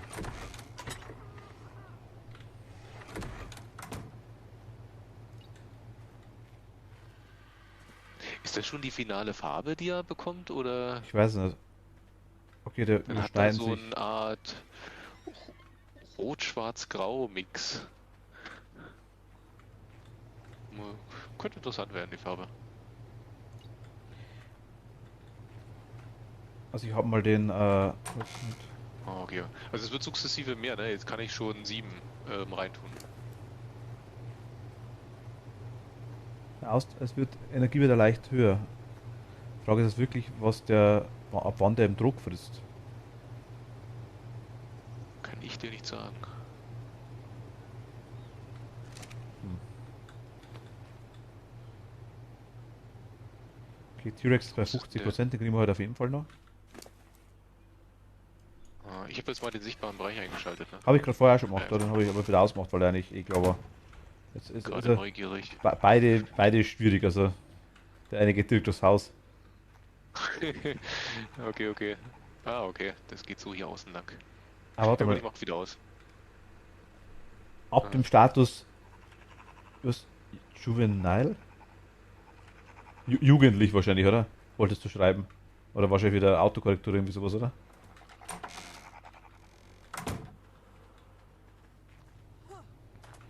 Ich tu mal in den Trog.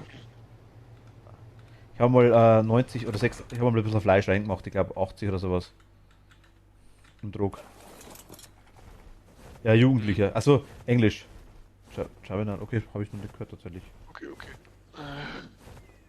Auf jeden Fall wird's zügig mehr. Jetzt geht's schon 8. Also, Wenn nicht mehr Baby dort steht, sondern Jugendlicher quasi. Oder okay, Juvenile, so Jugendlich. Juvenile, Juvenil.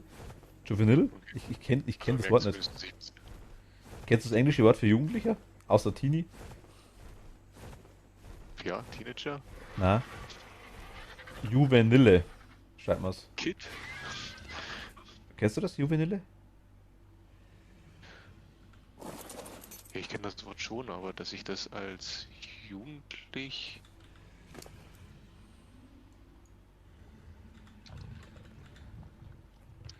Teenie, ja. Also ich kann's nicht. Also ich schon mal gelesen, ja, aber das ist das. Ich hätte nicht, das hätte ich nicht mehr gewusst, was es heißt, wenn ich gelesen hätte.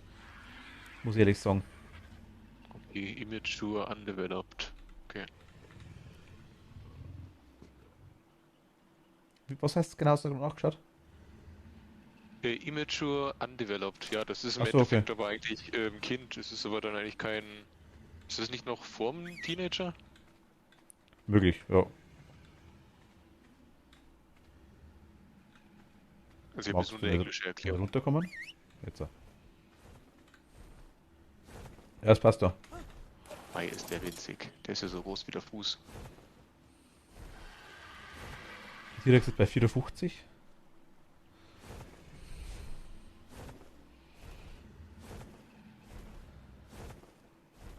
Dem geht's gut aktuell. Ich komm mal wieder. Aber der hat jetzt quasi auch schon von ganz alleine so einen fast einen ganzen Stack gefuttert. Ich sag, das muss man erst wissen, dass man da nicht reindrücken muss mit aller Gewalt. So, friss! Da geht das schneller. Dinosaurier digitiert zu. Kugel. Hol mal das Lila nicht gleich, weil ich gerade da bin.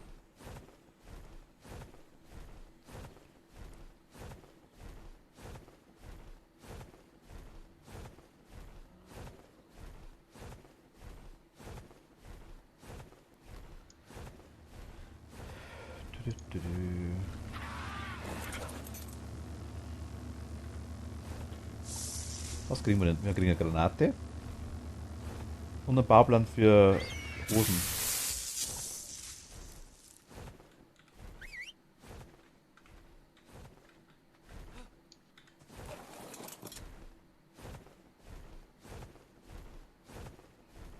Was hat er für einen Status? 3 Terris mit Überlevel ist nicht fair. Die zielen dich vom Sattel runter, so schnell kannst du gar nicht Foto sagen. Ja gut, okay, das glaube ich. Das glaube ich dir.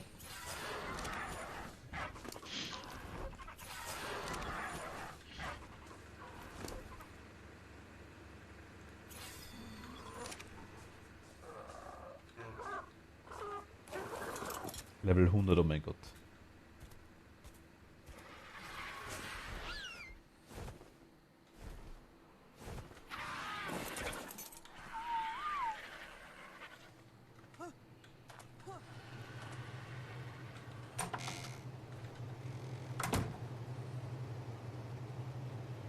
Aber es ist immer noch Baby, ja, genau. Ja, das kann auch lange dauern, ne? Reifeprozess 0,7%. Mhm. Kann man das irgendwie beschleunigen?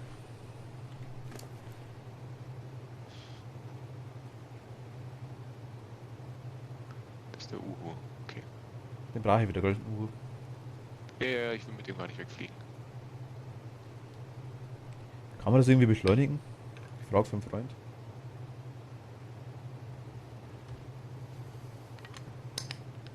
Ja, kann man. Okay. Darf ich ja wissen, wie?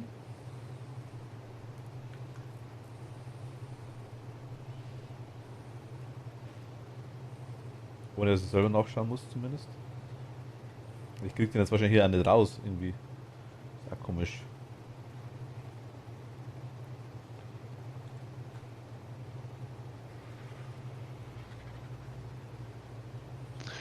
Kriegen wir wahrscheinlich nur raus, wenn wir eine Wand einschlagen.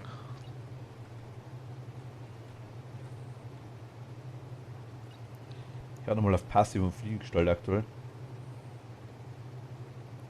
Im Kreis drehen und mit Jens eine Runde tanzen, okay. Jetzt komm mal. Nee, das funktioniert sicher nicht. Glaubst du? Außerdem, Martin ist höher im Level, der kann sicher besser tanzen. Hm. Perfekte Erklärung war das.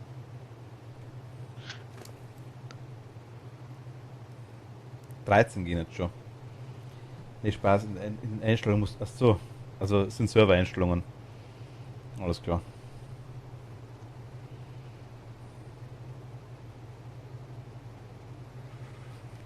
Granate. Habe ich eine gekriegt. Nach Ziehen der Sicherung vergehen bis zur Explosion 5 Sekunden. Du solltest sie bis dahin geworfen haben. Oder weggeworfen haben.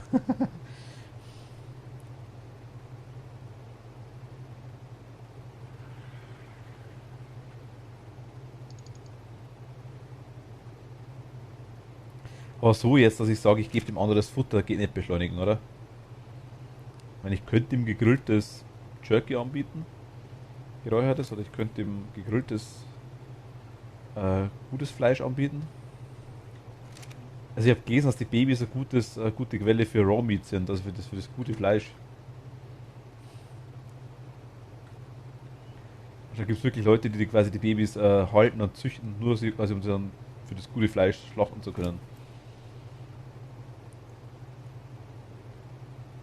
Mhm. Aber geht hoch.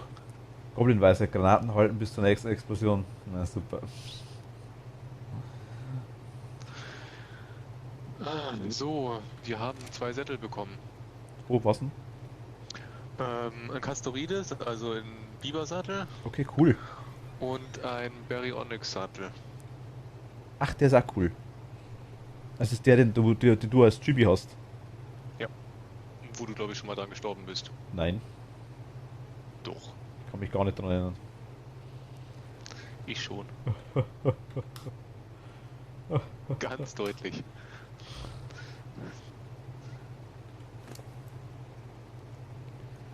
Okay, er kann es 14 Fleisch.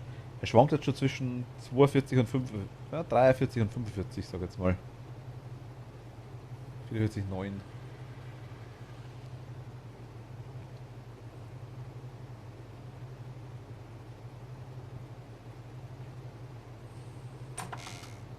Aber ich denke fast, das wird noch ein Stückchen dauern, ey. Der ist bei wie viel jetzt inzwischen? 1% oder sowas.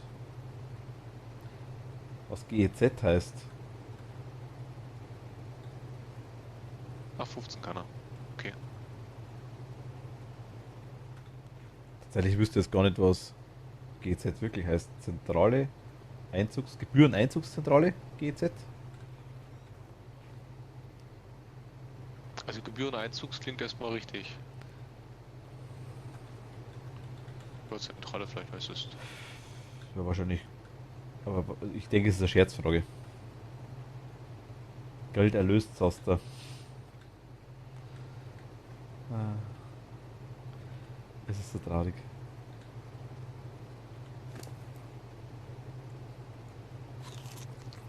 Ich ziehe immer irgendwie Menschen mit ähnlichem Humor an, das ist irgendwie komisch.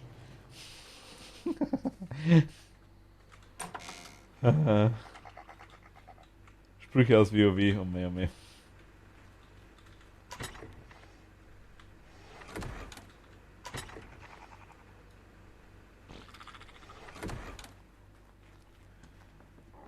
Gut, dass ich es noch nicht gespielt habe. Oder nur kurz anzockt. Mit kurz anzockt meine ich Es wäre wirklich jetzt eigentlich so cool, wenn der Stunde. kleine Dino hier auch in der Liste wäre, so wie mit der Zähmung. Ja, ich glaube, er ist noch nicht fertig, deswegen, ach so, du meinst, ja gut, okay, das stimmt, das macht Sinn. Na, ich meine, dass man da so das auch sehen könnte. Wie ist der Status? Wie geht der Level voran? Ja, gut, Vielleicht auch noch sogar noch, wie viel Inventar hat er gerade drinne. gut, das wäre nicht schlecht. Mein Problem bei WoW war einfach, dass ich damals keinen gehabt habe, mit dem ich gespielt habe, tatsächlich. Wie bei den meisten Dingen, irgendwie bei den meisten Spielen. Aber was in dem Fall ja ganz gut war, glaube ich. Wobei es mir damals die erste, ich kenne nur das Classic und das hat mir damals irgendwie, weiß ich nicht wirklich zugesagt, einfach. Keine Ahnung, war nicht so meins. Nein, ich werde dann immer anfangen mit WoW. Also, das ist vorbei. Ich muss noch so viel nachholen. Witcher muss ich nachholen. 1, 2, 3. Ich muss noch Skyrim nachholen. Ich muss noch Dark Souls 2. Haben wir auch noch nicht. Dark Souls 3. Dann kommt Elden Ring, glaube ich, ja.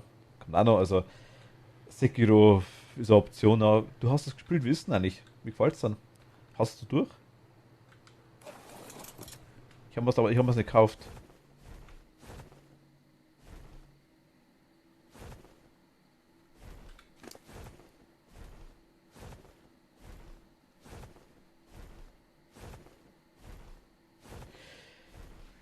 So wie bei Ark. Aber es ist halt dann so eine Option, wo ich wirklich sage, okay, das wird halt nebenbei mal gemacht. Das muss mal passen. Also Skyrim muss wohl wirklich passen.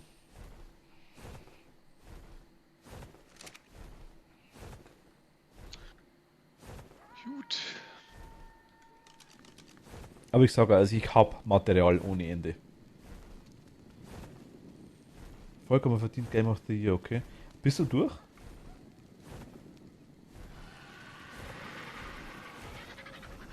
Ich habe mir schon mal, also ich habe mir das angeschaut gehabt, aber so interessieren tut es mich ja auch, so ist es ja nicht. Aber irgendwie habe ich aktuell einfach viel zu viele Spiele. Ja, das ist gut. Ich sehe es jetzt aktuell als Hobby, als Streaming als Hobby. Und seit ich streame, komme ich auch wieder zu Spiele. Weil es sehr gut kombinierbar ist.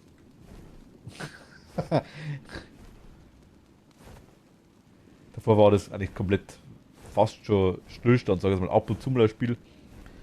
Auf Steam habe ich es erst seit letzten Sale und ich muss jetzt noch den letzten Boss machen. Ja, ich weiß, dass du auf Steam gekauft hast beim letzten Sale, das weiß ich ja. Da hast du es ja gesagt gehabt auch.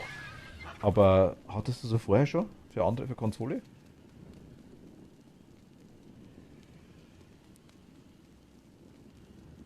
Das ist schon der 12, ne? Mein Gott. Also der Raptor will noch sterben. Ja, hast du vorher schon, okay. Hm? Du meinst der Babyraptor? Ja, Ja, 17 Fleisch geht jetzt schon. also T-Rex ist bei 75%, den mache ich noch fertig. Dann würde ich sagen, machen wir Ende für heute, aber ein bisschen dauert es noch. Ein Mhm. paar Minuten. Den zweiten T-Rex hätte ich schon gern. Ja, das können wir noch machen. Das sollte ja in 10 Minuten durch sein, oder? Oh ja, bestimmt. Also wenn es noch 10 Minuten dauert überhaupt. Ja. Vielleicht überlebt es bis dahin auch der Raptor. Also vorhin waren 17 Fleisch das Maximum schon. Das ist ja schon mal Bin auch gerade mit meiner Zähmung fertig geworden. Ah, okay, cool. eine gute Verbesserung, dass mich da auch daneben stehen muss. Ich hatte gerade nochmal Narkose reingehaut. Mhm. Ich mache gerade hier nebenbei Zaunfundamente. Er ist bei 80% der T-Rex. Also 79,2, dass ich nicht lüge. So, okay, das sind zwei Mods, die wir uns aufgeschrieben haben.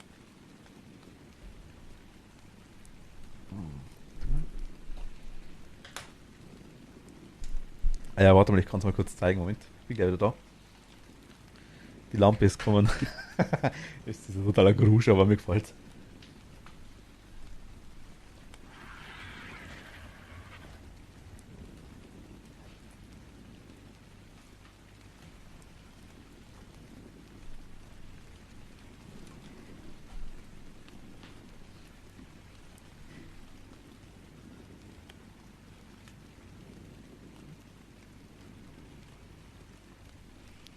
Sicherheitshalber mal Werbung eingeschaltet.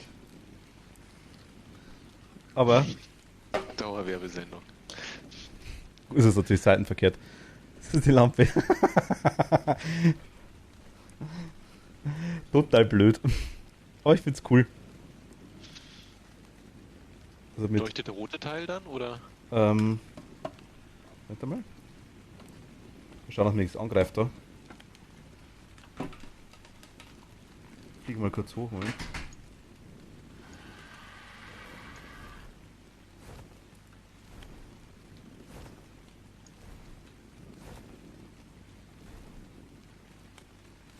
Wenn man nichts sieht, aber es mir aktuell lieber. Moment mal.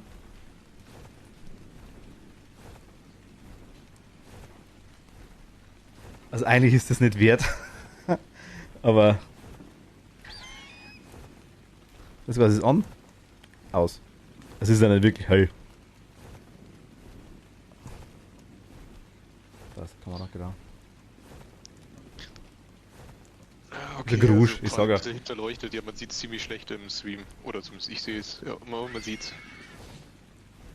Aber ich fand's nice. Mir hat immer schon gefallen. Ich liebe Jurassic Park ohne Ende. Und dementsprechend hat mich ja die Lampe angelacht. Und so als Fan ab dem ersten Tag, wo es im Kino gekommen ist, der Film seit 93. Und ich mag es immer noch, den Film. Den kann man tatsächlich immer noch anschauen, der ist immer noch gut. Habe ja, glaube ich, schon, was ich wie oft gesehen.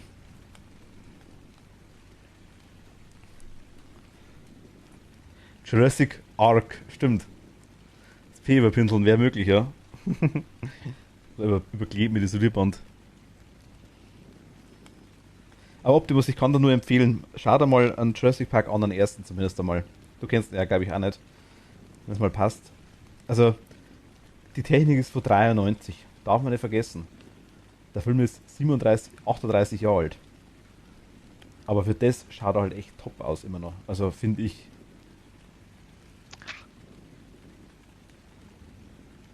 Oder Jens? Ich habe den einmal gesehen. Frag mich nicht mehr, wie der aussah, der Film.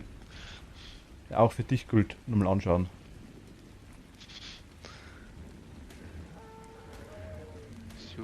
Jurassic Park ist von 1993. Der erste Teil. Hey, 2,2. Ich Also glaube 22 Fleischstücke. 93, 97 und 99, glaube ich, wenn ich mich nicht täusche. Mit den anderen zwei bin ich mir nicht ganz sicher. 97, 98 könnte auch sein. Aber der erste Teil ist von Jurassic Park. Jurassic World ist neuer. Der war von 2015. Ah, 93 bis 2012, okay. Ja, warte mal, 2012 war Evolution. Jurassic, Jurassic Park ist gleich bis 99 oder 98 bis sowas gewesen. 2012 war dann der ähm, da war 2012 der World und 2015 der zweite World oder war 2015 der World? Ich glaube 2015 war der World. Oder war es 2013 mit dem Jubiläum? Kann auch sein. 2013, 2015, 2017, ich weiß nicht mehr. Muss mal schauen, die Jahreszahlen habe ich nicht mehr genau im Kopf. Aber der dritte kommt ja jetzt quasi, oder soll ja 2021 oder vielleicht Corona-bedingt jetzt 2022 kommen. Jurassic World 3.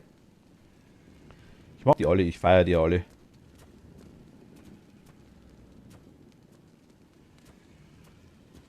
Was bist denn du? Da ist ein stinkender Raptor rum.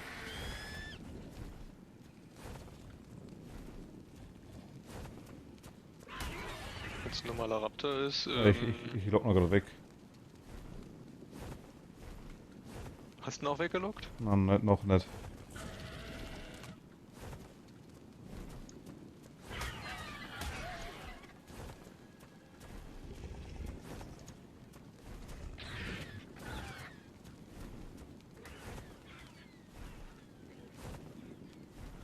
Gute T-Rex wird nicht angegriffen, der hat immer noch 1100 von 1100. Ja, daneben ist ein Alpha Triceratops, oh mein Gott. Aber warte mal, der tut doch nichts. Ja, normalerweise nicht. Ich weiß nicht, wie die Alpha so sind.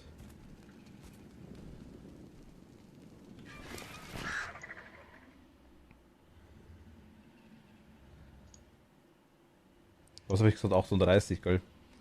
Nein, das war ein Schmarrn. Hast vollkommen recht, natürlich. 28, ja, mein Gott. Ja. Rechnen kann ich.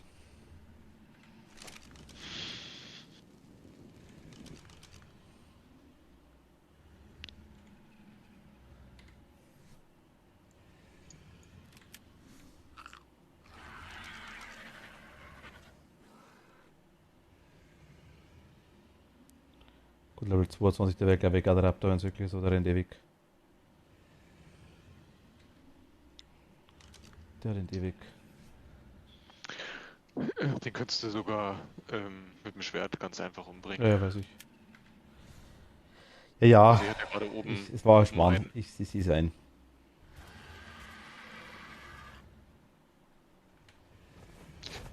So, dann schaue ich mal wieder zum Baby-Minimi.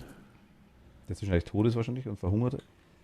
Nee. Da haben schon 22 reingepasst. Elendig gestorben. Ja, dann liegt das alles an Martin. Wahrscheinlich, weil Martin sich gerade um T-Rex kümmert. Hm. Aber ja, also, aber du kennst ihn trotzdem. Wie gesagt, schau ihn dir an. Also der wurde damals extrem gut gemacht, finde ich, mit den Dingen, mit den ganzen Techniken, die es gehabt haben. Also hat das Spielberg echt super gemacht. Und Raptor kommt wieder. Schöner zumindest.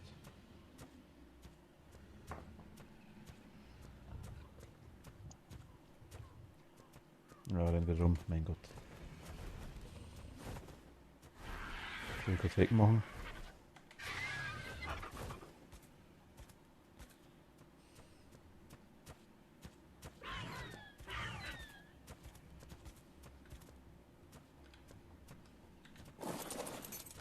Na komm her, Rappi.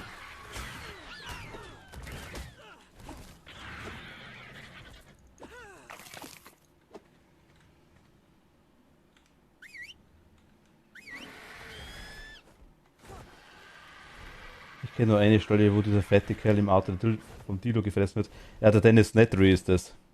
Das ist der du hast das Zauberwort nicht gesagt. Du hast das Zauberwort nicht gesagt. Der Hacker war das quasi, oder der EDV-Spezialist im Spiel, der quasi das alles sabotiert hat. Wenn du das eh kennst, dann. So, 5 Wände noch. Aber um das geht's eigentlich gar nicht. Der ganze Film ist einfach super gemacht.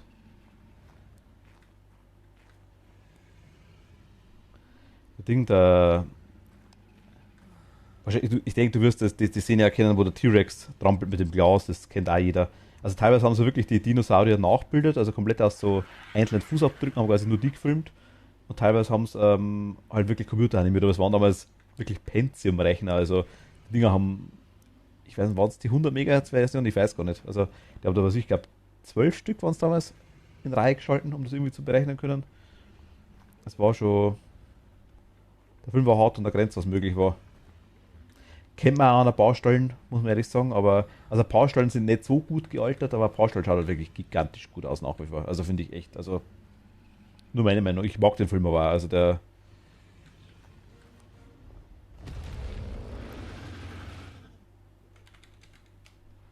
äh,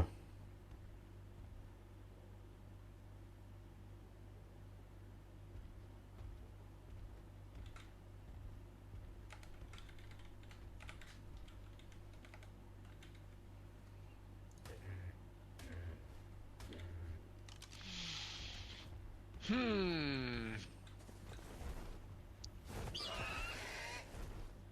Ich glaube, der wird noch ziemlich lange Baby sein.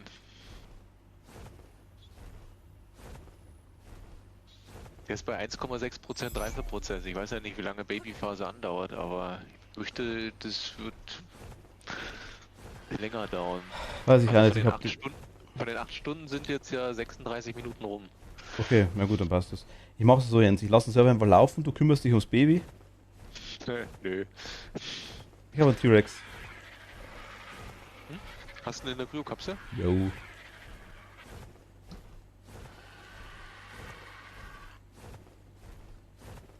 Babyphase dauert an bis zu Ende ist. Okay. Aber du weißt jetzt nicht, wie viel das in Echtzeit ist, oder? Also so, ob das, Achso, ja, ist es bei der kompletten Phase nun? sind die 8 Stunden eine Phase? Nein, kann gar nicht sein, oder? Oder ist das quasi der komplette Also bei wie viel Prozent Reifeprozess ist dann in diesem Juvenile? Ich weiß es nicht. Vielleicht kann das dir jemand sagen. Also, oh mein Gott. Also ein was Positives, zumindest kann ich schon mal 28 Stück Fleisch in ihm bunkern. Das ist schon mal was wert. Nein, weil ich die Werte nicht kenne und andere Werte. Achso, ja, stimmt, er hat, ja, ja. Muss es googeln, Jens, er kann es nicht sagen, stimmt, er nutzt andere Werte. Aber das ist tatsächlich, den Wert würde ich wirklich umstellen, ja. Tatsächlich auch. Weil das Breeden macht ja überhaupt keinen Bock, so. Also, das ist kein Bock. Es ist eigentlich nicht spielbar, sag ich jetzt mal. Wow, unser Sattelschrank ist voll. Ja, die habe ich vorhin voll gemacht. Also, der war vorher schon ziemlich gut voll, aber jetzt ist er endgültig voll. Ja. Wir haben keine Möglichkeit, den T-Rex rauszukriegen hier, gell, mehr. Außer mit der Meinst du, haben Kryokapsel. Hä? Hier wo neben Smiley meinst du jetzt, oder? Nein, nein, wir kriegen den durch das Torwasser nicht durch, das meine ich. Nee, deswegen tun hier draußen raus. Ja, habe ich gerade.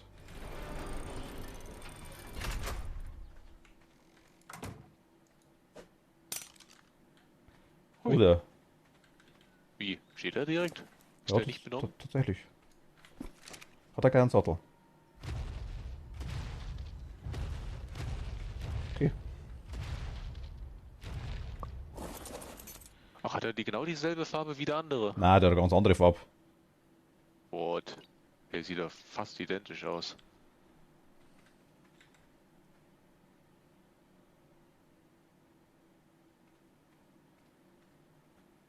Oh, ich muss das Jetzt ist komische... farbenblind, muss man dazu sagen. Warte mal, wo war das zum Umstellen? Ich hab's gerade. Optionen. Oh, nee. Hä?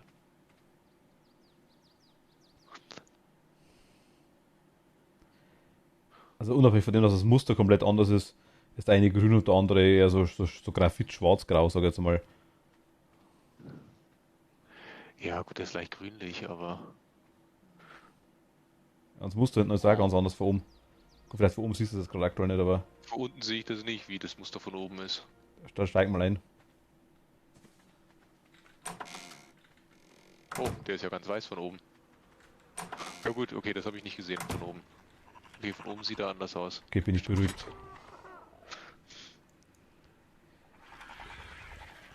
Hast schon starke Zweifel. Ach, ist quasi es läuft bei mir gerade aktuell die Sekunden ab. 200 Sekunden habe ich aktuell noch. Ich denke, das ist dann, das wenn ich quasi nicht abhole, den Cooldown, dann habe ich auch keine, die Kryo-Krankheit wahrscheinlich bei den Tieren nicht. So habe ich das jetzt gerade vorher eigentlich verstanden gehabt. Ah. Also der ist jetzt auch auf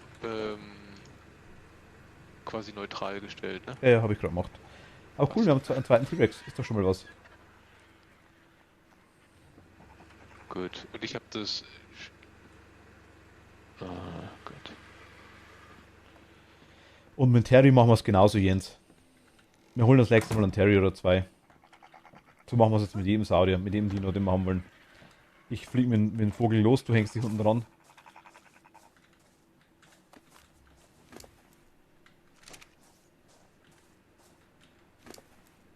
Okay.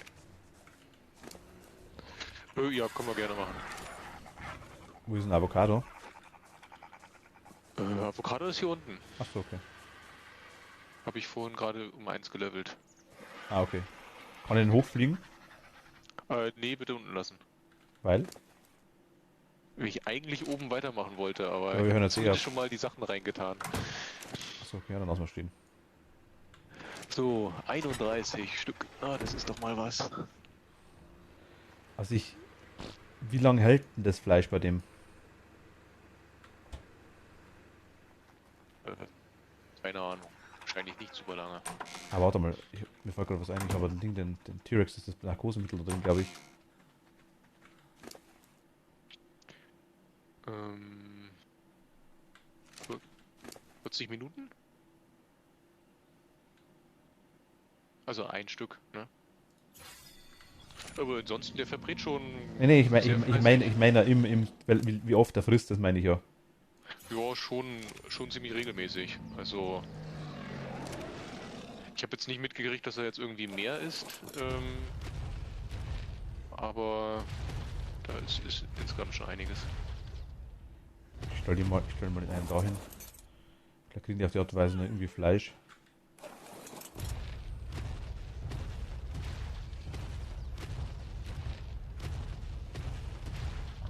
Müssten im Radius sein. Ja, ich glaube, die fressen, das passt nicht. Also die verhungern, die zwei. Radius von Trog, muss man kurz schauen.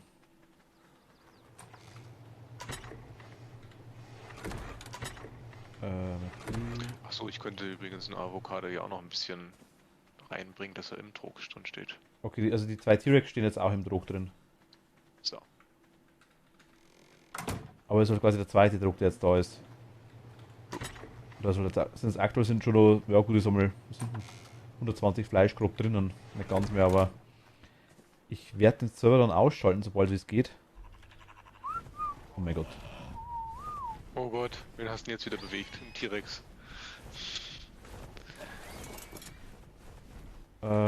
Tatsächlich glaube ich bloß einen kleinen Bereich.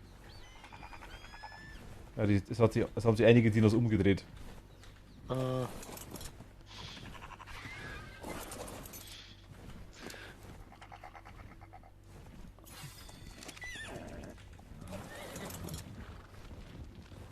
Avocado steht auch nicht mehr im Bereich. Also haben sich einige Dinos umgedreht. Ich habe es gerade. Jetzt ist wieder mal passiert, mein Gott. Ewig nimmer jetzt. Fortlaufend dasselbe mit ihm. Nein, schon lange nicht mehr. Das war jetzt schon lange nicht mehr der Fall.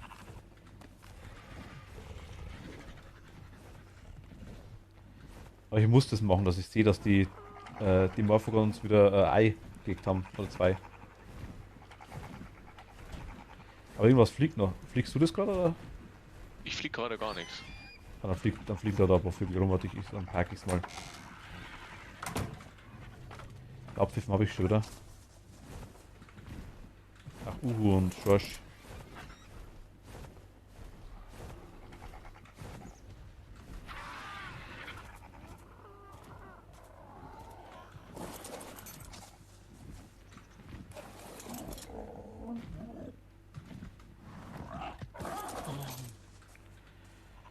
Okay, passt. Gut, das muss ich wieder ausmachen, den Radius, das macht. Oh mein Gott, ich bin gleich tot. Doch nicht.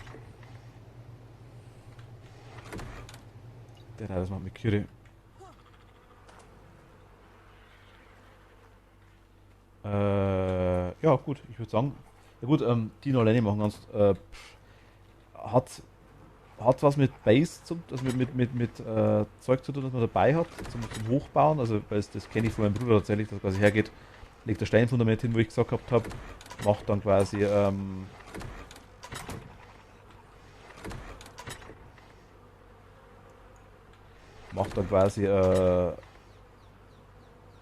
Treppe drauf und da wieder Fundament drauf und da wieder Leiter dran und dann schießt er quasi von oben runter. So kenn's ich. Gott. Timing Box, genau. Ah, okay, dann kenne ich's, da kenne ich's. Wobei Box. Versperren quasi. Ja, cool, man könnte ihn dann wahrscheinlich einsperren, das wird wahrscheinlich auch gehen, ja. Aber muss man dann wieder abreißen, das ist mir echt zu anstrengend, muss ich ganz ehrlich sagen. So geht's ja ganz gut. Das noch einmal aus da.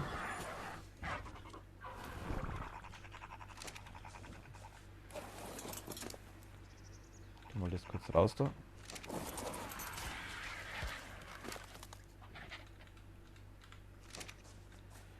Okay, dann würde ich sagen, Jens, du bist fertig? Ja, ich stehe jetzt hier quasi bei Minimi. Von mir aus, ich kann auch stehen bleiben. Ich pack mich da mal.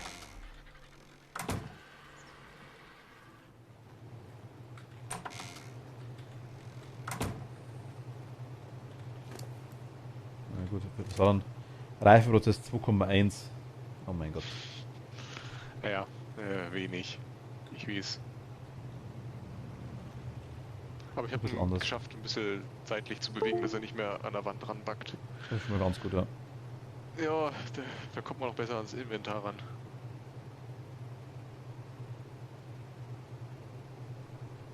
Alles klar, okay. Aber ich würde sagen, verabschieden wir uns. Ich sage wieder danke fürs Zuschauen. Morgen ist wieder Mittwoch, morgen nicht. Donnerstag geht's weiter. Vielleicht dann einmal eher, weil Donnerstag hätte ich eher Zeit, Jens. Montag und Donnerstag geht bei mir immer eher. Ich kann es noch nicht sagen, Vielleicht klappt's mal, ja. wie früh ich Schluss habe. Martin und Minimi. Gute Nacht, Optimus. Okay, gut. Dann danke fürs Zuschauen. Wir sehen uns am Donnerstag und